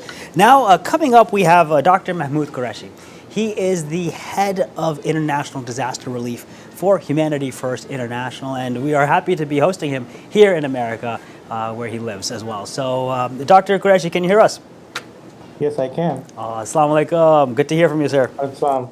So, Mahmoud Saab, you know, it is quite a time to be working within the disaster relief space, especially on an international scale. Can you tell us what is happening right now that Humanity First is involved in? I think the most recent disaster that we've been working on is in Myanmar, and there was a major earthquake there that we've been helping folks recently. We were able to provide meals and support for at least 4,000 victims of the earthquake. And it was in a town called Mandalay. Simultaneously, we were able to send a team from Humanity First Indonesia who went to Thailand, where there were some victims of earthquake from Myanmar as well. So that's the most active and recent disaster that we're doing. And then there's also the ongoing crisis that's going on in Gaza. Is that part of your domain as well? Yep. So in Gaza, we have been supporting folks every day. We provide water and non-perishable food. Plus, we have a school education program for the children, what is called Smiles for Humanity. That has been ongoing for about 19 months, continuously every day. We have a team of volunteers who have been helping out. There are at least 8 volunteers who do the work for Humanity First there, who are all local, and they really go out of the way, despite very difficult circumstances, to support the victims in Gaza. Amazing, incredible, very important work that the world is watching and donating towards as well to help provide some relief to the men, women, and children there. Now, Dr. Qureshi, there's so much going on. Where is the urgent need right now? We have had, mashallah, we've had over $854,000 in donations in just the past few hours. Where is the urgent need that donors can make donations to right now? I think the need in Gaza remains ongoing and continuous. So whatever money people donate to disaster relief goes directly to the people, as well as in Myanmar, as we know. But I would say that if you donate to the General Disaster Relief Fund for Humanity First USA, we prioritize the need and we send the money accordingly. So I really strongly urge you to donate to the General Fund. That actually helps us in deciding where we can help. Recently, just before Myanmar, we were helping Humanity First Nigeria with major flooding there. So it never ends. It's always ongoing, one after the other. And we have regional and local teams, which are, I think, more active than before, who help. So again, my request is donate to the General Fund. Now, Dr. Qureshi, recently we saw that the current presidential administration has cut off funding for U.S. aid. So does that become an international disaster that Humanity First responds to? So as far as U.S. aid is concerned, I think it was more impacting the human development side of things. But if FEMA gets impacted, for example, from any cuts, then yes, then disaster relief becomes more significant. Again, I was recently in a conference in Dubai for disaster relief, and this came up as a question. And I think other countries are stepping in, particularly the countries from Middle East, to fill that void from USAID. Again, as Humanity First, we are present in 64 countries across the globe, and we have presence there. For example, it was very hard to work in Myanmar for other NGOs who are not present locally, but we actually had local presence, and that allowed us to support that country despite restrictions. Amazing. Yeah. Dr. Saab, Jazakallah, thank you for all the great work that you have been doing with Humanity First for all these years. I'm just curious that you've been a long-time volunteer for Humanity First since 2004. So what were the early days of Humanity First, and what were the challenges that you faced, and how did you develop your team? I think in the early days, we didn't, as we were, as we were registering Humanity First, and I have to mention Dr. Fahim Yunus Saab, who led the effort in the beginning, as he was Mutmim Ahmadiyya. The first disaster that was real big for us was the tsunami in Aceh in Indonesia, and we were able to send a medical team for the first time to Indonesia. We have come a long way since then. I think we have more organization, more local teams. We have a group with Dr. Lukmani Saab, who does the medical directorship for physicians, but also the non-disaster work. I think our main emphasis is on providing food, water, shelter, if possible, as we evolve. And I think in the beginning we learned from our experiences. I think we were able to do Katrina in Louisiana. That also brought in quite a few trained, that allowed for training of many of the volunteers who now are, stalwarts and now who are more experienced. So I think we have evolved over the last 21 years. Jazakallah, Dr. Saab. As you said, Majlis Khudam al-Ahmadiyya, the youth auxiliary of Ahmadiyya Muslim community, they have been very instrumental in providing the volunteers for these disaster efforts. And let's encourage our youth to continue to participate in these efforts, and as well as the donors. You talked about the General Disaster Relief Fund, and one of the ways which is a best practice for many donors is to set up recurring donation. Even if it's a small amount, set up a recurring donation to help out with, because these disasters can strike at any time. This is Mother Nature, and it's not in anyone's control. So we need to be prepared with funding before anything unfortunate like that happens. So we have a number, Dr. Saab, here that our donors can call in to donate for Humanity First USA. It's 855-474-3872. Again, this number is 855-474-3872. And our donors come from all walks of life, different backgrounds, diverse volunteer base that we have, Dr. Saab. So, Dr. Saab, what is the most urgent need from your standpoint that our donors and our supporters need to keep in mind? I think one thing to keep in mind, which we are really emphasizing as part of Humanity First USA, being the Vice President for Disaster Relief for USA, is to prepare yourself for a disaster. Prepare locally within your community where you live to make sure you're ready. Make sure you have a storage of supplies, which we have a list of things that you should have at home, and also preparing to be ready if a disaster strikes you. So yes, on one hand, we continue to help folks in Gaza and folks in Myanmar, but really preparing yourself locally, and Humanity First can provide the resources and also the expertise in preparing for a disaster in your community. Thank you very much, Dr. Qureshi, for all the amazing work that you have been doing over the years. We really appreciate you taking the time and joining us for the telethon today. Thank you for the good work that you guys are doing. Yeah, thank you very much. And viewers, now we're going to move on to HF Talks video. Well, we have actually another caller. We have another caller. Oh, we have another Yeah, caller. we have Dr. Dimitri on the line who works on the gift of... It's not a call. It's a session. Looks like I'm not on call. So we're going to do a session. Go ahead, Hires. Take us away. Take us out. Take us out. I was just saying we have the HF Talks now. Yeah. So let's talk. Who do we have? Are we gonna get somebody on the phone? Yeah, Dr. Dimitri's going to be Okay. on that. Yeah, All right. Yeah, absolutely. So while you're watching, viewers, make sure you have humanityfirstusa.org/telethon on your website and ready to donate.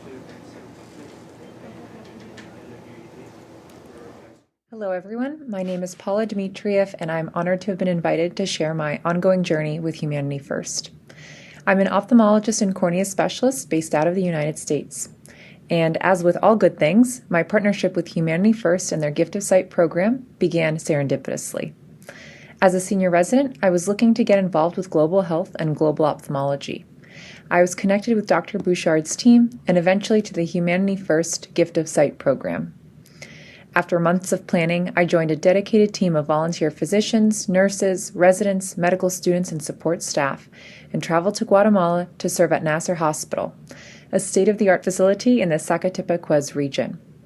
The hospital, opened by Humanity First in 2018, provides equitable care to people of all socioeconomic backgrounds. I was impressed by the breadth of services available, from emergency care to a neonatal ICU, inpatient wards, specialty clinics, and 2 operating rooms. Our mission that first year was to screen and treat more than 150 patients in need of advanced eye care. Many came to us with debilitating cataracts and pterygia, but we also saw trauma cases, tumors, infections, glaucoma, and complex retinal disease. By the end of the week, we had performed over 80 life-changing surgeries, restoring vision to patients who had lost their ability to live and work independently. This year, I had the privilege of returning for a second mission trip, and the experience deepened my appreciation for what we are building together. Seeing familiar faces, both among the team and the local staff, and of course being welcomed by returning patients and families, reminded me that this isn't just a one-time effort. It's an ongoing commitment to building sustainable, long-term care. The progress made over the past few years has been remarkable. The Department of Ophthalmology at Nasser Hospital, a partnership between Humanity First USA and Loyola Medicine, is taking root and expanding. With the continued recruitment of full-time optometrists and surgeons and additional mission trips already underway, the vision of a self-sustaining eye care hub in Guatemala is no longer a dream, because it's becoming a reality. This second mission allowed me to see not only the impact of our work, but also the personal connections we form with patients, staff, and fellow volunteers. It reinforced why I do this work, not just for the chance to restore sight, but to be part of something that brings hope, dignity, and opportunity to entire communities. As a volunteer eye surgeon, I've seen firsthand how transformative access to eye care can be, how a simple procedure can give someone back their independence, their ability to work, to take care of their families, and to live fully. Each time I operate, I think about the ripple effect we're creating. It's not just the patient who benefits, it's their families, their communities, and future generations. To those of you who support Humanity First through donations, volunteering, or simply spreading the word, please know this: your generosity has a real, visible impact. You're helping restore sight, restore lives, and restore hope. And for that, we're all deeply grateful. All right, dear viewers, welcome back to the studio here at Humanity First USA Telethon. We are in the final few minutes of our window for HF USA during this Global Telethon, and we'll be kicking it off, I think, to the next country in just a few minutes, right? Yeah, Canada's, I think it maybe started already. Oh, well, hopefully the Canadians are still watching here. We wanted to give a shout out to Brewster's Real Ice Cream of Ellicott City, Maryland, who provided some delicious ice cream for all of the volunteers here today. And in case you were wondering if I'm looking like I'm filling out my suit a little better, I had a little bit of ice I cream. had that ice Oh cream. yeah, it was pretty good. Delicious. It was very good. Absolutely. Jazakallah. Thank you so much. It was so good. So yeah, it's been a wonderful day, Monam Saab. What do you want to tell us? Do you have any? Well, I think I was just looking at the numbers here. It's just like ticking right now, and we are just inching close to 1.1. It's 1.077 million. And we have crossed the million, right? This is very.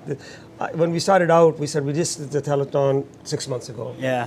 I was extremely worried that we can even make it to halfway to that point there, but it's Allah's blessing. Amazing. But, So yeah. thank you to the dear viewers for being so generous with your donations, and keep it coming. Let's see, we only have a few minutes left, and Canada's coming up soon, so we have to make sure they have a very high bar that they won't be able to reach, because Team America has definitely beat them out. So humanityfirstusa.org/telethon.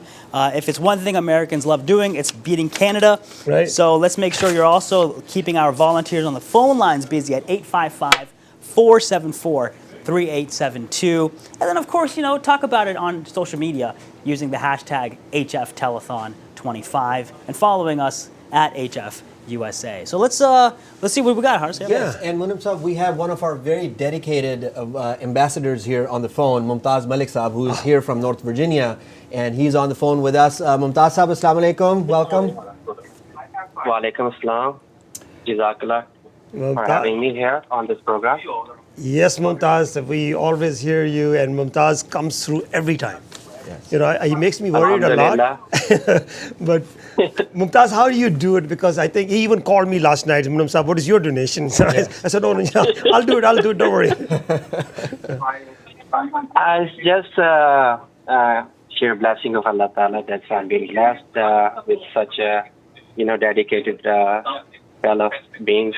I reach out to membership, friends, foes, everybody, and explain what Humanity First is doing for the mankind and where it's impacting. So they are open to and listen to me, and Alhamdulillah, open their pockets, open their hearts, and support me every cause that I presented to them. That's how I'm. I think it's your friendly face. I think your smile on your face, and I think you're still number one, Mumtaz. So far, you're number one leading team. Alhamdulillah. Yes. Alhamdulillah. We just crossed 60,000. Okay. More to come, I believe. Hopefully, we'll get more while we are going through this.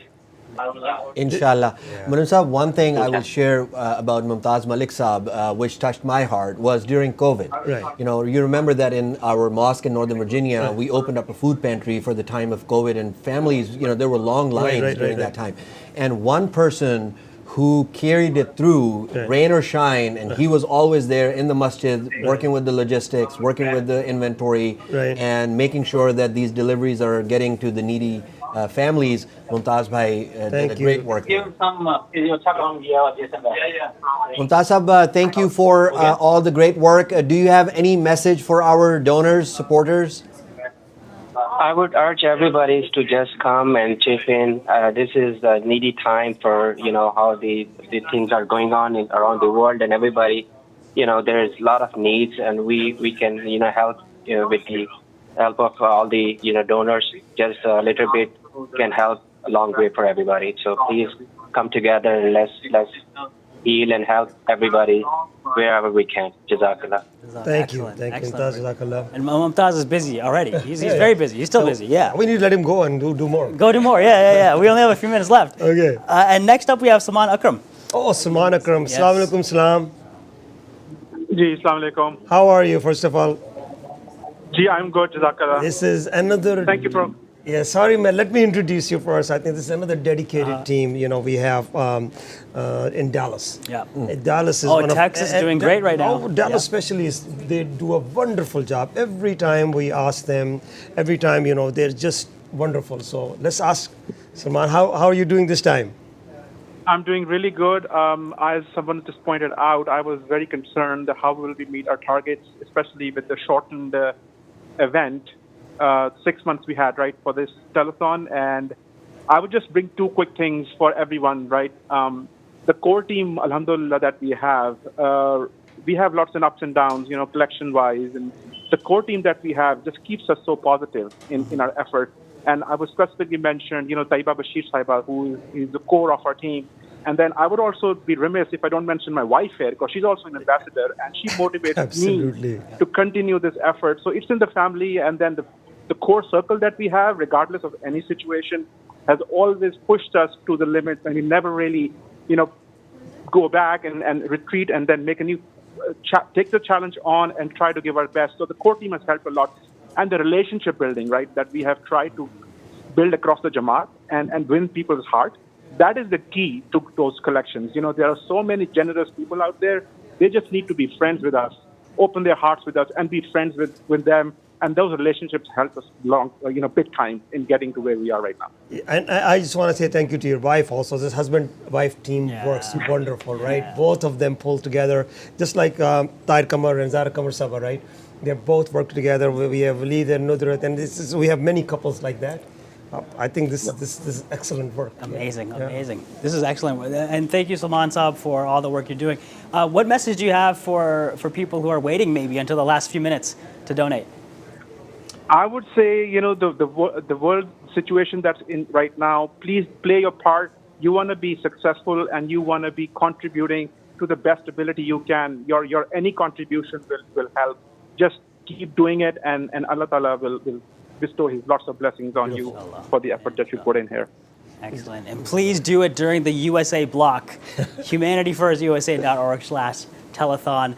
There's a lot of people aren't very happy about America these days, so we got to give them a reason to be excited about what we're doing and in Canada, especially right now.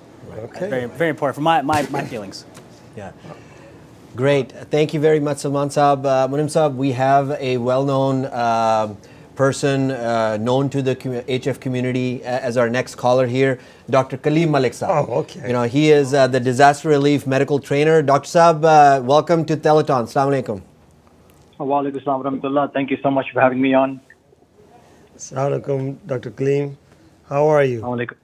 Alhamdulillah. Just very thrilling as always to watch with the inspiration drawn from everyone who's been volunteering for this great event. Yeah, we thought that telethon will not be completed without talking to you. That's right. That's right. Jazakallah. So thank you for coming on. Any words of wisdom for you can share quickly? Well, I think just from the disaster perspective, as everyone knows, these are unplanned events, and we have to be ready to go at a moment's notice, and that requires a great deal of commitment for Humanity First volunteers and a passion and the drive to reach the people who are in desperate need in those very moments. As you know, we deploy within days of incident and make the preparations immediately. So I think our donors should be aware that you have some of the most highly qualified physicians from across the country who join in these missions, who've been highly trained. As you know, I serve as the Dean of Global Health at Chicago Medical School, and we uphold a lot of standards for our physicians. They go through a boot camp-like training, and they bring a lot to the table. So donors should be aware that Humanity First truly is a tremendous steward of the purse. And that's the bottom line here, that they're getting highly specialized care. And we hear the echoes in the voices of the individuals who are suffering that they can't believe that we've arrived so quickly. Yeah. And that's a great honor and privilege to do so. It is. And I think you and Dr. Naeem Lughmani, both of you have done wonderful job taking the Humanity First DR medical response to the new levels, working with United Nations and going out to every single medical disaster. Either Dr. Kaleem Malik is there or Naeem Lughmani is there. It's a wonderful team that works together. We want to appreciate Dr. Kaleem, you, and also I will take the time to say Dr. Naeem Lughmani as well. Well, Dr. Kaleem also I recently became the Dean of Global Health. Yeah. So tell us a little bit about this and how this is interfacing with your work at Humanity First. Well, as you know, by the grace of Almighty God, Humanity First, its inception was way back during the Bosnian crisis, and at this very medical school I was attending over 30 years ago, I started the first ever fundraiser for Humanity First. And the blessings of Humanity First for me and in its service throughout my career as a student, as a resident in training, my ties as faculty and professor at Chicago Medical School ultimately led to this amazing, unique opportunity to become Dean of Global Health for all of the medical missions through the various organizations, but especially Humanity First. So I think this is a full circle of, if any listener out there is trying to get inspired why they should be serving the Jamaat and serving the community, and serving humanity, I think I would be the poster child to openly and humbly say that I'm the most undeserving of it all. And Almighty God brought me not just to the medical education system since kindergarten here in the U.S., all the way through to becoming the very dean of global health of that medical school. You know what? I think we might see a full circle moment happen, maybe in 30 years, when Leah Lorenz, the first caller for today, who is going to the University of Toledo Medical School and is an active participant in HFSO over there, maybe we'll see where she is in 30 years, right? Absolutely. Yeah. Okay. This is great. Well, how about a newborn? How about a newborn from Nasser Hospital? Yes. You know, exactly. I think that'd be wonderful. Yeah, you're paving the ways, you know, so that's it.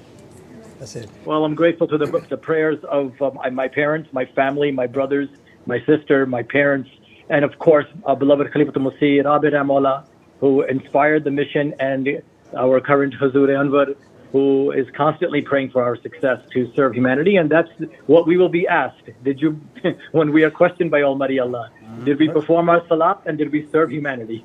Yeah. That is a beautiful message, Dr. Saab. Jazakallah for sharing that. Certainly, Dr. Munim Saab, when we talk about passion is contagious, you know, this is exactly what we see here with our volunteers, that how passionate they are, how sincere they are in serving humanity and helping anyone who is in need. We have a special caller, Munim Saab. She is Minal Ahmed, only 12 years old, and she has this creative idea of making bracelets and selling them to raise money for Humanity First. Minal, welcome to Telethon. Assalamu alaikum wa rahmatullahi wa barakatuhu. Wa alaikum assalam wa rahmatullah. Tell us about what inspired you to make these bracelets. So, I grew up watching my uncle, my aunt, and my entire family serve Humanity First from before the time I was born. Alhamdulillah. You observed them from the time before you were born. That's a secret that people who have been watching the whole telethon can now finally hear. How did you observe them from before you were born? I'm just kidding with you, Manal. So, what inspired you? Tell us about these bracelets. So I feel very blessed to have the opportunity to serve Humanity First and help people around the world. So I'm making bracelets to raise money for the Masrur School in Guatemala. Okay. And I will, inshallah, be reaching out to my teachers and classmates to introduce Humanity First and help donate money. You sell them locally. I would love to see pictures. If there was if you or your family can post online using the hashtag HF Telethon 25. Other kids could get some ideas and start making something similar. And I'll also tell you that we have this program, Kids for Humanity. Join that also. You know, this is for that age of children before they go to HFSOs and then before they become professionals. So we have all ages, right? Are you part of the Kids for Humanity? Hanji. Oh, well, then look at that. So, that's wonderful. That's wonderful. And you see the whole spectrum, Munim Saab, here, that our youngsters and people with experience, they're all contributing to whatever their capability is and whatever their skill set is. You know, based on that, we've got doctors, and then we've got children who are doing these simple things to help humanity and raise awareness. Yeah, simple. It doesn't have to be complicated. You know, it's really easy to be able to help people with the skill set that we have. Like, for example, downstairs we saw opportunities for children to learn how to crochet, make science experiments. All these types of things can help develop skills that you can, you know, sell and then use proceeds to make donations. So, Manal, how many bracelets have you sold so far? We still have to start. Oh, okay. See, this is her idea. Okay, great. Yeah, that's a good entrepreneurial spirit. You got to start with it. I'll get one from you, Manal. Save one for me. Inshallah. All right, Jazakallah. Okay. Can't wait to hear more. Yeah, I see the text that 1.113. Very nice. Wow, Manal she only talked about the bracelets and people already donated. Okay, this is great. This is wonderful. So next up, we have Dr. Bilal Rana, who's calling from Texas, the great state of Texas. Assalamu alaikum, Dr. Bilal. Can you hear us?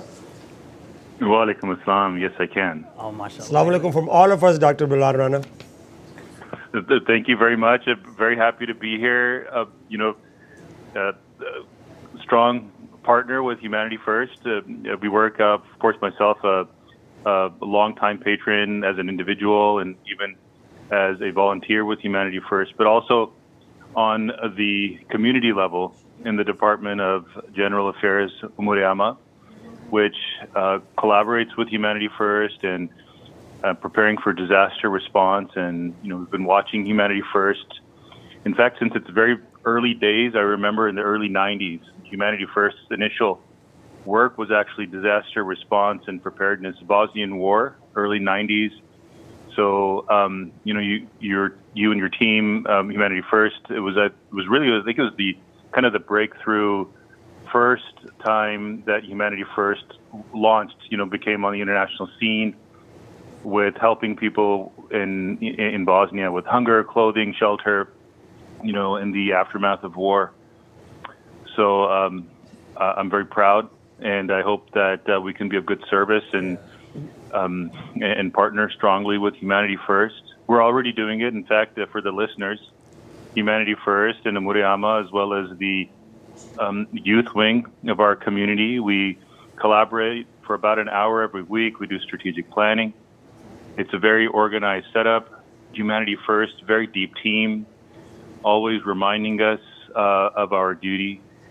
And then from a religious perspective, it'd be part of, I volunteer also with the Ahmadiyya Muslim community, the Jamaat. And, religious disaster preparedness is matter of fact, not just Islam, but in every religion.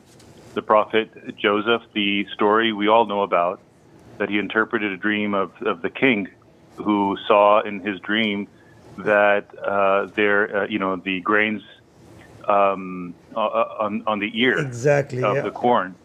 Right. And he said that, look, this means that there will be 7 years of famine, and you need, and then there will be 7 years of plenty.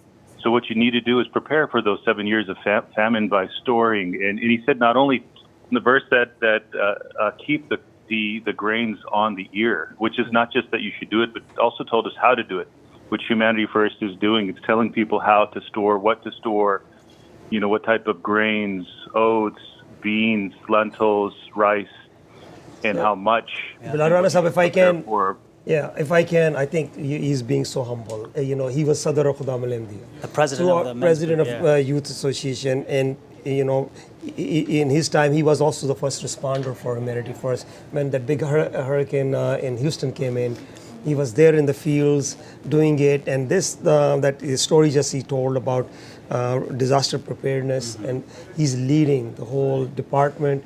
And a lot of great effort being put in, and it's always a pleasure to work with Bilal Rana Sahab. He's the National Vice President of our community as well. Bilal Sahab, your support is wonderful to Humanity First. I just want to say thank you for coming and joining and inspiring others to do the same. Thank you very, very much. I'm learning so much from Humanity First. The collaboration is really important. I found that it actually strengthens. It strengthens Umuriama. We don't step back, we step forward, and we have specialized roles that we feel that we can focus and support Humanity First. And we'll always be here and ready to work with Humanity First in any way we can. Be an honor for us, and I'm just very excited. And I thank you for inviting me, and I hope people will contribute with their time, with their prayers, with their money, with all of their resources. Send your children to all of the opportunities. Humanity First has them all year long to go to different hospitals, different countries, to fight hunger, poverty, and it's not just disaster response. It's not just an acute response or NGO. It's a year-round education, health, building the world. Really, absolutely, yeah, and Humanity First is doing that. Dr. Bilal, we've raised over $1.1 million today. Lots of viewers watching. There's a lot of turmoil happening in the world right now, and in your position and capacity as head of Umuriama or internal affairs and getting ready for disasters, there's rhetoric happening of imports are decreasing, ships are coming to the country less frequently and empty as a result as well. So what should viewers do right now to prepare for any looming disaster in the country? Yeah, the Prophet Noah, God gives us the example be it the Bible, be it the Quran, and all of his, Prophet Noah is an Abrahamic prophet, and the example he gave us was that, listen, we should prepare for the flood when the skies are blue. And that's exactly what he did, and people thought he was crazy. Right now, like as you've mentioned, we look at world news, world politics, the skies aren't even blue anymore. It's getting late. We really have to take the planks and nails that Humanity First is giving us, the resources, the education, and start building our ark. We need to prepare our ark with resources the way Noah did. God told him to collect the animals. That wasn't to preserve the species. That was provisions for yourself. The meat, the eggs, the chickens, these are for us, our sustenance.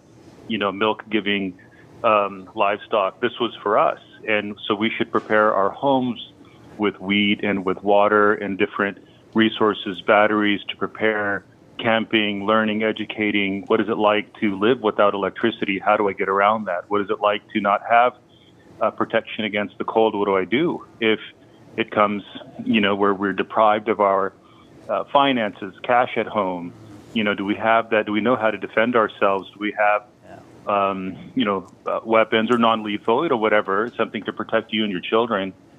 And so these are important resources. And building community, networking with your neighbors, so you guys have, you have a network. When Harvey, that chairman, Naeem Sahib, he mentioned, when Harvey came to Houston, my neighbors came knocking on my door. We were surrounded by water.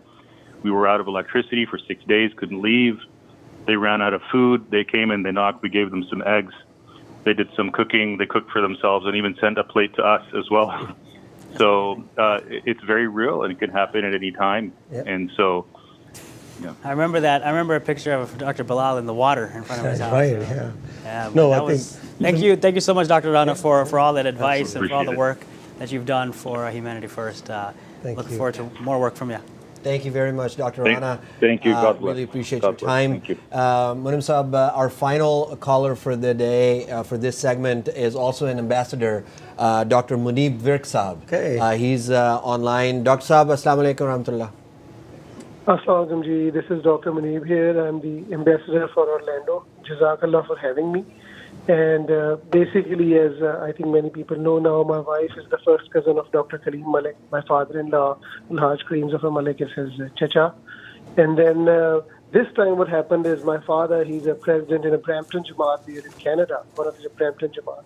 He had taken a letter by hand to Hazur before the program. We were really worried. We are a small Jamaat that we won't be able to meet the target because the programs, of course, have been, the month duration is less this time. But by special intervention and help of Allah, even though we are a small Jamaat here in Orlando, we were still able to get to pledges and collections of around 18K and still going strong.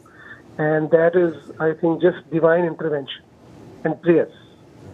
And I just want to, reinforce and mention again, basically this is just divine intervention and prayers. As ambassador, all of us are very worried, because our main role is, of course, collections and pledges.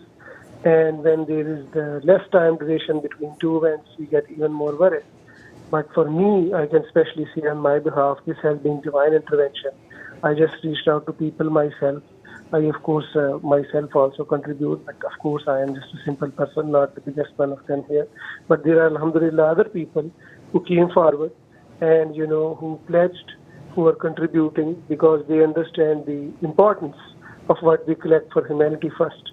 And basically, especially for instance, our hospital in Guatemala, where inshallah, I have full plan to go myself as well in coming time. And then, many other doctors as well and other people are going and volunteering. And the other services that Humanity First is providing all around the world, including, wells in Africa and all the other, important stuff that we are doing.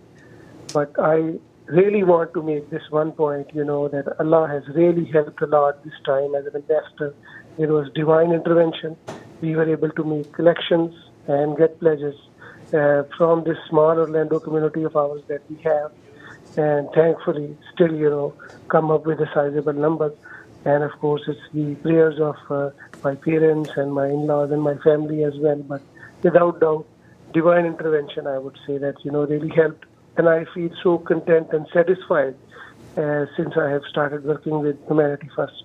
Monin Saab also knows this. I mentioned to this before as well, No, thank you so much. I think just finding time is the most critical thing, and Dr. Munib, all other people who have so much going on still find the time to do it. Yep. And so where there is a will, there is a way. Absolutely. So we want to say thank you, Jazakallah, to Dr. Munib as well. And I think this is because of these type of efforts, we have now almost 1.132 million. So in my mind, we have exceeded our goal. That's it. So this is the most wonderful thing. So I don't know what's next now. Well, I'll tell you what. What's previous? We used to have these telethons be twice as long.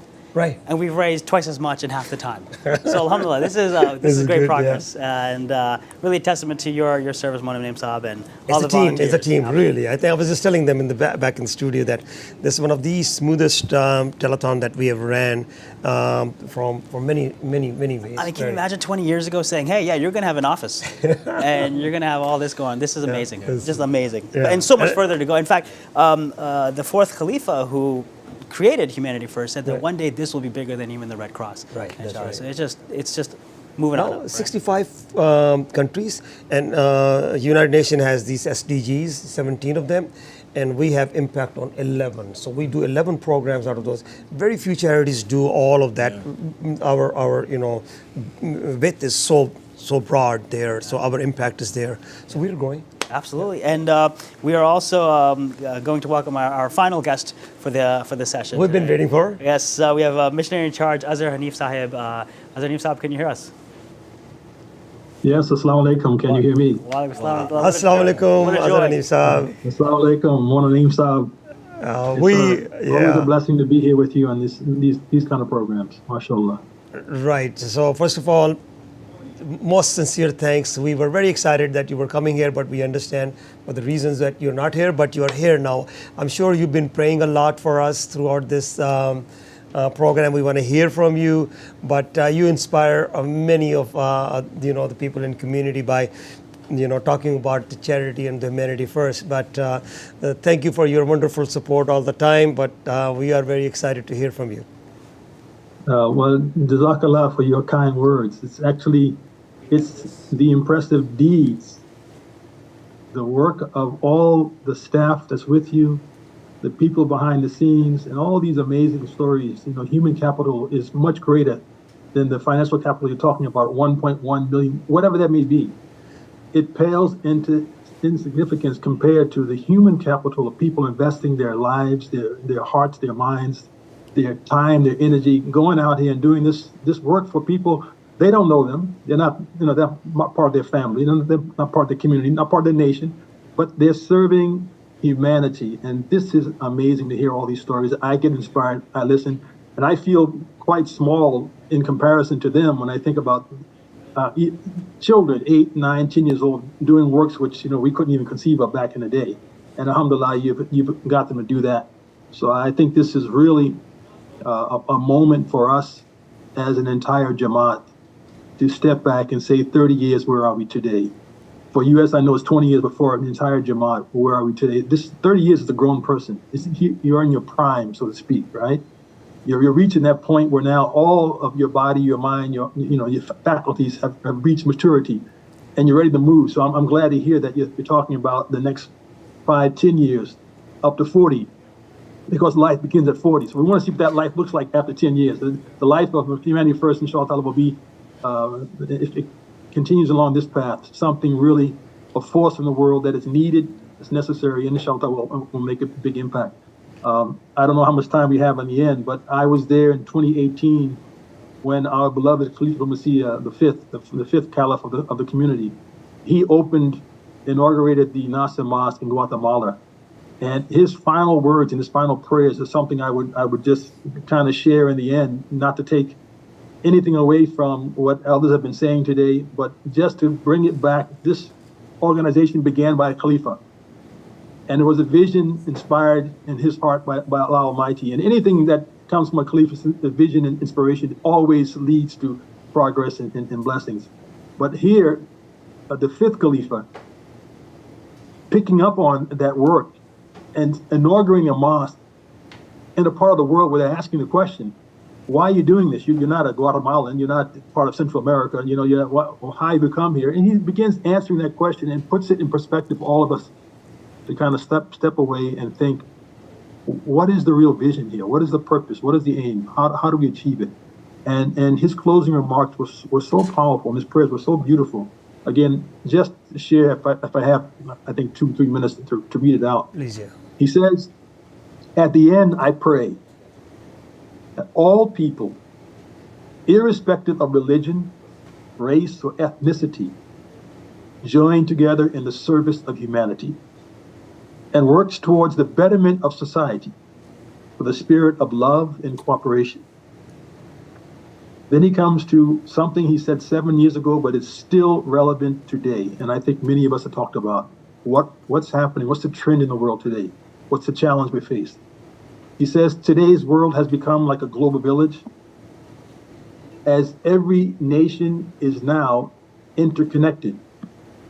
And so this idea of Humanity First, not just being a spiritual organization, an Ahmadiyya movement in Islam, no, we're opening up our doors to all people. So he says today's world has become like a global village, as every nation is now interconnected, and the means of communication are instantaneous, as we see from this. I'm joining you, through a Zoom, and there are others around the world listening to this broadcast. He says, as a result, more than ever before, it is the duty of all humankind to foster a spirit of brotherhood and mutual love amongst the peoples of all nations and of all beliefs. I mean, you couldn't have quoted something better for the time we're facing in this country and around the world, with all the conflicts, the wars, the internal upheavals, just this constant struggle that you see on every continent. There's no place in the world where you don't see this problem. And he's talking about that now is the time for us to come together. Then he says this remark, which really struck me, again, 7 years ago. Regrettably, the sad truth remains that instead of elevating our standards of love and compassion, again, instead of elevating our standards of love and compassion, the opposite is proving true. Is that not what we see happening around our world now? Yeah. Is that not the struggle in our nation at this moment? That people are questioning what does love and compassion mean in the context of today's day and age. So he said selfishness, greed, and a culture of me is prevailing across the world and across society. Thus, he says, I pray with all my heart that mankind forsakes greed and forgoes the pursuit of narrow self-interest, and instead comes to recognize the importance of protecting all of humanity and of showing kindness, compassion, and love to God's creation. Lastly, he says, I pray that a spirit of service to humanity takes permanent root in society. We don't want to see this great story you're unfolding for 30 years or 20 years in the USA. We want to see this now, he says, permanently take root, so that we protect our future and leave behind a better world for our children. I can't tell you how many people are saying this nowadays, whether that's the environment, whether that's the economic havoc in the world, whether that's the social unrest and all the movement of people trying to find a place of peace and comfort and security and can't find it. They all say, well, what about the next generation? Huzoor has mentioned this over again. Bilal Rana Sahib has just mentioned about a potential global catastrophe of a third world war. And this, our beloved Khalifa has said over again, think about the children, the future. What world are we going to leave for them if we keep going down this path? So alhamdulillah, what I sense here is there's a group in the world that's pushing back against that narrative and saying, no, we're not here to destroy the world. We're here to build it and help everyone to live in it with dignity and with the basic necessity of all their needs: food, water, shelter, clothing. So lastly, he says, may God Almighty enable all of us to fulfill our responsibilities in this regard. Ameen.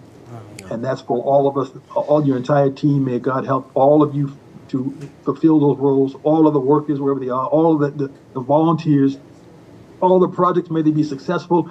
And may God bless every single person who's contributed the minute amount of time, energy, or money toward any of these things, and bless them and continue to help them to serve humanity and be part of this solution of helping the world to be better and helping the children in the future to see a better world than what we have now. I think this is something, one of the names of I always feel humbled to come and be in a group like this. I have not given the time that others have given, and I feel always short in that way in the deed. But at least in these words, we may find some vision for our next step going forward, and hopefully God will bless us in each step we take in the future. Azani Sahab, Jazakallah. Actually, I think the message that you have shared is so profound. I'm so emotional. I think what you have shared with us, just don't have the words to say that. And Jazakallah, thank you. And you have done a lot. And just by summarizing this whole thing in these few words that you have shared with us, it's just amazing. It's wonderful. It really, and I think it was going. Yeah. Also, I just wanted to mention that Azhar Hanif Saab is also representing our Amir Saab of USA, our national president of the Muslim community, Mirza Makhfoor Ahmed Saab. So he has also asked Azhar Hanif Saab to represent him. Yep.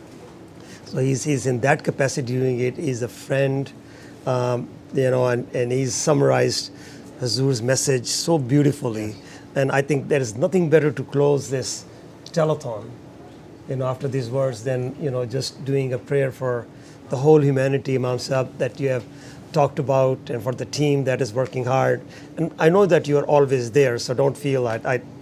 We know that when to reach out to you and when to seek your help as well. And Imam Sahib, I will add, before we do a close with silent prayer, the updated number for our viewers is $1,157,239. Mashallah. Mashallah. Imam Sahib, see, when we started out, but it was just an impossible goal. And it's amazing. It's amazing. Well, you remember, impossible is formed of two words. I'm possible. Yeah. Excellent. So I think we should now close this event. I think with this emotion and feeling that we have, Imam Sahib, on Amir Sahab's behalf, just want to say thanks to all the community that comes together, all of our donors, supporters from all faith, religions, and organizations and corporations that work together with us. I just want to take this moment to say thank you to them, as well as the team that is working here for days and days. There are people in background. So I think it'll be best we can now close it with this great Allah's blessing and success. If we can lead us in silent prayers, but don't go away, because we want to get as many team members here in front of the camera. We just want to see who the people who've been working here and just show their faces as well. So please lead us in silent prayers, Imam Sahib. Okay, you want the team to come in now or after the prayer? I think we can do the prayers and then bring everybody here, because it'll become very noisy. Yes. When we pray, it gets quiet. Don't worry. Yeah. Okay, so if you want, we can get everybody here. Okay, just Imam Sahib, give us a time. Let's round up everybody here. Why do we have Imam Sahib here? I think it'll be better. Except for the cameraman, he has to keep going here. Except for the cameraman, right? Yeah, right. So we'll get here. We have people travel from distance. Dr. Naeem Lumani Sahib is walking in here. He drove, I don't know how many hours, but he's here. Nasir Jidran Sahib is okay. Hamid Malik Sahib is here. He's our main coordinator for the telethon. We have our audio video team, mashallah, has been working in the background. Come on, Jasim, Wali Sahib, everybody. I think Tahir Kamar Sahib and Noman Sahib, if you can jump up here. I know our sister is going to be in the back there. We have Elena there. We have Aisha Malik Sahib there. And I know Sabah is there. I know Zara and Nudris. And I think there's a huge team there out in the background. A lot of ladies are working there as well. There's people on different floors of this building as well. Yeah, come on this side. Come on this side here. Come on, Jasim. Just come. We are going to do a silent prayer. Jawad Sahib, please. You guys have been working behind the cameras, right? Wali Sahib. Mr. Situation Room himself is here. Mr. Situation Room, where is that? Harun and Musa, Lugmani, everybody. Naman is also coming. Naman is coming. We have to give Naman Sahib a minute He's been cooking downstairs. You missed a big barbecue there and ice cream, and we really enjoyed it. I think it was really fun. Come on, Maz. Okay. Majid Saab, what happened to Majid Saab? In the studio. Okay, so I think we'll give another minute to Majid Saab coming. Okay. We'll just wait for one more person. Azrani Saab, that's Numan. I think if he comes up, we can. That's a Ziyafat team. That's I think he's still grilling. He's grilling. Tahir Kamar Saab, you're here? Okay, good. Okay, so thank you, Mom, Sabah. It's good that everyone can see the faces. Just scoot together. Just come more together. Just somebody just bump up here. Somebody just bump up here. Let's come here. Who are we missing? So. हम जमीन पे बैठ जाते हैं हाँ वो भी हो सकता है आ तो सकते हैं माजिद साहब अपने senior citizens should be in the back साहब okay oh come on Musa Lugmani Harun Lugmani only one person left is Noman okay on this side somebody should timer लग गया जरा जल्दी करना Achha, camera is moving. Okay. I think Numan is. I hope it doesn't get stuck in the elevator. Then we need disaster relief. Okay. All right. Who said Numan is coming? He's here. Numan is this side. Numan. Aajo. Chalo ji.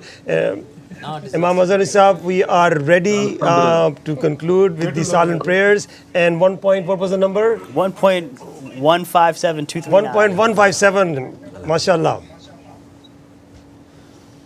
It's great to see the team, and as you've said, behind every good man is a good woman. In this case, a whole team of women are there, and we also appreciate their efforts, and we'll pray for all of them, whether they are seen here today, whether for other reason they couldn't show up here. And the team may grow and continue to do this service. Alhamdulillah, may Allah bless all of you and continue to help you in this wonderful service of humanity. And the other who are part of this group, who are not part of the Ahmadiyya community, we pray for them as well. But this is the entire team, and this was the entire vision, right? Yes. That all human comes together. And I think, as someone said early in the program, it's not just Islam that says that you should love the other like yourself. All the religions say the same thing, and we're working on the same spirit. So it's just great to see you all here today, and let's now raise our hands, because this is a moment, as I just quoted, that the world must come together like one village and work on the common challenges. And these challenges are just increasing with time, but we can decrease them, we can minimize them, we can help someone who, at the end of the telethon, we go home. They don't have a home to go to. At the end of telethon, we can take the leftover of the barbecue and eat it. They don't have anything to eat today. We're going to put clothes on our back, and we're going to change the clothing when we get back to our houses. They have the same clothes they've been wearing for weeks and months, and that's all they have. So you can go on, but most thing is they don't even have shelter. As the Quran says, their roof is the sky, their bed is the earth, and the trees are their walls. That's all they have. So that's not going to stop because telethon stopped. There's no end. There's no 1.1. That's it. We've reached the goal. It's just part of the process. Let's keep it going, keep it rolling, keep praying, and may Allah bless us to help as many people as we can in our lifetime and continue to do this stuff going forward. Please join me in the collective dua. Dua. Bismillah.